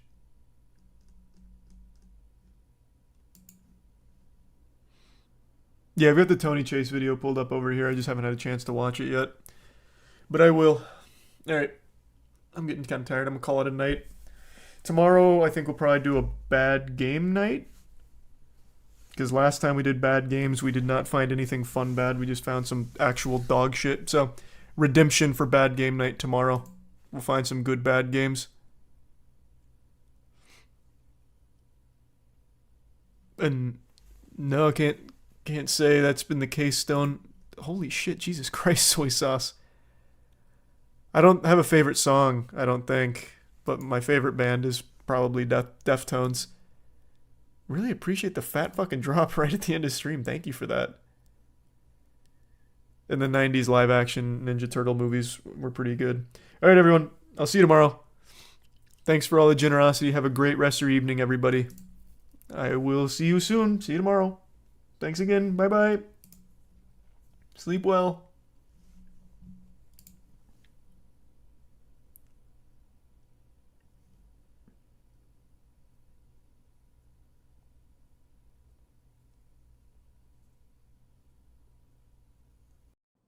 Darkest TikTok iceberg. Why do people keep asking for that? Oh, I actually remember this story. I haven't seen his video on it, but I remember this was on Reddit. There was a random TikTok that was taken, well, at least this story, I guess the whole thing might not be connected. A random TikTok taken of a girl with like a black eye and shit. And then Redditors actually were the ones that maybe potentially connected her to a missing persons case. I don't remember the result. I don't know if it actually turned out to be true or not, but yeah, I guess we'll check it out, sure. We're doing it from most tame to most gruesome. This video gets really, really, really dark, and it sounds so ironic because it's TikTok, but you guys would be no, TikTok's a fucked platform. Also, I made Shit's this nutty. list. I hope you guys watch the whole thing. By the way, make sure to follow me on Instagram and subscribe to the channel if you are not already. Actually, don't subscribe yet. I'll earn your subscription by the end of this video. Hey. Without botting accounts. Like most social media, TikTok has underwhelming. Users that want followers can easily look Everyone up knows how to buy TikTok's TikTok botted to followers on fuck. Google. I don't know how lame you have to be to do that stuff. Hey, fun fact. That's how Travis Scott started.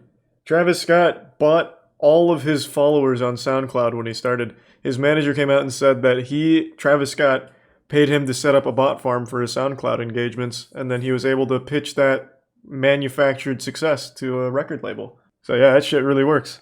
Fetishization of murderers. TikTok True is crime. a place for anyone with any interest. That was big It's on no doubt Tumblr. Some people are push the boundary a little when they begin romanticizing these murderers. Take Cameron Herron, for example. Oh, in Jesus, April of this yeah. year, this Fuck. 21-year-old man was sentenced to a total of 24 years in Actually prison forgot for about killing that. a 24-year-old mom and her baby during an illegal street race. Yet people on TikTok were begging for his freedom because he is quote-unquote cute. With dedicated fan edits, comments like, "Chances should be given and he deserves it," and "He is innocent, please let him go," or "Justice for him." They I think still it's safe to exist. say I see 'em that on the Twitter all the teenagers that are time. writing these comments have no real All the sense of time. murder. And it's not only male murderers that are Actually, simped tier for, one though. chaotic There's also the people, case of Recep Isabella Kitten. Guzman, who in 2013 was the age 18 and stabbed her mother 151 times, killing her. TikTok teens shit. began requesting for her freedom because 1, they just thought she was cool, and 2, people said that the only reason she killed her mom was due to being abused, though that was never proven, so people were just going off word of mouth. Jesus Fetishization of Christ. school shooters. Just like young teens simp for murderers, they also simp for school shooters. Most notably, Devin Erickson, which we actually What? talked about on this channel back in March. Who the fuck is That's that? exactly what you'd expect. Fan edits, comments saying he's hot, and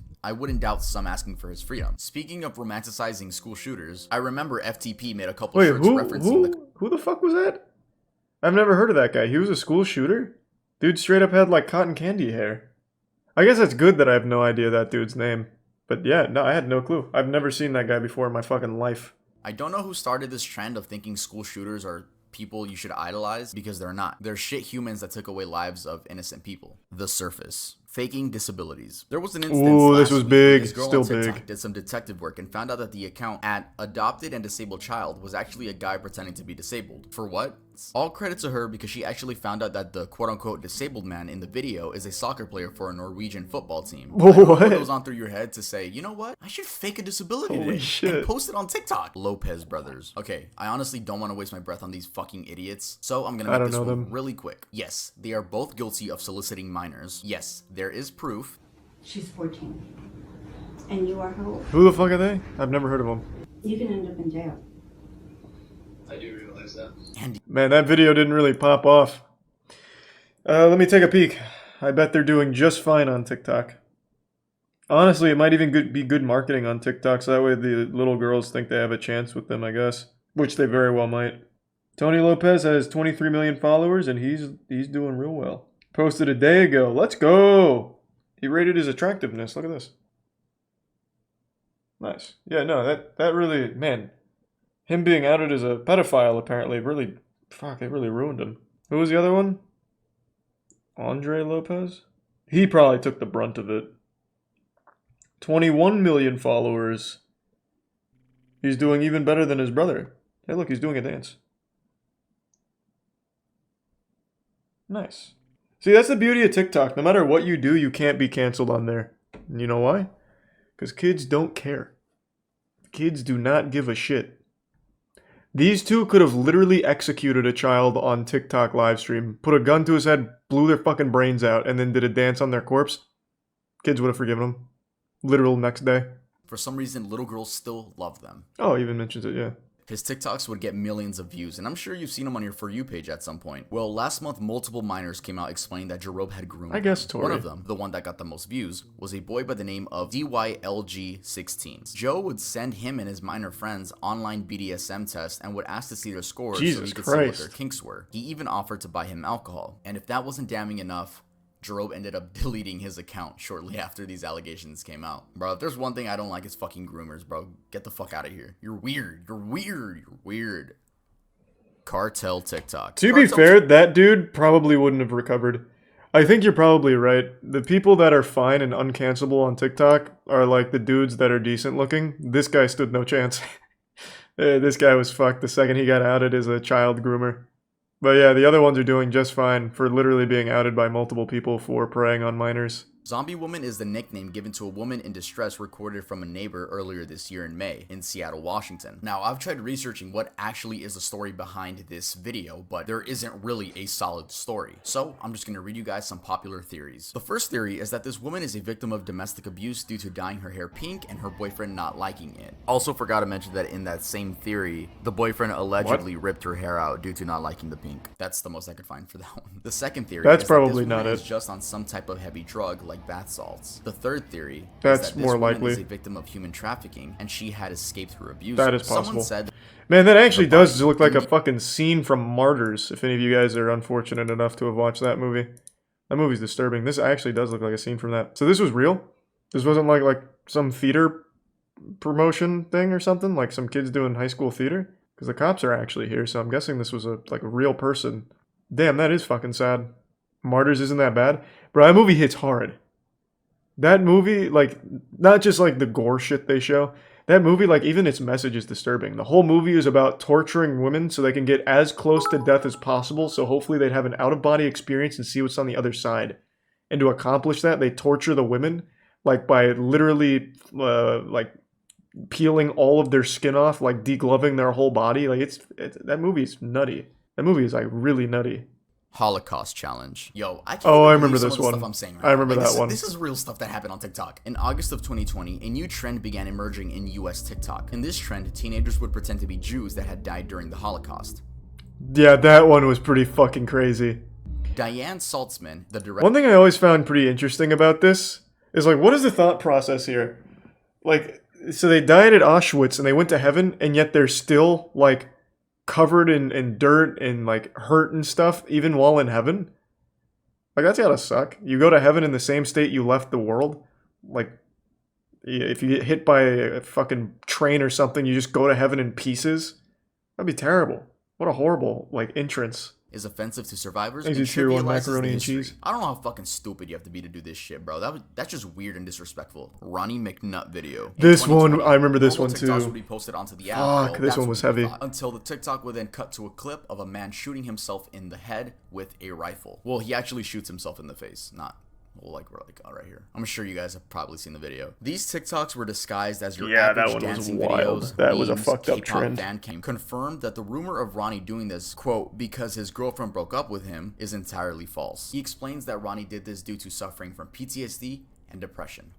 Oh, yeah, that one was super TikTok sad. beheading video. In the summer of That this one was year, really the fucking video sad. began Cassie Compton. In January of 2021, This one I remember a from video Reddit. posted on TikTok went viral due to showing a woman sitting in the backseat of a car. People compared this woman to Cassie Compton, a 15-year-old who disappeared from her home in Stuttgart, Arkansas on September 14th of 2014. Though, these were later found out to be two completely different people, and Oh, the it woman wasn't in the right? video was confirmed by family to be Haley Grace Phillips. She had been reported missing by a family member Oh, who saw the well, video. it was but right, though. on her own account had just left home due to a falling out with her father. So, Oh. you know, she didn't think she was missing. She just like left home. And when asked about the black eyes, she explains that she had been jumped and robbed by two women when leaving the store. And the men in the car were friends of hers helping her track down the attackers. Many were still skeptical to if she was telling the truth or if her abusers were telling her. So Reddit was these almost things. right, Though we kind have no of. idea what the Austin 13. Austin Morosky was a TikToker with many followers who was accused of raping his 5-year-old sister. Yup, you heard that Jesus right. So basically, there Christ. is no hard evidence that I could find to this case. It's all just word of mouth from people that went to high school with him.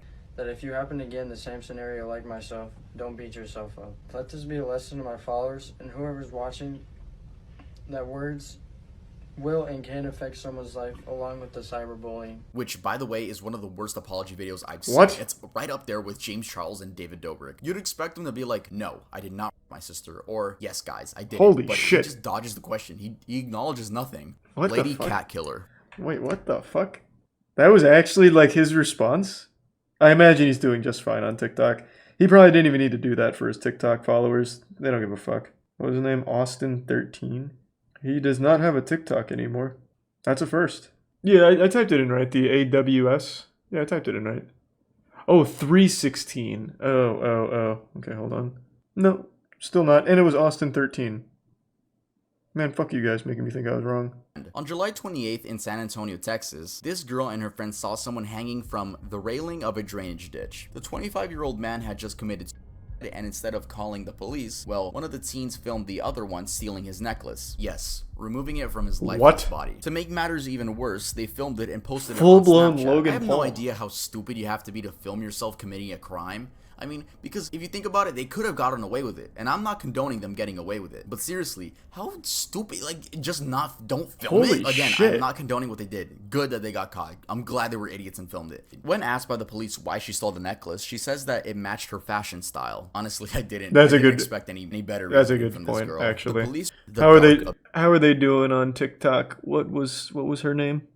What was it? Bethany what? I'm sure if I type in how many people are actually fucking named Bethany in 2022, I'm sure it'll come up. Bethany 3160. I'm not falling for it twice. No, it looks like she has also been banned. Man, maybe TikTok actually does sometimes take action. Then why not for the other like predators? Yeah, it looks like she is also off. Her name was Bethany Martin. Zachary Lathan. Her account still exists. It's at Often 50K. dubbed the TikToker who killed his neighbor for clout. Exclusive Zachary Dal Lathan Stars. did just that. Eventually, the family's son and father confront Zach by going to his house, and meanwhile, Zach's wife is recording everything. Yeah, the dude had a wife at the age of 18. What the f? Anyway, Zach ends up going ape mode and stabs William in the armpit, puncturing his lung, killing him. People say this was an attempt to gain TikTok clout since the wife was recording, but I personally think it's just a man with mental and anger issues not knowing limits. Also, Jesus. the argument, the people came up to his side, and I'm not defending it again, that kid's a fucking idiot. But yeah, rest in peace to that man. Rest in peace. Joseph Jimenez. I'm assuming Another that recent TikTok event from guy's this in list jail is now. this, when explaining why he did it, he says that voices were telling him that by killing both of those two teenagers, he would be saving the world.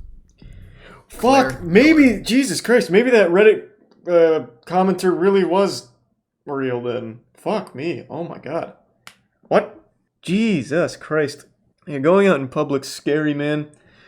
What's the name of that old song from Under Oath? It's dangerous business going out of your front door or something? The shit is super true. And it really feels like more and more people are becoming unhinged. I don't know what it is, but it just really feels like more often now than when I was growing up, people are becoming significantly more on edge and dangerous. Thanks to Tier 1 Dat Boy and the resub up down. It might just be like more access to information, but goddamn, this fucking scary.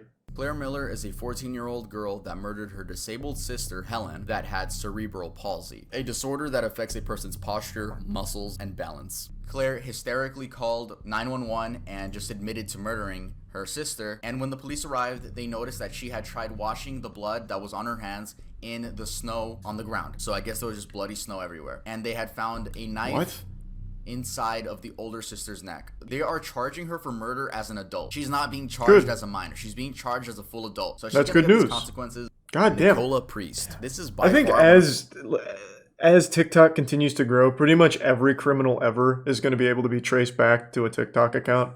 So literally every criminal from this point forward, I imagine, will be able to watch TikTok videos of them doing the Doja Cat dance or some shit at some point. Because it's just everyone has one now. So literally every single murderer is also going to be a TikToker by extension.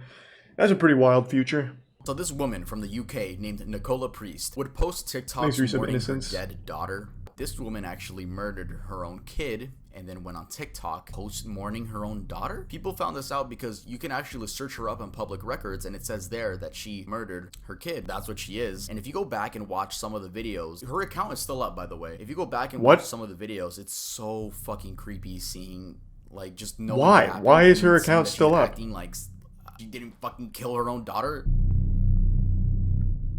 What? What was her name? Nicola Priest. How is she doing? No, it's down now. Okay, so it must have been up in August. It is down now. So far, almost all of them have been. I'm very surprised. Usually they're not. Why just 15 years? I have no fucking clue. I have no idea. I imagine, if I had to take a guess, I would say it's probably the UK. Let's see, in fact. Mom who killed 3-year-old for interrupting her having sex posts... What? Posts apology to her parents. And yes, she was from Solihull, England. She made a fucking YouTube apology video for killing her 3-year-old daughter. She was having sex with her boyfriend and got interrupted. And so she killed her daughter. What was the thought process? It's not like she was going to go back to getting laid after committing a murder in front of the boyfriend. Oh shit, the boyfriend is also implicated in this. The vomiting was the result of the severe beating you were both responsible for inflicting on her. No doubt you irritated by her crying, asking to be let out. It interrupted the two of you when you wanted to have sex. You lost your temper and you were joint participants in the assault. Holy shit. And they got 15 years. It's a fucking joke, man. That's a fucking joke. Yep, that should be life for both of them, I would say. And what's even wilder, she used it for clout on TikTok. All right, yeah, that was the iceberg. That was a lot of shit. Let me know what you guys want to see.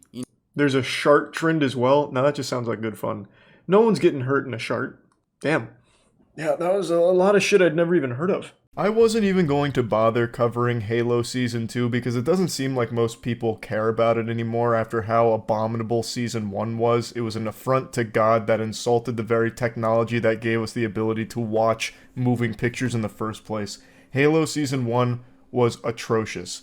So there were very low expectations going into Season 2, but as I said on stream multiple times, the first 2 episodes I actually thought were going in a pretty good direction. Like, I was impressed. It seemed like they did bring on new people that were familiar with the property, and as I understand it, they did. And you could kind of feel a little bit more passion being put behind this project. However, there were still the remnants from Season 1 that they couldn't just write out, so instead they had to kind of change trajectory with all of these, like, pieces that were grandfathered into Halo Season 2, and I liked what they were doing with characters that were previously super underwhelming. They were putting them in more interesting positions in the overarching story as opposed to these like snooze fest side plots that no one gave a fuck about. But then this show fell back into its old ways, it stumbles, and it just starts going in the worst directions again. Until the season finale, which I actually thought was handled pretty well. There was a lot of really cool shit in the season finale, but then, even still, there was some really stupid shit too. Because it seems like, in this series, the way the plot advances is by characters making really dumb, out-of-character decisions. Like, really fucking, like, everyone happens to be getting pumped full of fucking stupid juice. And they'll just all of a sudden do something dumb, which then advances the plot in a big way. Like, that is something that's happened a couple of times now. But I do think Halo Season 2 is an improvement over Season 1, which of course isn't like the biggest compliment you can give, because that's a pretty low bar, but I am happy with some of the things about it, but overall, again, disappointed, because it's still not good. By no means is Halo Season 2 great or anything. And I wasn't going to talk about this because everyone expected it to be bad anyway. I'm not exactly enlightening anyone here by letting you know that, yep, Halo Season 2 is also bad. But then I saw this Kotaku headline. Halo Season 2 sticks the landing, I told you so. Halo series naysayers, show yourselves because the Paramount Plus show is hitting all the right notes. If those notes are fart sounds, I guess, the sound of like a fucking wet B flat in your trousers. They go on to say that it does everything a video game adaptation should do and then some, and then goes on to say that they've been saying for over a year that the show is good. That is mind-boggling to me. Like, I understand there's differences of opinions, but this opinion is so bad it should be borderline criminal. Like, this is something that should have you undergo like a psychiatric evaluation. What do you mean this is what every video game adaptation should do and then some? How? It doesn't use anything from what it's adapting. It doesn't take anything from the actual source material. It's telling its own fanfic, and it's doing an extremely poor job of it. Halo Season 1, they've been talking about this show being good for over a year, meaning they must have enjoyed Season 1. Halo Season 1 is bad, even if you don't know what Halo is. On its own 2 feet, it stumbles and eats shit. Halo Season 1 is just bad television, no matter how you spin it. It is a show that had a huge emphasis on the worst parts of television. For some reason, there was this fixation on showing Master Chief's cheeks, which is what gave it the title of Master Cheeks, because there were so many ass shots of him for no reason. I've already made a video covering everything I think that's wrong with Halo Season 1, so I'm not just going to regurgitate all of those points here.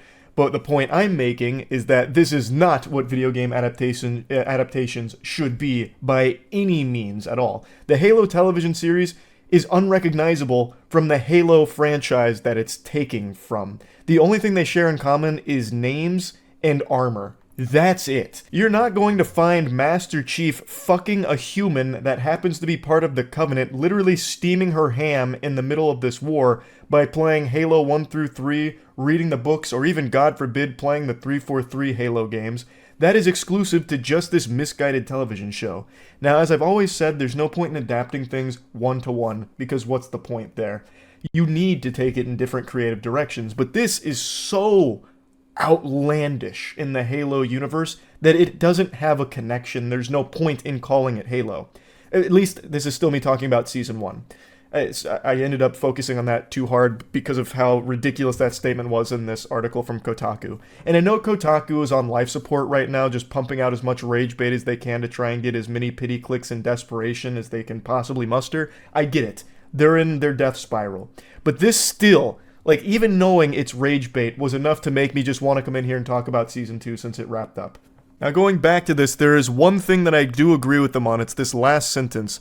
Action sequences felt tighter and better choreographed, emotional beats hit when they were supposed to, and the interwoven story threads made for incredibly watchable television. What I agree with from that statement is that last part. Watchable television. That's not the high compliment that the writer thinks it is. Calling something watchable is like the bare minimum. That's like the lowest possible thing you can say. That's like if you're getting bullied and the teacher makes the bully say something nice to you. Like, that is like the tiniest compliment you can give it. And that's what I can say about Season 2, is that it is watchable. And I'd even agree that the action sequences are pretty tight and well choreographed. I do think the action, when it's present in Season 2, is pretty good and interesting. Granted, you still have to suspend disbelief and just accept that everyone on screen's a fucking moron at all times, because even right away, even in the 2 episodes I was praising, there's a scene where the Marines are in a dark tunnel, and there's a Covenant on the other side, and they know there's some danger out there, but instead of turning on their light, they just keep going in like groups of two or three into the darkness to die. Like they're being led by Noah to get on the Ark 2 by 2. They just go out there and just get fucking slaughtered by the Covenant in the dark without ever turning on their flashlight, which they have. They have the technology to turn on a fucking flashlight and they just don't. Because, fuck you, that's why. It's silly. But again, the action sequences, I do agree, are tight and well choreographed for the most part. Anyway, I'll go ahead and start by saying a few things I think Halo Season 2 does well. And the biggest thing, the big standout here, is Ackerson. Ackerson is a villain that was present in Halo lore before Season 2, and he is played by an actor named Joseph Morgan, who is actually a fan of Halo. And you can feel it through his performance. He does a great job at being the villain. And I think he was a really helpful component of this season to bring in what he knew from Halo to his role. And that really helped elevate it. Ackerson was by far the best part of Season 2, hands down. Another thing I think they did really well is actually Master Chief this season. And not so much the way Master Chief is written, but Pablo Schreiber, I'm not sure how you say his last name, as Master Chief. There are a couple of really great moments with Pablo as Master Chief where I was like, damn, if he just had some better material, a better story to work with, he'd be a great Master Chief. Like, I really bought into him as Master Chief in this season. I was like, damn, this could be the guy. Like, if we had a good Halo show, if we were in, like, the multiverse where there was a good Halo show, and Pablo was spearheading it, that shit would be a banger. I think he really does get it as Master Chief on what that role would require. I do think that in a Halo television show, you can't have him in the armor 100% of the time. In the first season, I was like, man, he should always be in the armor at least 99% of the time. But in Season 2, seeing Pablo as Master Chief out of the armor, I still got that from him. Every scene he was in, even without his armor, which is pretty much the entire show, he's only in his armor twice, pretty much. No, 3 times, actually, I think. And the rest of the time, he's spent just human being. He's just spent as John. And I still felt like, damn, that's the Master Chief. So he did a great job, really, of embodying that character, even outside of the armor. It's just such a shame that it feels like it comes in a losing effort here, because everything else around these two characters is just not good. I mentioned that Season 2 took some of the characters that had these really boring side quests that felt really insignificant to the plot, like Soren, like Quan, and it took these characters and put them into, like, the actual main juice here in Season 2. And I really appreciated that effort, but it didn't seem like they were able to commit to just actually having them as a front and center component of the story. Instead, they're still like off on their own little adventures half the time that you just don't care about when you look at the actual meat of this. The Covenant are about to get to the Halo ring. The humans are losing. Reach has fallen. Like, all of these really big things. And then you still have to go watch Quan see ghosts. You have to watch Soren and his wife try and locate their son. Like, that is so underwhelming when put against the big stuff. I'd rather those characters be brought in and contribute to the big stuff as opposed to just kind of being there and then still doing their side quests. Oh, I also did forget to mention one other thing I think they actually do really well. It is a huge spoiler though, so this is your spoiler warning. The Flood. I thought they crushed it with the Flood. I was shocked by how well they did the Flood here, so I won't get into any more detail than that. I won't dive like super deep into spoilers, but I actually thought they handled it really, really well. Impressed with that. But honestly, it actually makes me more upset that there were some good moments here and some like actually very impressive shots, because it showed what could be if the rest of the show could just follow suit. There are some elements here that work pretty well, more so in Season 2 than Season 1 had. Like I said, it is an improvement. And it showed that there is the real capacity to create a great Halo show. But it's just not this. I don't know if there's just too many cooks in the kitchen working on this show or what, but there are some wonderful shots here, and then there is some stinky shots here. There's some good writing here, like with Ackerson and even some of Master Chief's lines, and then there's some terrible writing here, like with some of Kai's lines, and I'm not going to get too deep into spoiler territory, but some other horrible writing choices. There's nonsensical plot holes that are present and never addressed. It's just such a mixed bag. It seems like there are people on board this team that get it and can deliver great Halo content on the television screen. But there's just too many other moving parts behind the scenes that overwhelm that and lead to what you ultimately get here, which is an unsatisfactory season of Halo yet again. Even with all this said, I do think with the finale of Season 2, if there is a Season 3 of Halo, it's actually in a good spot to pick up and be entertaining and actually be pretty solid. I think if there is a Season 3, if they can just dial in on what worked for Season 2 and take it from where the finale ends on their high notes, we might actually see the first good season of Halo. I don't know if there's going to be a Season 3 or not. I don't think it's fully confirmed. It's mainly still speculation right now.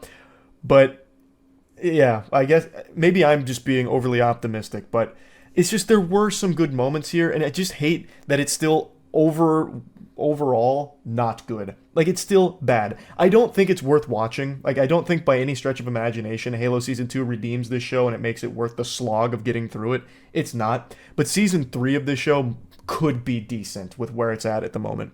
Anyway, though, maybe I'll get into like more spoiler-heavy stuff about all the things I dislike about Season 2 on stream or something, but I won't do it here because I know people don't like to hear spoilers and all of that during these things, so I'll just leave it there and I won't continue ranting about it anymore. That's really about it. So yeah. Forsen's been on Radahn for 5 hours. Bro, like I said, Radahn is probably the hardest boss in the Souls series. At least he was for me. I've never had to use a summon in any game, and I had to use the NPC. Well, okay, to be fair, when I talk about summons in other games, I'm talking about other players to help. In this game, there's built-in summons that are NPCs. Regardless, I've never had to get help from an NPC or a player to beat a boss. Radahn, I could not solo. He was fucking brutal. No, I finished Ronnie's quest last night. Exit Prime, Boy Barante. So far, Ranni's quest, I keep forgetting how you say her name, has been the best, by far. Like, better than mainline. Her quest fucking slapped. You fight two super cool bosses with Radahn and Astel. Blod is fantastic, EG's great.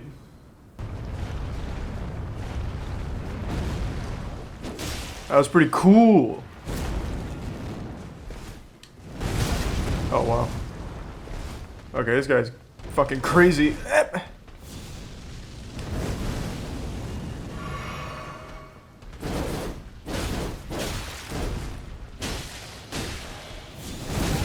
Oh my god! I'm actually just getting fucking comboed.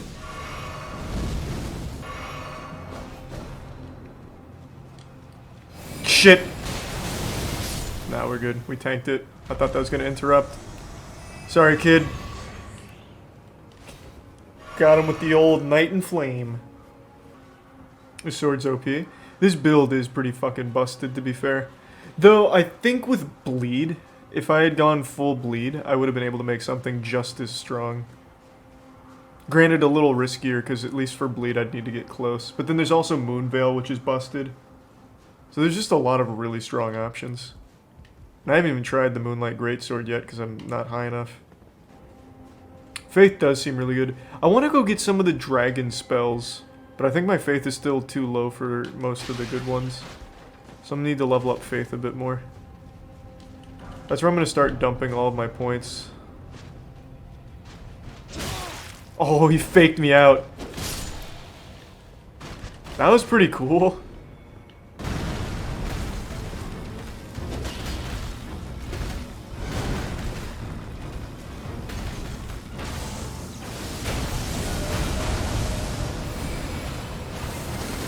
Gotcha. Outplayed, idiot. Yeah, sword's nuts. Now that I've leveled it up, I also do just good damage from a plunge or a jumping attack. All around, just kind of a busted sword. I guess to be fair though, Moonveil's probably still a bit better because it's faster. I also think it uses less FP. But it's still a pretty fun one.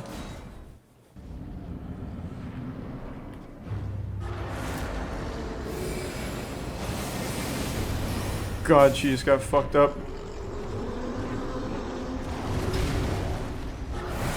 That's just not fair. That's just basically a two-shot.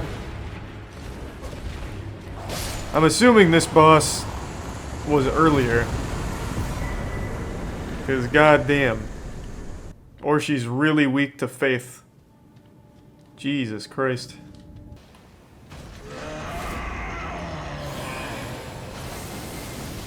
Oof.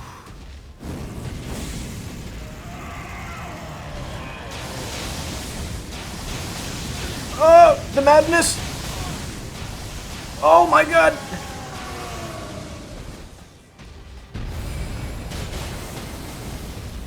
That was a lot of damage, and it made me fat roll. Oh.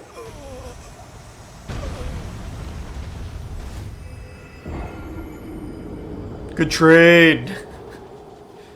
Jesus Christ.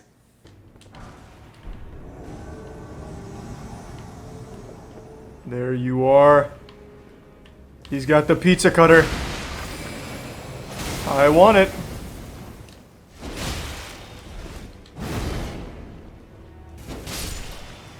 Gotcha. So I imagine the moveset's different in this game than in Bloodborne. Concept's still probably the same though. Strength and dex. Whoa, that blood loss? Wait, that's kind of huge. Wonder if I could change the scaling to also go with faith. Well, actually, I'd still need 10 more strength levels. Wouldn't matter. Let's go, me. Oh! Fuck.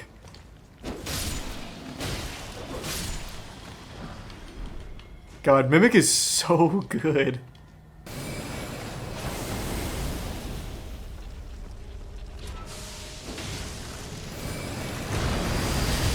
Well, that was unlucky. Whoa, followed by some really good luck. Hey, outplayed. Sorry, idiot.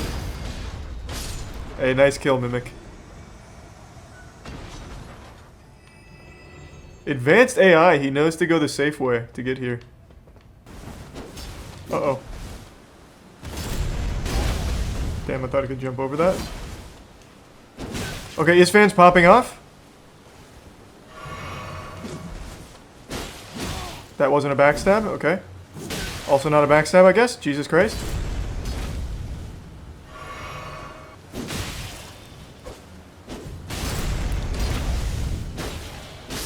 Gotcha.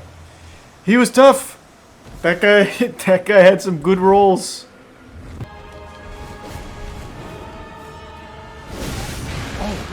That was further than I thought it'd be. Oh god!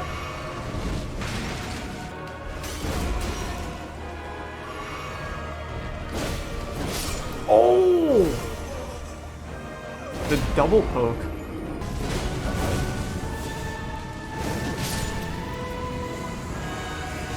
Ah! It pushed me into it after they died. What a fucking hero.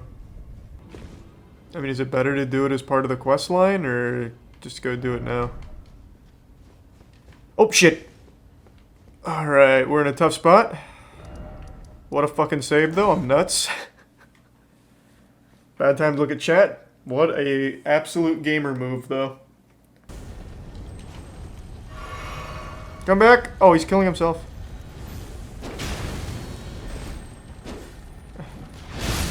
What the fuck? Jesus, is this guy chasing me? Oh my god! Holy shit, he's ruthless. He is still just waiting outside the door like a trick-or-treater. I don't think I can hit him from here.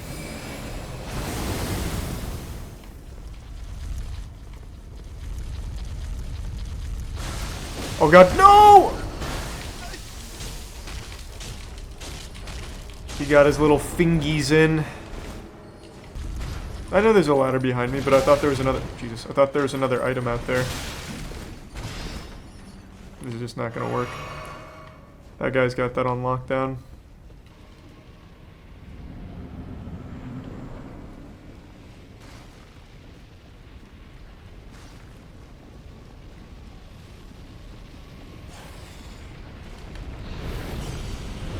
You can see its weapon art.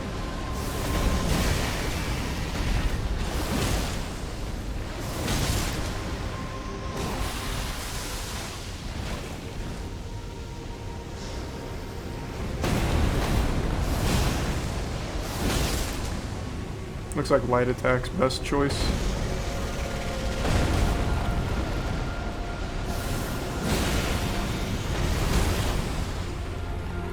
This is pretty cool gimmick boss though.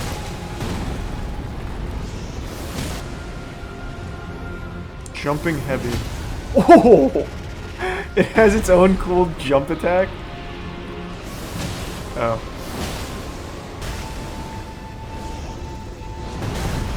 Oh my god, I'm stuck against this wall. Ah! Jesus Christ. Shit! Fucking stop!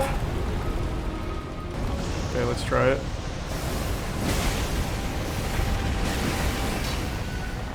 Yeah.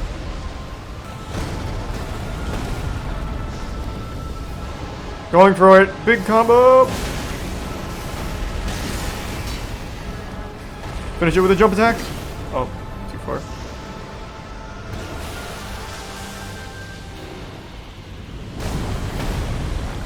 Yeah.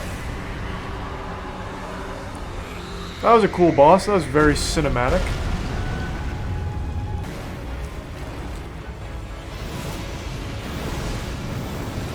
Whoa. Oh god. Oh! Close call. He just squeaked a little extra damage out right at the end. Jesus fucking Christ. That almost got me. And I got a new knight. More Ash. I got Oga. What's your opinion on parrying? I don't think I've ever seen you do it. That's because I never do like a tanky shield playthrough. I just don't think it's as fun. Though to be fair, I am abusing a really yucky sword right now. But I'd still prefer it to using like a shield and shit. Just not for my playstyle. I've never really done that in Dark Souls. Except Dark Souls 1 Remaster. I did a Poise Boys playthrough, which was pretty cool. Oh, fuck. Oh, I'm out of stamina. Close. Ah! Leave me alone. I need stamina back. Uh-oh. Damn, that's tough. That bad boy really lingers. There we go.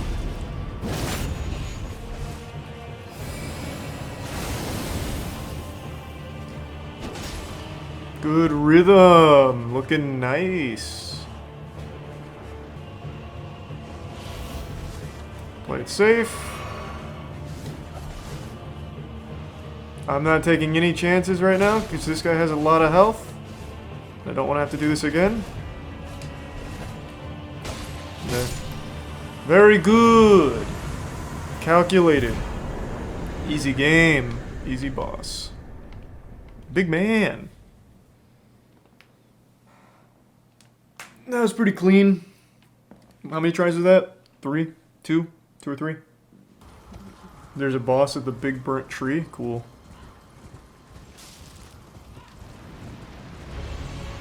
Another tree spirit. I'm just using a summon, man. I'm so tired of tree spirits. This is literally my 10th one, I think. At least. It's gotta be. It is absolutely gotta be. They really like the tree spirits in this game.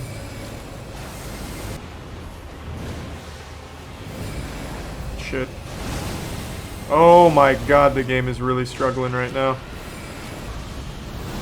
Man, my boy's really hanging in there. He's fucking tanking everything.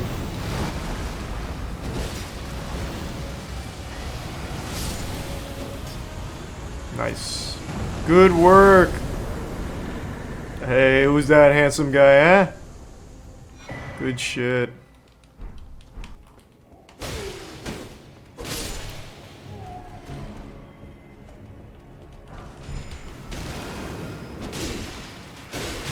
Whoa! What the fuck? Man hit me with a full auto crossbow. He brought the Gatling gun out. Holy shit.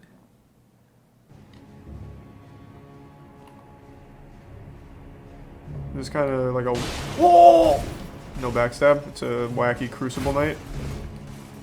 Shit, I'm dead. Never mind, I'm lucky.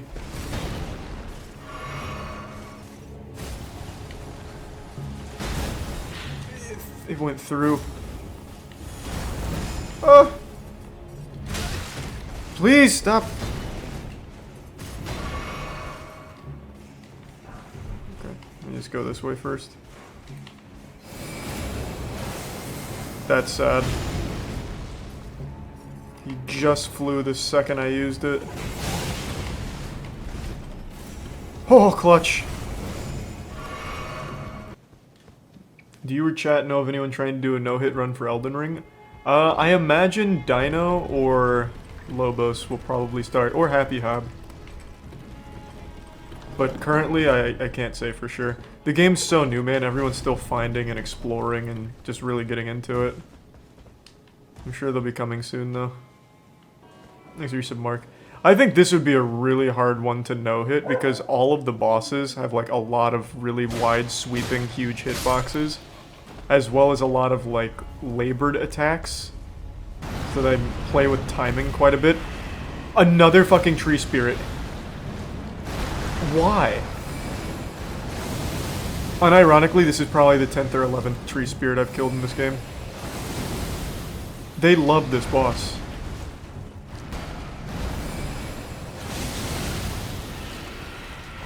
Shit. Well, I'm fucked. He's got me fucking pinned in here. There we go. Alright. Double-digit tree spirits killed now. Awesome. Oh, this guy's having a real rough go of it. Hey, keep your head up, champ. That's sad. Poor guy.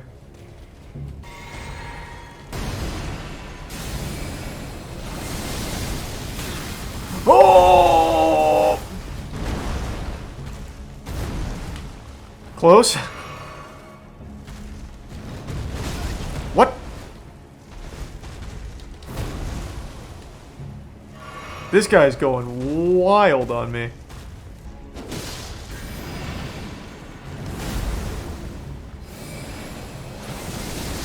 Close call. That guy was fucking wild. Oh, this is a boss. Take this. Oh.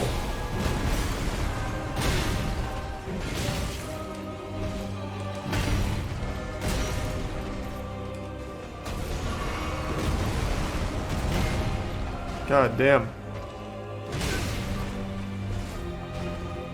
Shit. He's kind of popping off. Oh. Panic rolled, but got lucky. Oh shit.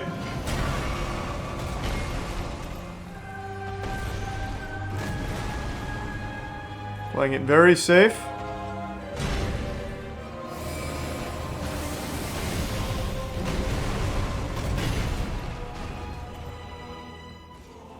I'm surprised this guy takes so much holy damage.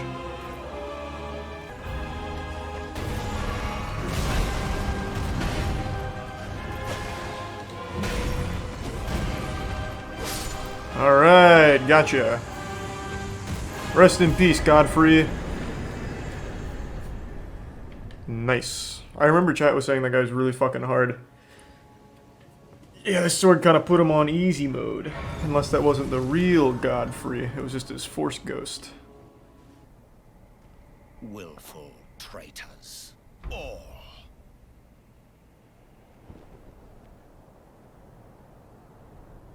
Thy kind are all of a piece. What does that even mean? You just combined a bunch of words that made no fucking sense, weirdo. Pillagers, emboldened by the flame of ambition.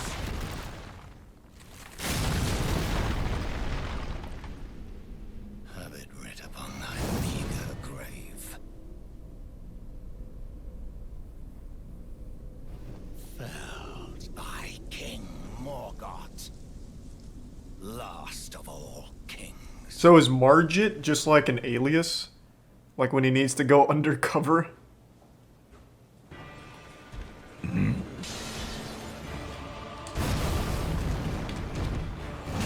Oh. Holy shit, what a combo. Damn. I didn't even get a fucking chance for like an opening at all. Damn, Morgoth. Summon the brother. You can summon Margit against Morgoth. Let me see. Oh, who the fuck is this? Oh, Melina. That's fine. I don't need you. I don't do summons. Would have been cool though if you could summon his brother. Or, I guess, I don't even know if it's his brother or if it's the same guy. God, he takes a lot of magic damage. Oh!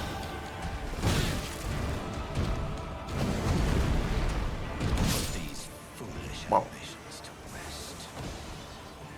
He does not fucking stop comboing. Yeah! Oh.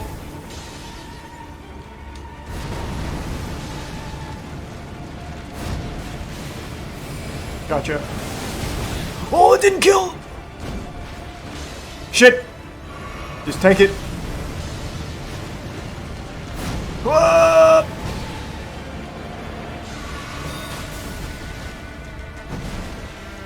Holy shit, he's going nuts.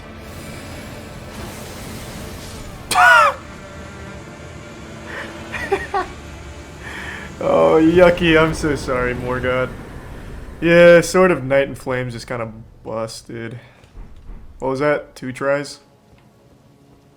Or 2 deaths? 3rd try? No, actually it might have just been my 2nd try all out. Good builds just do big things. Like I said, Dankin had Moonveil. Moonveil's got some crazy shit to it. Dankin killed him in like fucking 30 seconds. I also saw another streamer, I'm forgetting who, was using an Ultra Greatsword, and every single jump heavy did like almost 25% of his health. Just good builds, man. That was a big guy. Looking all old and shit now. Thy deeds shall be met with failure, just as I. Oh man, it's so pessimistic. To be fair, using OP weapons is the same as using summoning co-op. That's a shit take. Quite literally every weapon can be very good, depending on how you build and how good you are. There's only a few like actual dog shit weapons that will never have use. It's the way it's always been. It's baffling how common it is for people to live stream their most embarrassing moments on purpose. They're filming their own lowlights, their own worst ofs for the montage of shame. Things most people would want buried forever, they are proudly with a smile on their face broadcasting to their audience for content. Today, an extremely trashy stream clip has gone viral with a streamer named Elisa Jordana firing up a live stream after learning that her boyfriend has been cheating on her. I'm going to go through most of what happens in the stream, but the clip everyone's seen, which we'll get to towards the end, is at the very end of the stream. It's about 2 hours and 20 minutes. She gets her boyfriend in the car, and then she starts attacking him while she's driving. So she starts physically hitting him. And then she hits him very hard in the nose, like a full-blown strike to the nose, like a fucking monk's palm strike to his nose. It was quite a wallop. Like, if she was playing that boxing bag game that you see at bars where it measures your punch and it, like, grades your force up to 999, she probably would have scored, like, a 700 with that strike. So it definitely could have caused some damage. She threatens to kill him, and then she continues to escalate it. She grabs on his ear and starts pulling on it, and then he starts fighting back. So he starts fighting her. He starts yanking on her hair, telling her to stop the car, and she does stop the car. He continues yanking and pulling on her. She gets out of the car. He gets out of the car, chases her down, and then he gets back in the car and turns the stream off. Without a doubt, one of the worst live streams I can think of in recent memory. It's hard to watch. It's awful. It's crimes. Like, you're watching crimes unfold.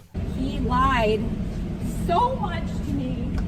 He lied so much to me. And he lied and he told her I'm just like a streamer and it was just an investment. And like the whole time he was talking to me, he was talking to her. The whole time. Gadzooks, what in the fuck would possibly possess you to want to start a live stream after learning something so heavy? That makes no sense. How poisoned must your brain be to possibly come up with an idea like this? Learning that your boyfriend has been cheating on you, and then immediately turning it into a stream for content? That's incomprehensible. I don't understand why people want to broadcast every single waking moment of their lives to a bunch of strangers online, a ton of goobers who are just going to sit back, tossing popcorn down their gullet because it's just entertainment to them, even though it's your life that's being ruined in real time.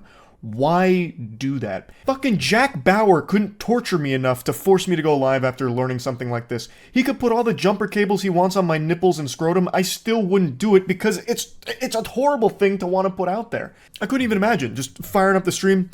Hey guys, this one's going to be a little bit different than usual. Turns out she's getting piped by another man right now. They're steaming ham as we speak. Oh, thanks for the $6. Charlie's girl is slobbering on my neat. Ha ha ha. And sending her money on Venmo. Yeah, but why are you surprised? I'm not surprised, Brandon. I'm not surprised. Actually, I'll go to Tanger's Outlets right here. I just don't get why you would cry over him, dude. Like, you already got money. You already supposedly got money from him. I did, but he still was very bad, Brandon. Yeah, so what do you think would happen if you're going to marry him, this and that? I'm not marrying him, Brandon. I'm obviously not marrying him. Yeah, but I'm saying if you...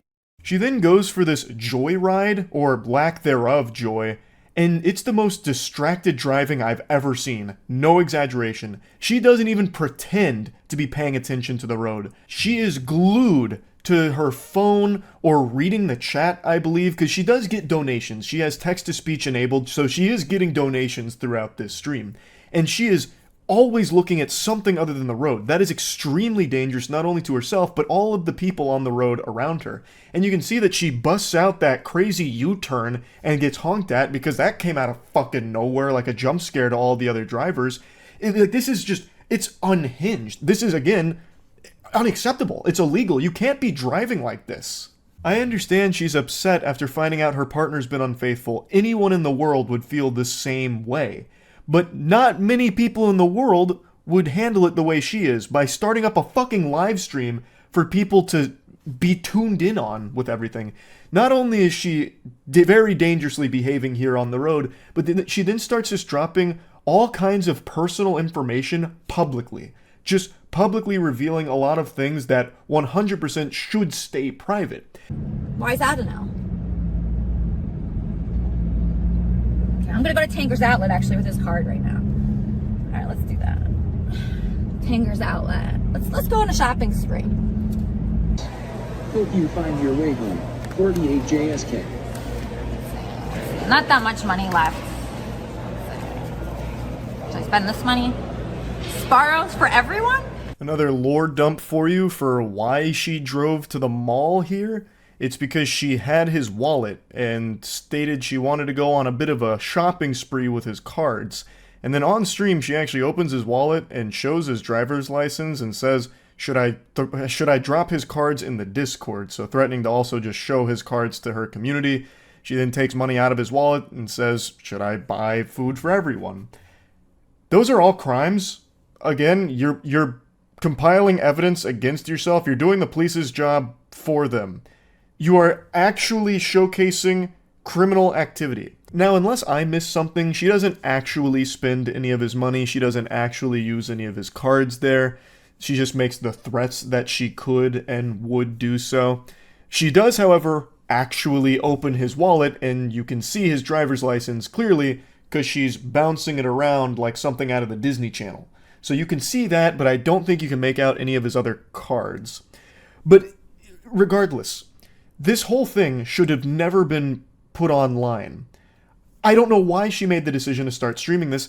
Again, she does have text-to-speech donations enabled, so it's possible that this is all just to get some, like, money from people that are sympathizing with her because she's going through something horrible. Getting cheated on sucks. But the way she's handling it is fucking awful. She's distracted driving, dangerously putting other people's lives at risk on the road, threatening to commit some criminal actions live. And then it ends with her assaulting him, physically assaulting him live. Like, this is a horrible fucking stream. Dreams, and he thought, oh, Discord's stupid. A lot of people say that, right? So all of Scora's private information, as well Sarah's phone number, Sarah's address, her full name, her Venmo account, transactions, are all James the donated $5. Ishkarel, is your Mexican girl hot? It sounds as though Elisa has fully doxed the guy and the girl here, posting all of their private information in her Discord, which is illegal. You can't do that. I also think it's worth mentioning, since you caught a glimpse of it there, anytime that girl, Sarah, is brought up during this stream, both Elisa and the community of pay piggies that's donating to her always make sure to mention that she's Mexican. And they make statements in the chat about that as well. Throughout the stream, reading the chat, there were so many moments of genuine racism, it was fucking sickening. I called Sarah, you fucking bitch. I'm gonna fucking kill you. I'm gonna fucking kill you. It's okay. Sorry. You had hit him in my presence. Okay, I'm not gonna talk about the bad topic. Well, I can talk about it. No, I said I'm gonna stop talking about it. Okay, good. No, it's not okay. You ever been cheated on for 2 years with a 20-year-old Mexican? I'm not getting into my business. Okay, all right, well, I'm just telling you that's my business. I really don't want to talk to you. This happened shortly before the viral clip from this stream where she starts hitting him in the car. So prior to them getting in the vehicle, she pushed him outside, and it was actually observed by someone who confronted her about it, because in this instance, her violent outburst was in broad daylight in view of public and bystanders. So someone came up to her, I believe it was an officer, and talked to her about it, and even during this talk, Elisa still finds a way to mention that the other girl is Mexican. Hello? Hi, Sarah, how are you? How are you, Sarah? Hi. Thanks so much for calling. I'm just gonna send you like 6 months of texts of your nudes and, you know, different sentences that he... Sarah, I'm sorry about this. Don't talk. Don't fucking talk. Idiot. Yes, Sarah, we're really sorry about this. I'm sending him your way today. Fucking... Yeah. No, so Bahram, how do you pronounce it? Do you know? I don't know. Shut the fuck up, cunt. Yeah, what's up? She's half your age. She's half your age. Delete the number, please. I cut out the ending here because it's a lot. Like, even this much, I don't even know if YouTube will allow me to show. I'm really not sure. It's legitimate assault. So she hits him a couple of times, the nose hit by far being the biggest blow. And then after where I cut it off, he grabs her hair and starts yanking and pulling on her, and she starts talking about how he's killing her, and the car stops, and then eventually she gets out of the car, he chases her down, I think she gets in another vehicle in the background, and then he comes back into the car and turns the stream off. It's a horrifying thing to watch, to be honest. As of right now, Elisa has been arrested. Her mugshot and booking information is all out there for this incident. There's no update on the guy or what's going on with that part of all of this, but what a fucking awful live stream. Now on Twitter there's been a lot of debate about this video on whether or not the man's actions were justified in this situation, and most people are saying that they were, claiming that he was acting in self-defense. And it seems like the law would agree with them on that take, because from everything I can find, he hasn't been booked or charged with anything. Now, I think it's important we remember that the guy in this video is no saint. He cheated on his significant other. That is the behavior of a piece of shit.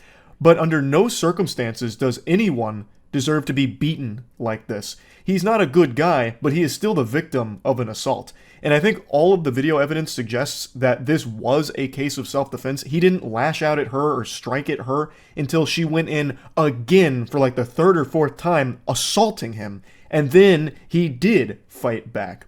Now, I do think there is a case to be made that he may have taken it too far, because he does yank and pull on her for quite some time, even once the car comes to a complete stop. So I think he probably could have gotten out of the car at that point and just left the situation entirely, but I also don't know the entire situation on where it was stopped, if it may have been dangerous to do so, I don't know. But overall, I do agree that this does seem to be him defending himself, like, from getting attacked in this vehicle. Overall, this was a fucking awful live stream. And I really don't think this is going to be the last of its kind that we see, because it feels like it's getting more and more common with people wanting to live stream every moment of their lives, even the worst parts of it. So there'll probably be more things like this in the future, which sucks. I think it's just an awful direction, but just wanted to talk about this. That's about it. See ya. I remember a decade or so ago, there was this trend where some creepy degenerate losers would go around in public and try and sneakily take pictures of women's panties by sliding their phone under their dress when they weren't paying attention. They treated it like they were Sam Fisher and Splinter Cell on a stealth mission trying to grab these photographs. And they'd take these pictures and they were called upskirts. If I remember correctly, there was even a Reddit community for that where they would proudly post this, which, by the way, is illegal. They were posting evidence of a crime they had committed on the subreddit. I'm pretty sure it got fully shut down, but right now there is like a Reddit upskirts community, but I think that's something totally different, like a phoenix that rose from those ashes, because it looks like those are upskirts that the people are taking of themselves for that community. But I do remember that there was a huge controversy about that a long time ago, and then pretty much overnight, it disappeared. Just like Godzilla after a big rampage, it just vanished. I'd never heard about upskirts again. I never read any headlines about anyone doing upskirts, getting like arrested or anything like that, until 2 days ago, with a Target creep who got caught on video taking an upskirt of another shopper. And it's become a pretty big story now. So when I first saw this, I thought it was fake. I thought it was like one of those rage bait things that TikTok does really often. Because it really looks, it's so over the top, like I really thought it was staged to be like a lesson, like don't be a peeping Tom, don't be like this guy. But it turns out this is all super real. So he's now facing felony charges for this, obviously. I don't know why there's a watermark here though. Excuse me, what are you doing? No, I just saw you put that underneath her dress. Absolutely you did. No, ma'am, I really wasn't. You absolutely did. Ma'am, I really wasn't. So, like, he looks pretty much right at her while she's filming, and he puts his phone under her dress. So I really thought it was like, oh, this is a skit. This is fake. But no, this guy is just that much of a brazen pervert. Degenerate. It's actually real. So I'll show you the follow-up in a second, but no, he actually leaves here in handcuffs. He is facing felony charges, and his whole life is ruined. Rightfully so, because who knows how many times he's done this. Upskirts are a crime. Like, you can't be doing that, obviously. He's a fucking degenerate. His legs shaking, that's wild. Oh yeah, hey, we didn't finish the video, yeah. And also, instead of leaving, he stays to try and, like, talk his way out of it. Like, he was trying to find all the right dialogue options in the tree to get the good ending, instead of just running away like most people like him. So he stays the entire time to get arrested. I really promise I wasn't trying to do anything inappropriate. I wasn't. I really wasn't. I'm not like that. Obviously you are. I literally have it on video. But ma'am, I'm not. I really am not. Like, I know it might have seemed that way in like the No, video. Like, no. it's just... Okay, listen to me. Yes, ma'am. We're gonna wait for them to get here. Yes, ma'am. Okay. Like, I was just trying to look Nope. at books. I was just trying to look at books. Okay. That's what an interesting alternate theory there. He's just browsing some good reads. That's all. In the Pokemon cards section, where all the best books are. Does bro know porn exists? There's so many people like this though. It's for them. I think it's like the thrill of doing something like this. Like I imagine this probably isn't the only time he's done it. And apparently he had been following the lady filming around the entire time, which is why she's filming here, because she got a very creepy vibe from this guy. And then I guess at some point she de-aggroed him, so then he went to this girl, started following her, and then did this. No, I have video of him sticking his phone underneath this lady's dress as she had bent over, videotaping her. And he followed me all around the store. Okay. So We need to get police. Okay, if you can go ahead and call them also. Oh, they don't have the next one. But he gets taken away in handcuffs. But he gets taken away from the target with the police. Turns out he was like a very active member of the church, like the local church they were at. This and that. He tried to talk his way out of it. It has not worked, and now he's facing some super serious charges. But this was something that I found interesting. He keeps denying that he wasn't doing anything wrong, and he apparently showed the police his phone, like the recent pictures, and he didn't have any recent pictures, but I don't know if that also means videos or if he also had time to delete them. Last I heard, they subpoenaed to get like his deleted information for forensic examination. And they also said this too. Police say they have yet to discover anything inappropriate involving children. Yeah, he's a volunteer at the elementary school. Arrested and cuffed at a fucking library. Show some respect, brother. He's a target. Why was the lady taking a video in the grocery store? Perfect time to catch him. Damn it, it's a Target. It's not just a grocery store, and it's not just a library. Show some respect. But as she said, she was filming him because he was initially following her around in the children's section. She got a creepy vibe, so she started filming him and following him around and then caught that. This. Imagine the unexpected turn of events. He didn't film anything. The charges against that poor lady would be crazy. Even if in the most unlikely of circumstances he didn't film anything, him putting the phone under this lady's dress still shows the intent. Like, even if he didn't hit record, like he missed it, he still showed the intent. And even if you can't arrest him for that, he's still going to be ostracized from like his church community and like his friends for that. That's creepy shit no matter what. I don't think he was recording. I think they hear the click of a photo being taken. Nope. Actually, I don't know if this is true. Chat can tell me if this is true or not. When I was reading through the story after I found out it was real, I learned that this was a pretty popular thing overseas. So I think in Japan, I think is where it was, they instituted this mandate that if you're taking a picture or a video, it has to have a sound. So you can't do this discreetly anymore because it makes a sound. And I thought that was the craziest shit. That's real? That is true? That's wild. It was that big of a problem, huh? US supermarkets have the same energy as random encounters in GTA. My dad died taking an upskirt photo.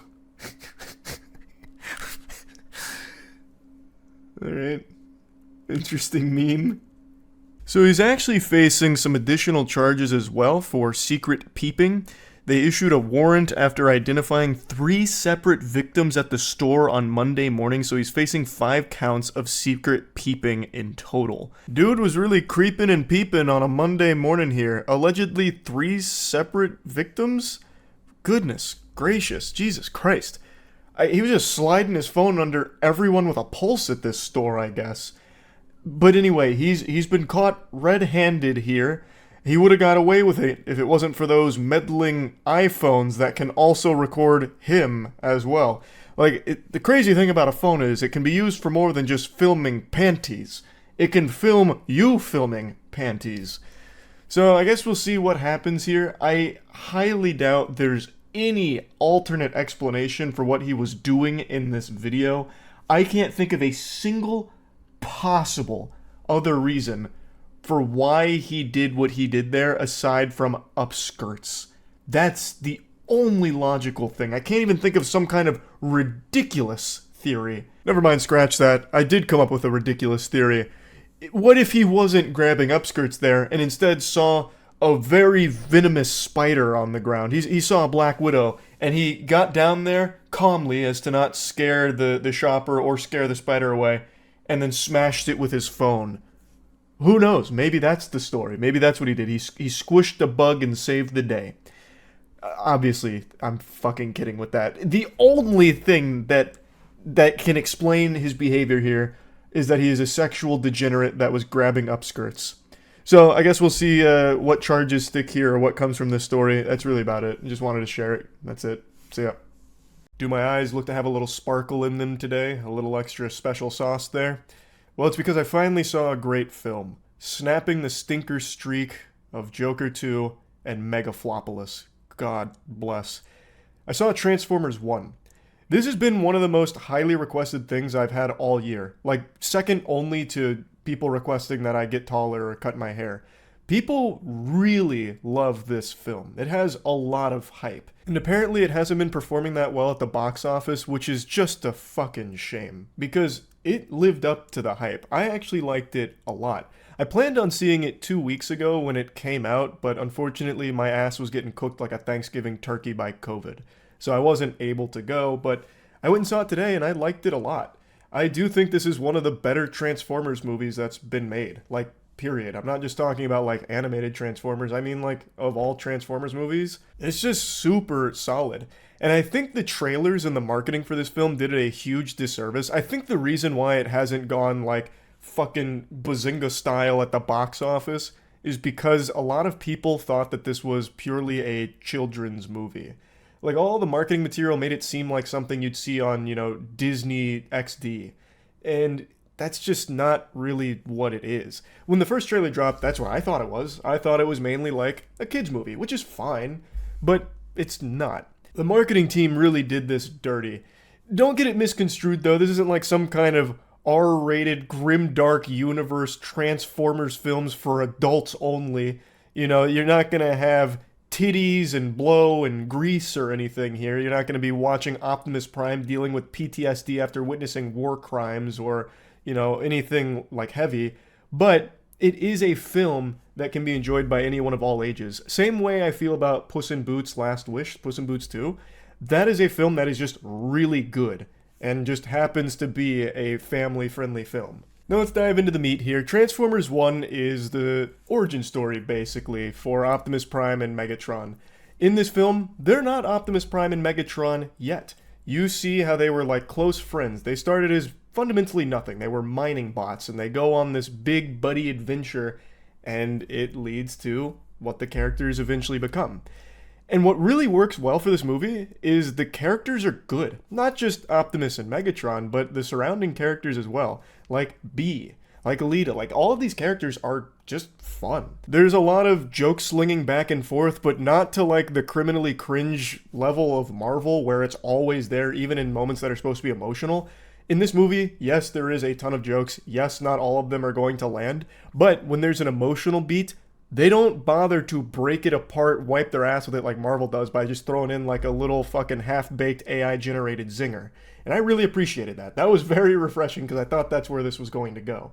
It has a very simple plot, like it's nothing new. It's a story we've seen a million times, but now with Transformers. But it works super well because Optimus and Megatron, they build up that relationship really well in this film, and they tear it down really well too.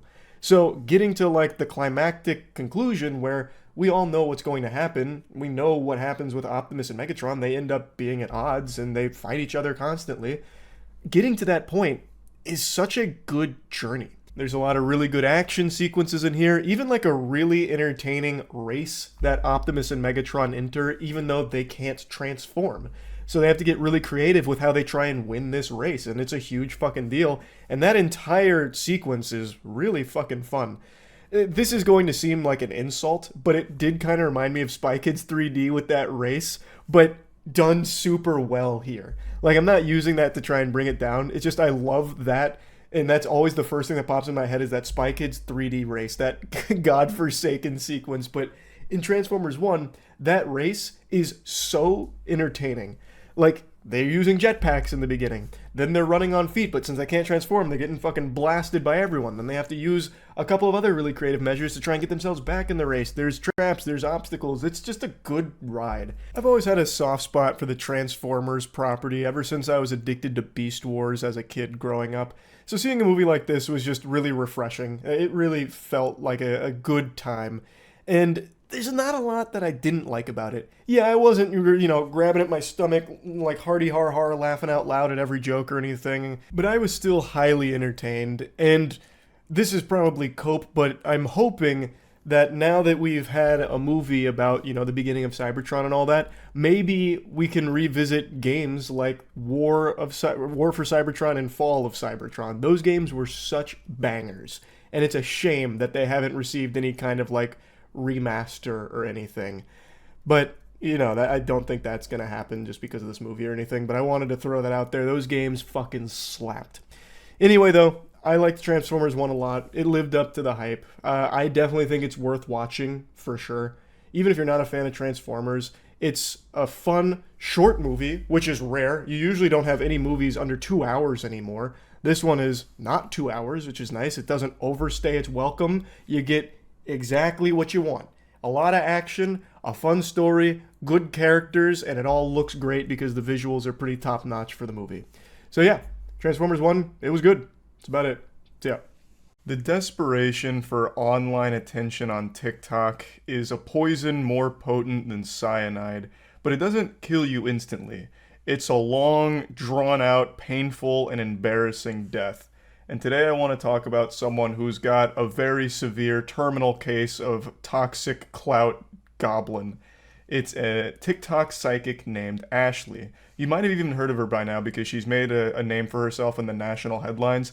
She is a self-proclaimed TikTok clairvoyant who uses her psychic abilities to solve murders.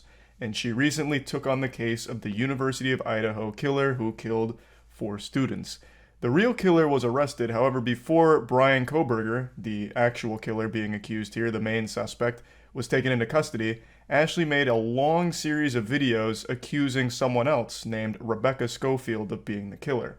It was based on nothing other than tarot card readings and Ashley's own gift of tapping into the universal consciousness. A YouTuber named Detozy recently made a great video covering some of her unhinged videos, but there are so many more. She basically just made a fan fiction about this completely innocent lady named Rebecca and framed her as the killer, and even convinced some brain-rotted individuals on TikTok that she was correct and Rebecca was the real killer. And even though Bryan Kohberger's been taken in with a ton of evidence against him, she is doubling down saying that they got it wrong and that she was right, and that it's the authorities' incompetence that's letting Rebecca get away with it. It's disgusting, really. It's straight up just fucking deplorable. And now Ashley, the psychic superstar, is being sued by Rebecca for all this shit. And rightfully so. She completely deserves to get slapped around in court for this kind of garbage. And I just wanted to go over some of this with you because I truly was blown away by what I was hearing from her. It's a really interesting look into just pure delusion. Ashley really thinks she's like Mob from Mob Psycho, like some kind of crazy, powerful, psychic, hero. But in reality, she's just dangerously dumb. And then accusing innocent people of horrible crimes. TikTok psychic. I'm sure he'll set the stage, but just in case anyone doesn't know, TikTok investigator made a claim that they found the University of Idaho murderer responsible for the death of those 4 students, and they said it was their professor. And when, asked about evidence, and the evidence they presented was tarot card readings, I believe. So, not the most bulletproof of investigations out there. But who's to go against tarot cards, right? You'd be a fool to bet against the tarot cards. But you know how that story played out? The actual killer was caught, thanks in part to a Reddit post that they made. And now I believe this lady is getting sued. TikToker by the name of Ashley, she started creating some pretty unhinged TikToks claiming that she knew who was behind all of this. And this is with zero proof, just visions. So disclaimer here. Hey, and look how far Raven got with those visions. I wouldn't be shitting on that so heavily if I were you. You never know what she might envision next. Before I begin this Who is Rebecca Schofield series and her motives for the University of Idaho students, let's just dispel the rumors. No, I do not know Rebecca Schofield. I'm not connected to her in any kind of way. I'm not emotionally tied to her or any of the victims. I'm not connected to anyone. I have no reason to lie on her. No, But then, you know what? Who am I to chime in so early? She's still going over the process. I'm sorry for the interruption. I did not just see her picture and name on the University of Idaho history page and then automatically feel it was her. This is not a feeling. This is knowledge. I have no feeling. Knowledge from where? I did a reading when I saw Rebecca Schofield on the history department's page on Rebecca Schofield and her connection. Pardon me, detective. Wasn't one of the first things you said, I didn't just see her on this university page and start accusing her. And then immediately your process is, so I saw her on the university page and I decided to do a reading. Well then, this is quite watertight knowledge we're gathering here. Please continue to cook, I'm sorry. Rebecca Schofield and Kaylee connected because she needed an advisor. She was about to graduate. How does she know this? She wanted advice on personal growth. It's called fan fiction. Get with the times. She needed resolution for anything or anyone that was getting in the way of her ability to graduate about her sexuality. During this time What is period, that? Rebecca Schofield. Oh my god, this is so much longer than I expected. I thought she just did like a single tarot card reading. It's like, look at this. She pulled the murderer card. So that's how I know she's guilty. She's just going through an entirely made-up story of fucking nothing. Schofield is in a dreamlike state. She's opened up that passion that she had suppressed for women that was now placed on Kaylee. What? She's explaining it like it's some random fanfic. There's fanfics written about me that are like have similar about her desire for her, but also her desire for women and how she suppressed those desires because of tradition and societal viewpoints. She wanted so badly to write the next 50 Shades of Grey, but wasn't able to actually find success on any of those erotic adult fan fiction sites. So instead she went to TikTok to try and do it, but she's using an actual case of murder. And then accusing a real person of being the murderer. She said that she was so introspective that she lost her connection to her husband and that she needed to focus on her finding her truth and her. Speaking of truth, I want to see a little bit more about the lawsuit first. This is far more wild than I expected. I thought for sure this was just going to be a quick cut and dry, hey, tip Fedora. I pulled out my tarot card readings today, and look who turned out to be a murderer. This lady. Case closed. Thank you for attending my TED Talk. But man, she went with like fucking 15-minute audio book of like a girl-on-girl sexual erotica. What was her name? Warlock Holmes.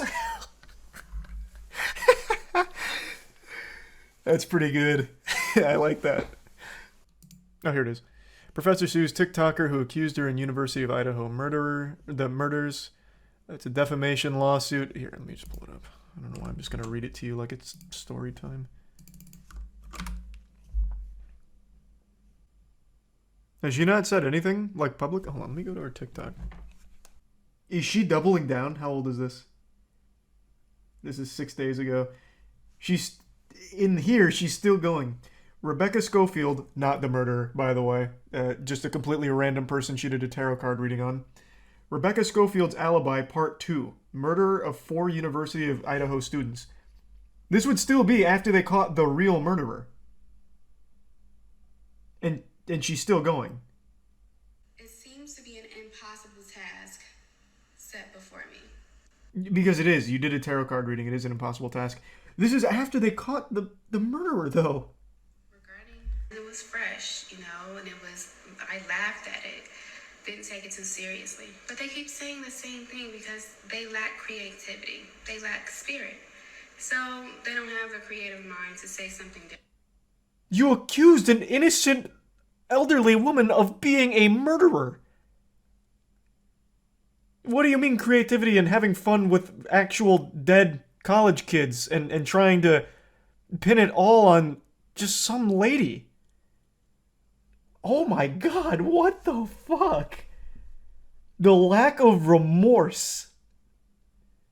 The lack of shame. Someone wait till I post just to say the same thing over and over. It's demonic. And it should be embarrassing. That's why a lot of them have fake pages. They're embarrassed to do it on their own page. I will give her something. The lack of shame is refreshing. She's putting her whole face in here, saying it with her whole chest, being blatantly wrong. I appreciate that. That is nice to see. At this point, it's obvious. Rebecca Schofield silenced Kaylee through her ex. She wanted to silence me, so she contacted my ex. She needs like a legitimate psychiatric evaluation. This is like dangerously stupid. Holy shit, this is actually nuts. I thought for sure she'd be like, oh, it looks like I may have been wrong. The tarot cards were off. Like, try and save some face. But she's just doubling down on it.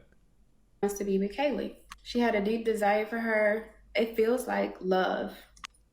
Infatuation. I understand why this Rebecca Schofield person is suing her, because this is just insane. We're satisfied physically.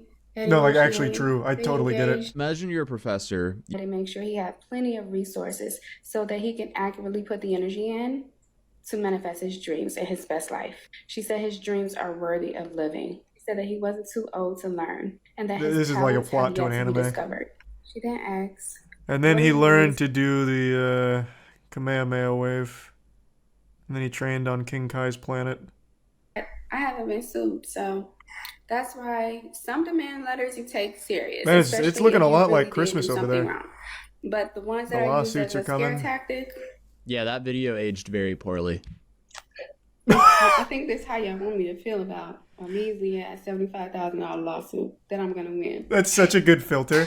I thought it was real at first. That filter gets me every time. I love that fucking filter. Though, I mean, $75,000 lawsuit's not great. Like you don't have to pretend. I know that hurts. That hurts anyone. That's a lot of fucking money. I don't know why we're, like, posturing here.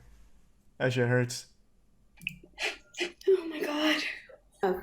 Discovering things about her, because now everything I find out about her crime she committed of ordering of the 4 University of Idaho students, I have to save it. You don't have to save it. There's no point in saving it. Just say whatever you have now, because it's gonna come out in court anyway. So, oh my goodness. I really don't hope think this she is a has public anything, trial. because you're really Holy sitting shit, on so I need much to see information that. from what, a tarot card reading? Oh my god.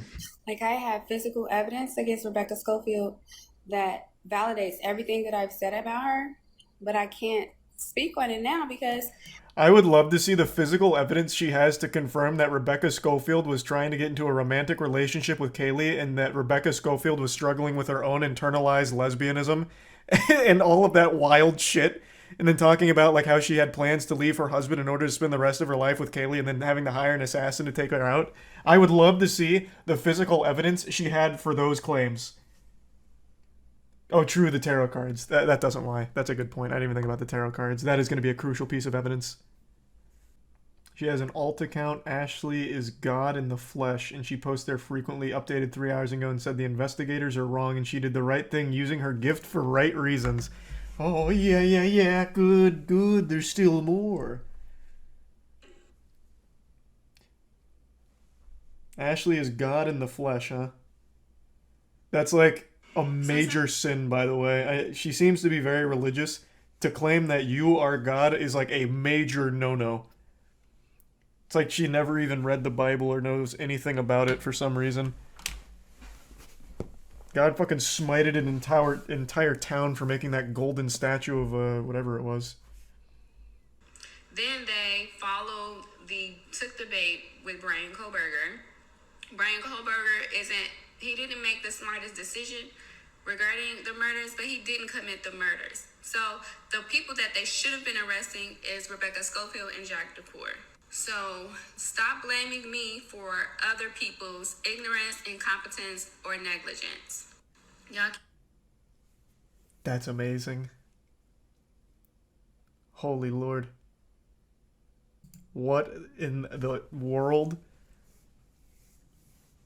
What a load of horseradish. This is fascinating. I also want to keep up with some of the commenters. They know what's up. That's why they issued the gag orders. Not to mention Brian is 100% sure to be exonerated. I want to keep up with every commenter as well and see what happens when it turns out Brian is most likely the murderer.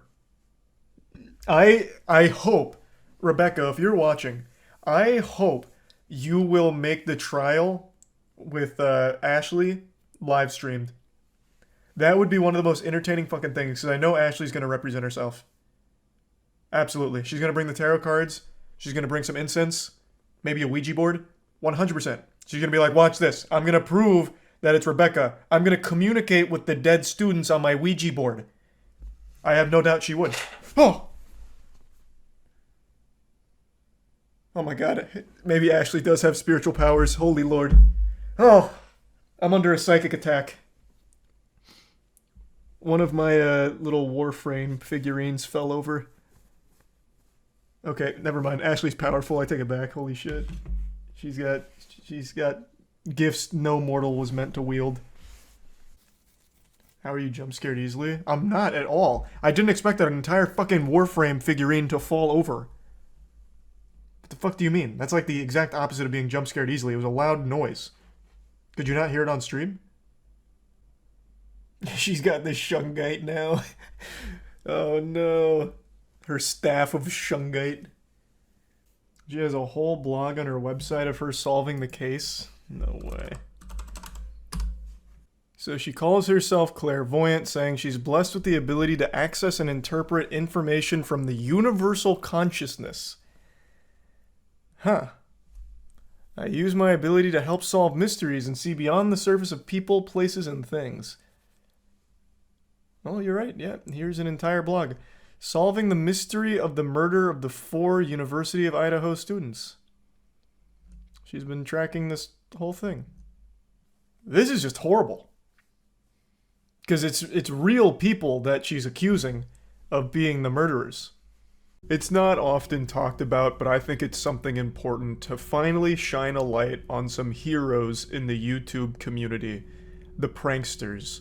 It's a very dangerous occupation. In fact, there's already been 2 pranksters that have died for their craft, risking it all for the sake of nobody's entertainment, because that shit sucks. The vast majority of YouTube pranksters are these carbon copy clones of pranks that were popular 10 years ago for children that have now grown up and find it cringe. But for some reason, there still are channels that do the exact same pranks that were popular a decade ago, hoping that it'll catch fire once again. And for the most part, it hasn't, though there are a few exceptions for prank channels that are popular and people do still appreciate them.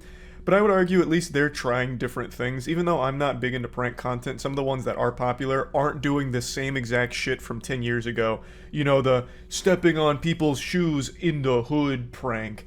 That kind of shit that used to be super huge. There are still channels that try that and completely fall flat because no one wants to see it. It's trash. And what a lot of people learned is the vast majority of prank channels faked it. And for obvious reason, because you can't really go around with the whole giving people a titty twister in the hood prank gone wrong and expect not to get your ass beat. So they'd have to fake the whole scenario in order for the video to work. So that way they didn't end up in the fucking hospital or in the ground in a goddamn coffin. But a lot of kids that grew up on that content must have not realized that they were fake, because twice now in the last couple of years, 2 pranksters have been shot. One of them died. He was doing the fake robbery prank where he charged at someone in a parking lot with a knife. The person turned around and just fucking executed him like John Wick. So he got shot and died for it. And now, what we're talking about today, a YouTube prankster named Tanner Cook pulled some prank in a mall that they haven't revealed what it was yet, that ended up getting him shot in the stomach and nearly killed him. But he pulled through. And in fact, this is actually a heartwarming tale because he got shot and he immediately learned that that was great for his channel growth.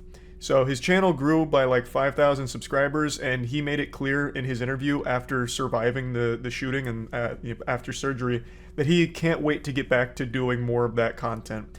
He's an up-and-coming YouTube sensation. He does pranks where he's just a public nuisance. So he was doing a prank video in the mall, and a guy pulled out a gun and shot him in the stomach. It was a critical injury, but he's pulled through. And luckily, this has really helped open his eyes, because he gave an interview where he said he can't wait to get back to doing it because it's his passion. Doing shitty pranks got him shot, and he can't wait to go back to doing more shitty pranks. Oh no, this is the aftermath of the shooting. Where's the interview?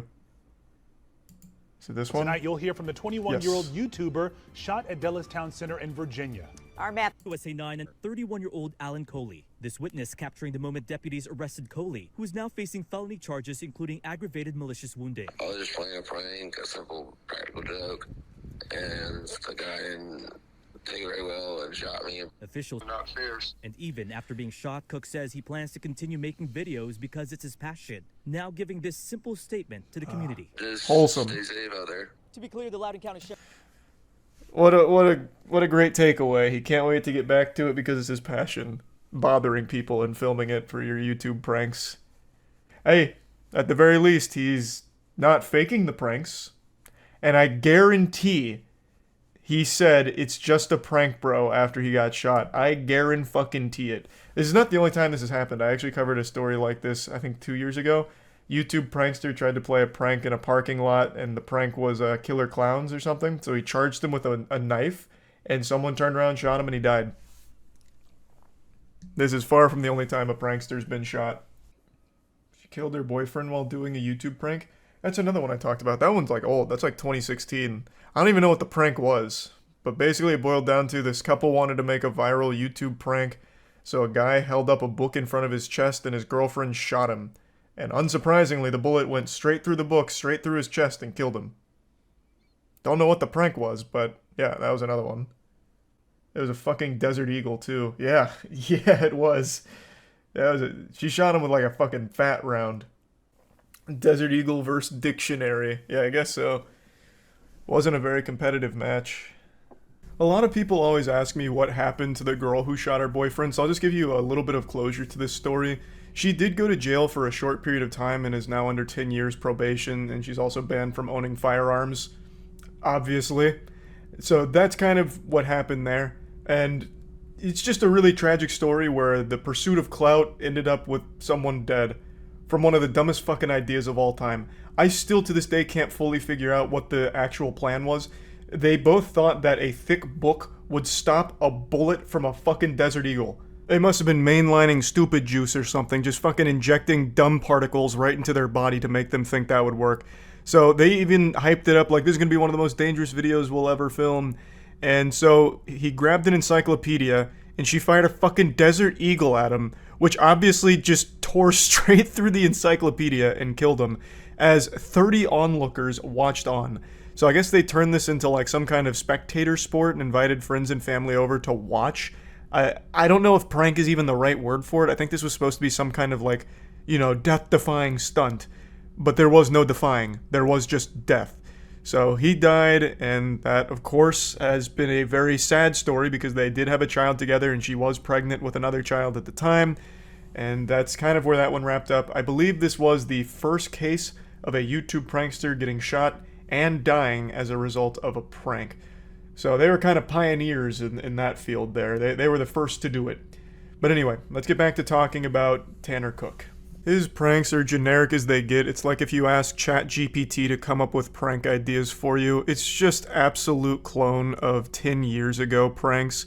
Being obnoxious and trying to make people upset so that way you can get a video out of the whole situation. It's just the same tried and true formula that worked 10 years ago and doesn't really work anymore. But there are people like Tanner that continue to try. I don't really know how you have a passion for making that kind of content. It's just having a passion for being an asshole, which is just a weird thing to say with pride. Now what's brutal is Tanner's own audience is eating him alive like piranhas that just had a piece of lunch meat dropped into the pond. he is getting torn to shreds in the comments saying things like, can't wait for Tanner to post the crying video and shit like that. It's brutal. Now, there's even people trying to defend the shooter, saying that maybe Tanner was doing like a dangerous prank and was shot in self-defense. I guess it is possible, but unlikely. I don't think Tanner was doing a, knife robbery prank or anything like that. He was probably just doing more of his obnoxious, annoying pranks, and getting shot for that is clearly some unhinged shit. I'm not someone that's cheering for the shooter, and I watched Mudahar's video on it, and he even revealed some information about the shooter as well that makes it pretty clear this guy was not exactly any kind of hero even before this shooting, assuming all of that information is accurate. I would wager a guess that the prank Tanner pulled was once again one of his stupid fucking, fake Target employee things where he's asking people to smoke with him and just constantly pestering him. And you don't deserve to be shot for that. You deserve to be bullied and made fun of for that. Not shot. That's not exactly a good excuse to fucking shoot somebody because they were obnoxious. Now again, I don't know what the prank was. I guess there is a non-zero chance he was doing one of the dangerous pranks where, threatening someone with a knife or making threats to somebody, and then you could probably make an argument that maybe it was self-defense, but we just don't know right now, and I'm very curious to see what comes from this, because the shooter is of course being charged. Like, he didn't just shoot this guy and the cops are like, well, he was cringe, so you're free to go, sir.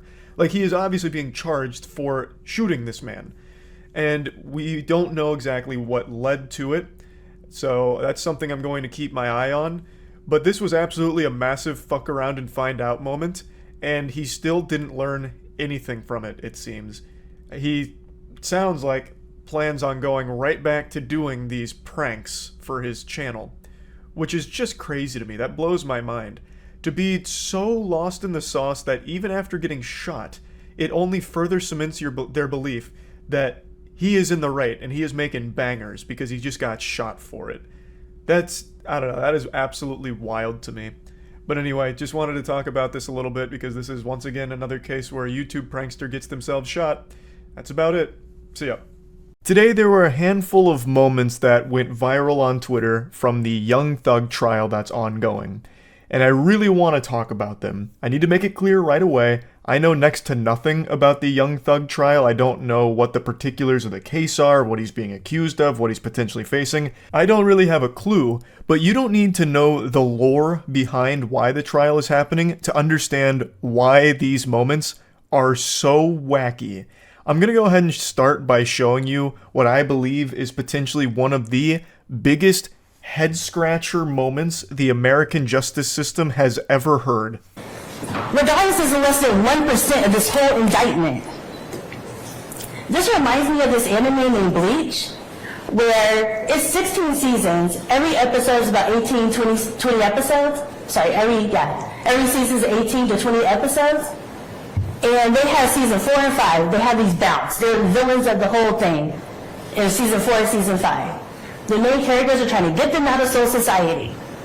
Pardon the interruption. I'm not trying to jump scare you here, nor am I trying to intrude on this passionate speech about the Bount arc from Bleach, but I think it's important because I imagine most of you haven't seen what she's referring to, and God bless you, keep it that way.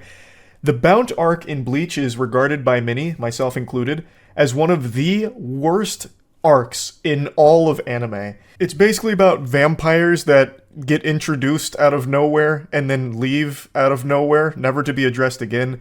It is a garbage filler arc that serves only to waste your time and insult your intelligence. It is truly trash. And I'm one of those poor souls that endured the torture of watching it. I didn't know the Bount arc was filler. So I subjected myself to that almost never-ending nightmare. So when she brought up the Bount arc here, it was like an old wound reopening and then having salt poured in it. I had a repressed memory come forefront and then like post-traumatic stress disorder as a result because she brought up the Bount arc in this fucking trial for some reason. Now, she is representing someone else who is involved in this case. His name is Rodalius Ryan, and the way she's trying to weave in the anime reference with the point she's trying to make is interesting. You go to season 6, you don't hear about the bounce. You go to season 7, you don't hear about the bounce. Why don't you hear about these important characters? because they're filler characters. It's a filler season. Me and Redalius, we're fillers. We're not integral to the story. They just dragged him out of prison to jail to make this bigger than it has to be. We're basically distractions. So, as a juror, what can you do to tell the state we're not going to be distracted? We don't need to listen to filler. You come back at the end of this with a not guilty for Redalius Ryan. You tell them we do not want to waste our time on fillers. We just want to get to substance. So I guess sit back, enjoy the show, get some popcorn, because this is not justice, this is a circus. Thank you. I find that closing remark, "this isn't justice, this is a circus," hits even harder since it follows an entire speech about anime in a legal setting. Like, she isn't wrong. This is set the dial from serious all the way to silly. We have cranked that shit up now. We're talking anime. Like, what the fuck?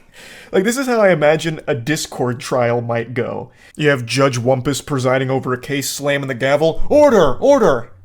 Huh. Interesting. Tipping a fedora.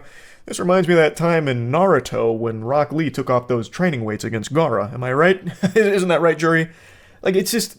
It has taken anime and put it in a setting where it shouldn't be. This is a very professional spot that deals with people's lives. Like, you're there to represent your client, and you're using anime in your opening statements here, I think is probably the wrong move here on the chessboard. Not the strongest opening. Based on how she sums up her opening statements, it seems like the point she's trying to get across is that her client is not important in the overall case, thus their presence is only there to serve as a distraction or inflating everything. Thus, you know, it's filler, like Bleach Bound Arc. Now for the next clip I'd like to show you, you're gonna have to really open up your ears here because the audio on it is some dog ass. It's pretty bad. For some reason, quite a few times throughout the trial, the audio would just get really fucked up. But to Jeffrey, thug had a different meaning. Now, some of you read books about Tupac and what it meant to be thug life. Thug life, the hate you give little infants, Fs, everyone. Meaning discrimination and racism hurts all of us. We teach that to our kids. Now, this is Young Thug's lawyer, and right now he is trying to get into the kitchen with a ton of ingredients and start cooking. And the recipe that he's following, well, it's got some interesting flavor to it, to say the least, with the direction that this dish ends up going. That was not what thug meant to Jeffrey. Thug meant and means to Jeffrey something very personal. It was his path that if he could ever make it as a musical artist and help his family, himself, and his many others out of this endless cycle of hopelessness, he would be truly humble under God. That's what thug means. I tried my best to edit out the long pauses he takes. I don't know if he's like a classically trained actor or something, or he's auditioning for a thespian troupe. I don't really know. But he takes these like long, really dramatic pauses mid-sentence, and it just dragged everything so long. My theory is that the reason he keeps pausing and stopping for a little bit is because he's stalling for time so he can continue to come up with something in his noodle up here, and he eventually comes up with a banger. He ties it into... This is not what thug actually means to Jeffrey, Jeffrey being Young Thug's real name. He then says the thug stands for truly humbled under God. And when I heard him say that, I did one of these. I actually just shot back. I was like, wow, he fucking did it. He pulled off a miracle. Like, I could imagine, like, the jury standing up and clapping like, man, that was so moving, wiping tears from their eyes. Truly humbled under God. Now it all makes sense. Like, it's such an incredible Hail Mary play from the lawyer here. Obviously, this is a bunch of fish paste. That is...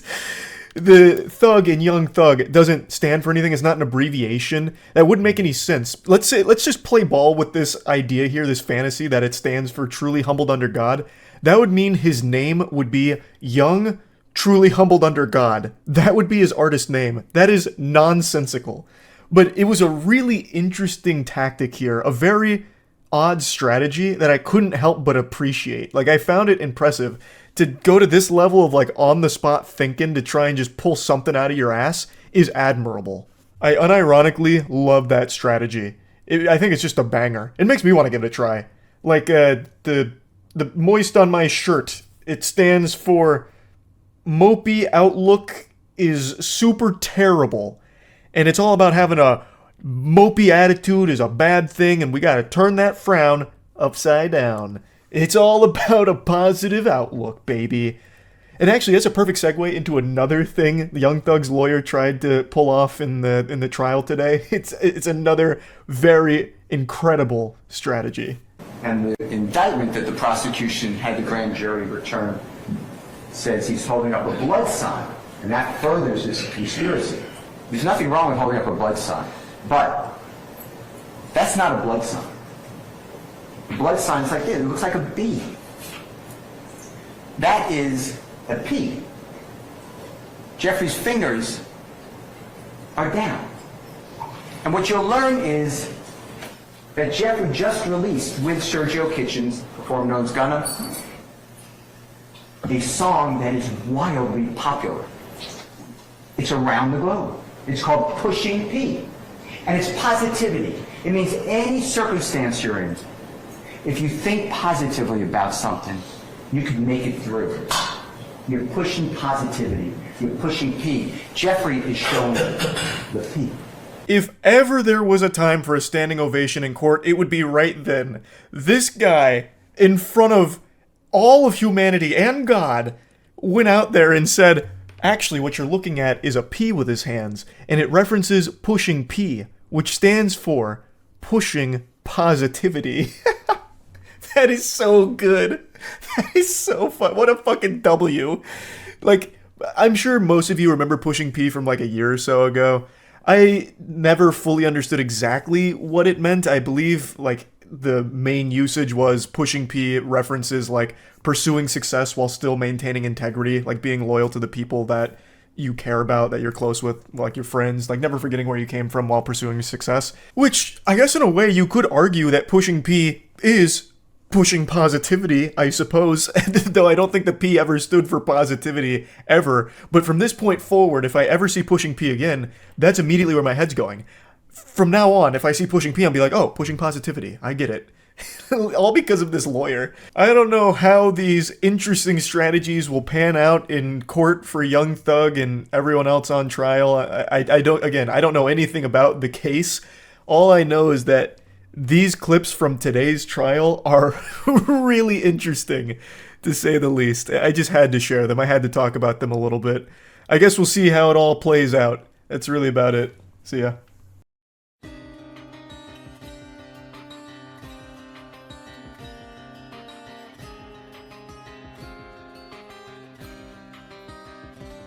According to the first result when I googled average male and female body, this is what I was given. Not the model, I'm using a body visualizer, but the numbers. I plugged the numbers I was given into this body visualizer. So this is what your average American female looks like without clothes on. She wouldn't necessarily be blue, and she'd probably have nipples and hair. The man would probably have a penis and whatnot. But this is the body composition of your average American male and female. Now let me ask you, do you find these bodies beautiful? If you were trapped in a cave with these bodies, would you rub up against them for heat? Most of you would probably say no, they're average bodies. So what do you find to be beautiful? Is this your ideal male body? Another wienerless man, but it does represent a muscular man. He's in good shape. Is this the ideal male body? Is this beautiful? Is this what people want? What about the female body? Is this the ideal female body? Sorry, the picture's a little big, so I gotta scroll up and down to show it. But is this the ideal female body? I don't think so. I think there's more to the human body and beauty than what society has told us is beautiful. Let me show you something here. Is this alien-looking physique not appealing to you? Is this not beautiful?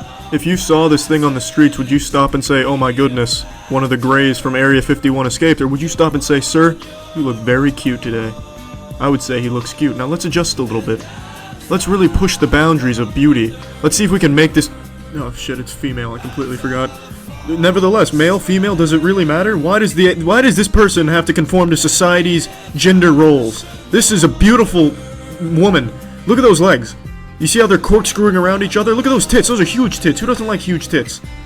But focus on the legs. The legs are important. Do you notice how the patella is the only thing left there? Beautiful.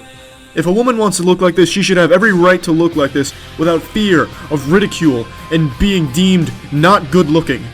I think any woman should be able to look like this right here. No strings attached, no judgment. Look at those legs though, they are really wrapping around themselves. And now she looks like a rotisserie chicken. Who doesn't like rotisserie chicken? This is a gorgeous woman. But I bet the majority of you don't think she's as stunning as I do, because of what you were taught growing up. Well, let me tell you. She is flawless. She's healthy at least, if nothing else. Whereas those supermodels starve themselves to look good. This woman didn't do that. She put all of her weight strategically targeting her legs. Now she can probably run faster than most automobiles. This is really fucking cool, watch this. When I deflate the titties, the mouth closes. When I inflate them, it opens it up again. It turns this completely normal looking woman into the Green Goblin. I've created a new member of the Ginyu Force. Oh my goodness. This is incredible. This looks like Siddhartha. Oh, shit. Shrugging his shoulders now, getting some trap work. I've now moved his asshole up to the middle of his back, too. I'm still using the female. I keep calling it he. This is a female. Alright, folks? Get it through your thick skulls. This is a female. Got a tongue sticking out from underneath her tits, too. Belly button got moved up about 12 inches. Absolute beauty. Let's fiddle with the average male. Kinda pudgy, right? Not your ideal body type. But what's it fucking matter, alright? This is a good-looking man. He exercises 0 hours a week. Not everyone has to try that hard to look good. Like this guy, this is a good-looking human being. Got a little shark fin sticking out from his gonads. Parasite about to bust out of his gut. Asshole has folded into itself. The ass cheeks have collapsed into some type of vortex. Scrotum's formed a propeller. This gentleman's got the body of a Greek god.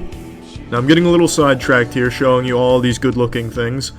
But the point I'm trying to make is there's more things that are beautiful than just what you see in magazines and on TV. For instance, what I'm showing you here. And if I had the option, I'd be putting hair on all of these models. I'd have this bitch right here covered in hair. I'd have his eyeballs with hair all over them. He'd be the hairiest thing you've ever seen. Oh, let's make him belly dance. Oh, you like that? Do you like this belly dancing? Do you like that?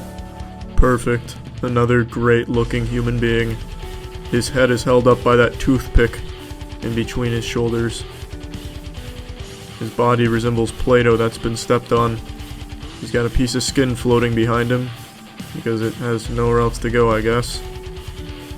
Perhaps this man is a bit too skinny. Behold, the old Bowflex salesperson. You too could look like this if you exclusively do the bench press and eat cottage cheese. I believe I've pushed the boundaries of beauty a bit too far. This thing is wearing football pads. It looks like a freshly opened oyster. Look at that, like, puddle of mucus in front of its face. It's got like a seagull's beak underneath him too. All things considered though, this is still a good looking man. Now the point I'm trying to make is society should not mold your definition of beauty. It should not give you glasses that tell you what's beautiful and what's not. You should break those glasses, shove them in your asshole, and shit them back out just to break them again. Beauty is a lot more than you think it is. I teach incantations, the strength granted us by the two. Clearly not that strong if you can't get the wheel off your head. An incantation of the two fingers. Sure, let's check out the stinky finger incantations or whatever. So these are miracles. Rapier was nutty in Dark Souls 2. That might actually be worth it. Damn, this guy's got all kinds of like barnacles growing off of him. Yeah, you can hold me if you want. Sure. This will be romantic. Great champion. Here I come.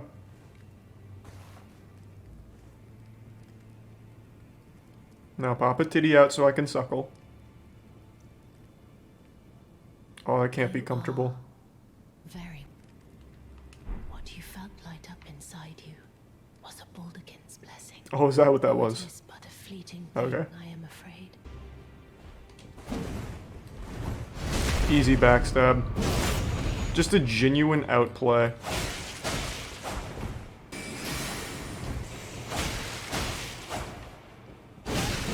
Oh my god, that comes out so quick! Man, my parry's actually looking kinda good on the mad tongue.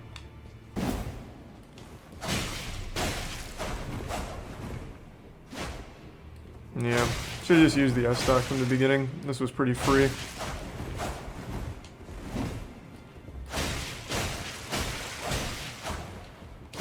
Oh. Play it safe.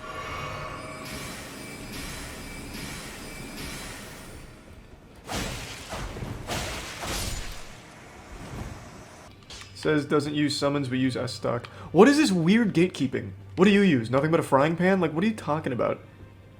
I really like the Souls community, but it's the weird fucking Twitch viewers that gatekeep, like, you're not allowed to use a useful weapon. That makes no fucking sense. Whoa! It's like Camille from League of Legends. It's got, like, blade feet. I think it's cool. Here I come. Cool bugle. I'm here. Oh god, I went right through him. Jesus. Oh god.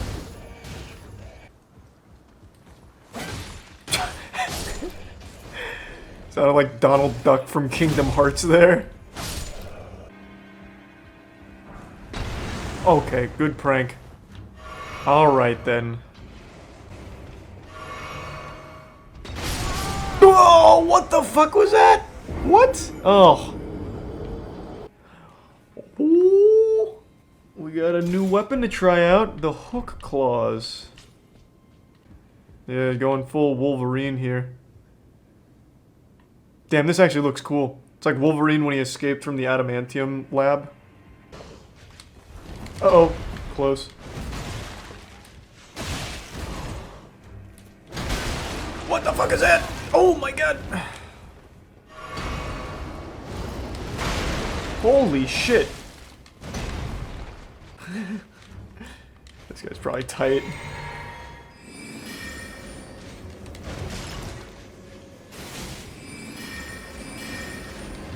Oh shit! Bad roll. I didn't want to take any chances. I don't like the way I did that there, but I did not really want to run all the way back. It was a long run. Wow. Alright, what a prankster. Okay. Alright then. Is it all about the moveset? Not necessarily. There's a lot of things to take into consideration. Alright, this stealth is kinda busted. Wait, he's still... what? That was the guy I just hit with the stealth in the ass. Man's like, oh, it must have been the wind. Just goes back to patrolling. Alright, alright. Damn, that's stealth. Come on, baby.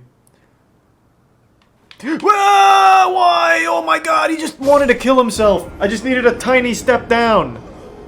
Damn, this guy respawns. Unlucky. Does he not see me? Could have swore there was a man there.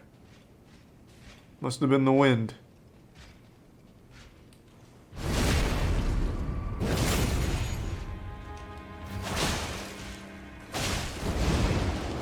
Oh god, I killed myself! Yep, I saw that coming. D-claw spec, true. So if there's one thing I've learned about this guy is that he patrols with his eyes closed.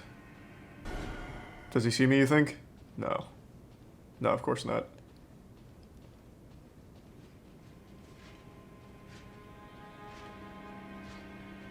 His helmet is on backwards. Yeah, that's probably the case. Okay, so I won't make the same mistake I made last time. Was it get the free damage? Okay, and I still made the same mistake. Man, that animation comes out so quick.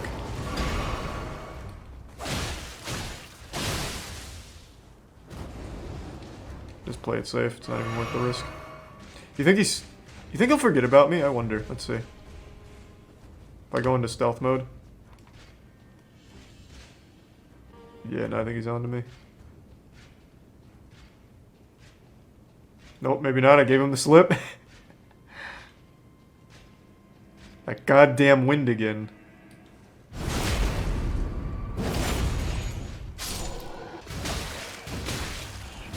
Well. Okay. What a disaster. Speedrun.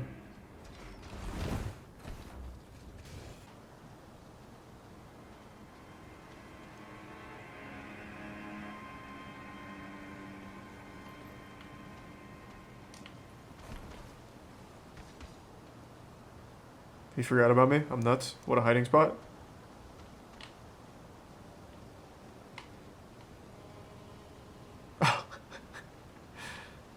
Hey, keep up the good work, boys. You really got this shit on lockdown. Oh, God.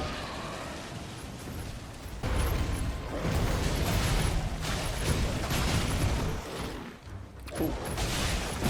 Stuck right in its fucking nuts. Ooh, close. I'm not taking a chance.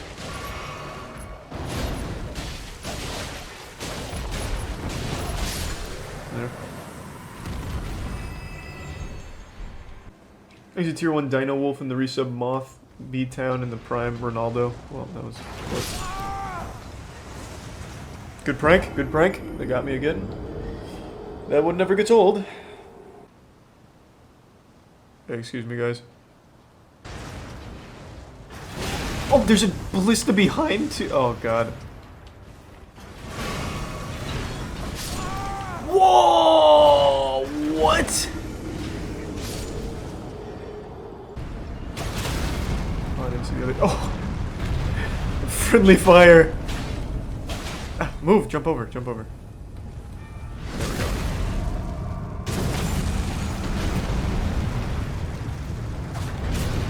He's just still hitting him!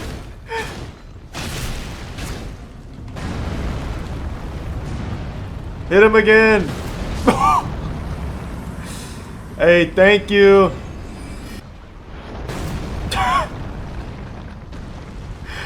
Hey, thank you! These guys are nice. Hey, oh, what the fuck? Don't give me that. Thank you. Oh, these are enemies. Okay, okay. I wish I didn't come this way. I'm so sorry. I'm so sorry. I shouldn't have come. I regret it now. Understood. I'd rather just fucking fight the boss as opposed to those birds.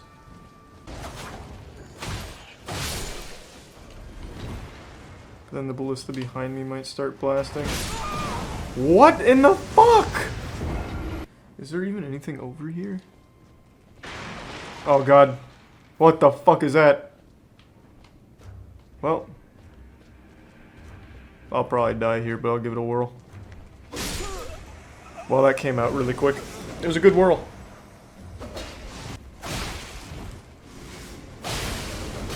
Whoa! What the fuck was that?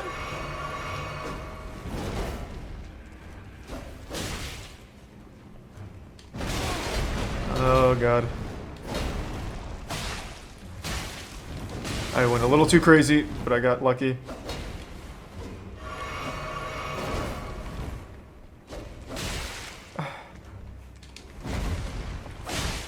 In there. He's... Oh my God, he didn't die. I thought he died. Hey-ya! Oh, he thought he died too.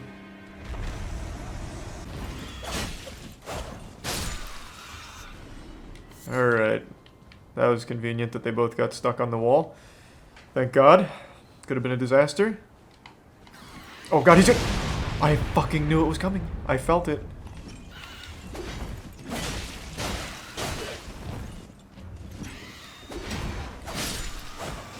You can't fool me that easily. What in the fuck is this? Oh! This thing can Beyblade?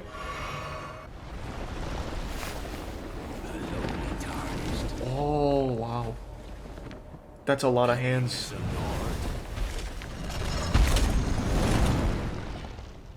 I command thee.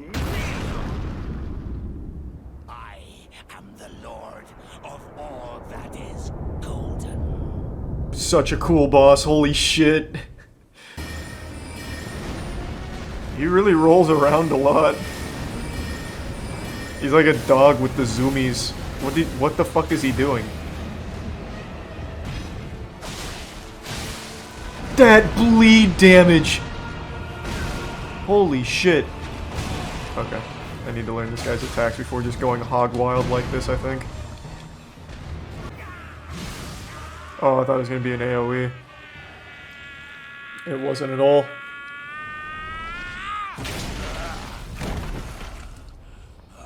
Oh, now he's much more effective. Oh, wow. Holy shit. This is fucking amazing.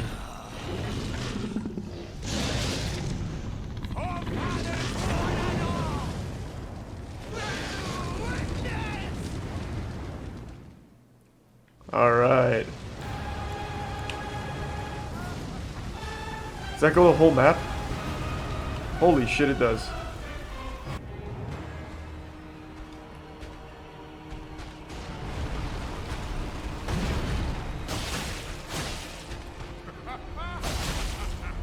Oh, I don't know why I did that. I got a little too crazy there. Ended up posting cringe on main. Oh, no, I killed myself. Yep. I was too fixated on the speed run.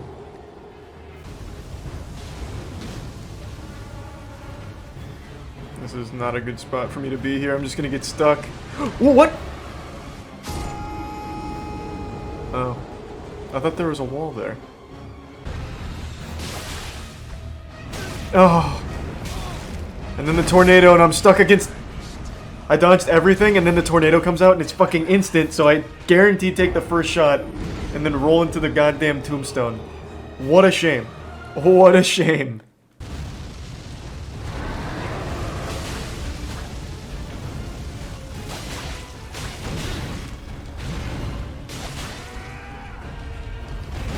Oh my god, why?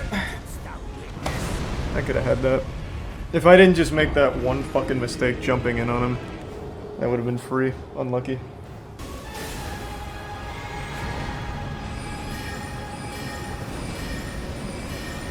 Oh, he took cover behind the tree. What a piece of shit. Fun. Good tactics. Alright, let's play aggressive. See how it goes.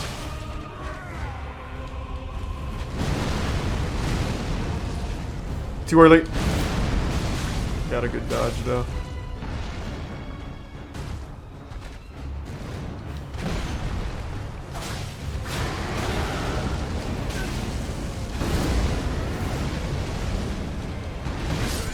Yep. Classic tornado, man. I hate that move. I hate it.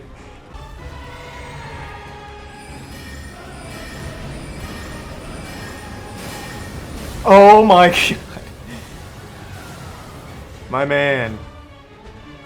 Good tactics. Taking cover.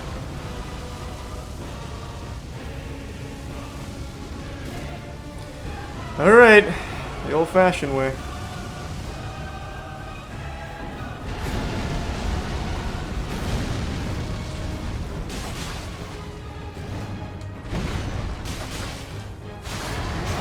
Tornado, I'm dead.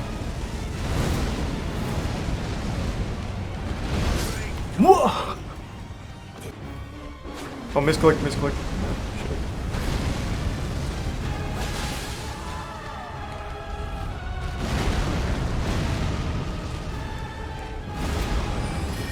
It's safe.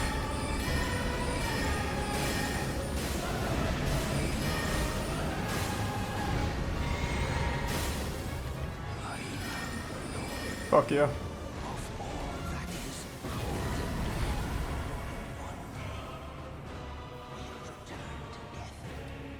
I got lucky he didn't spam tornadoes. Yeah, that probably took more tries than Orphan, actually. How many tries was it? 26. So same amount of tries as Orphan, then. Man, and what the fuck? This one's just a light source? Bro, this guy sucks. I just gave him 10 runes for nothing. Trash. Actual fucking garbage. Oh, what the fuck? I was just gonna play with them a little bit, and they just absolutely annihilated me. What?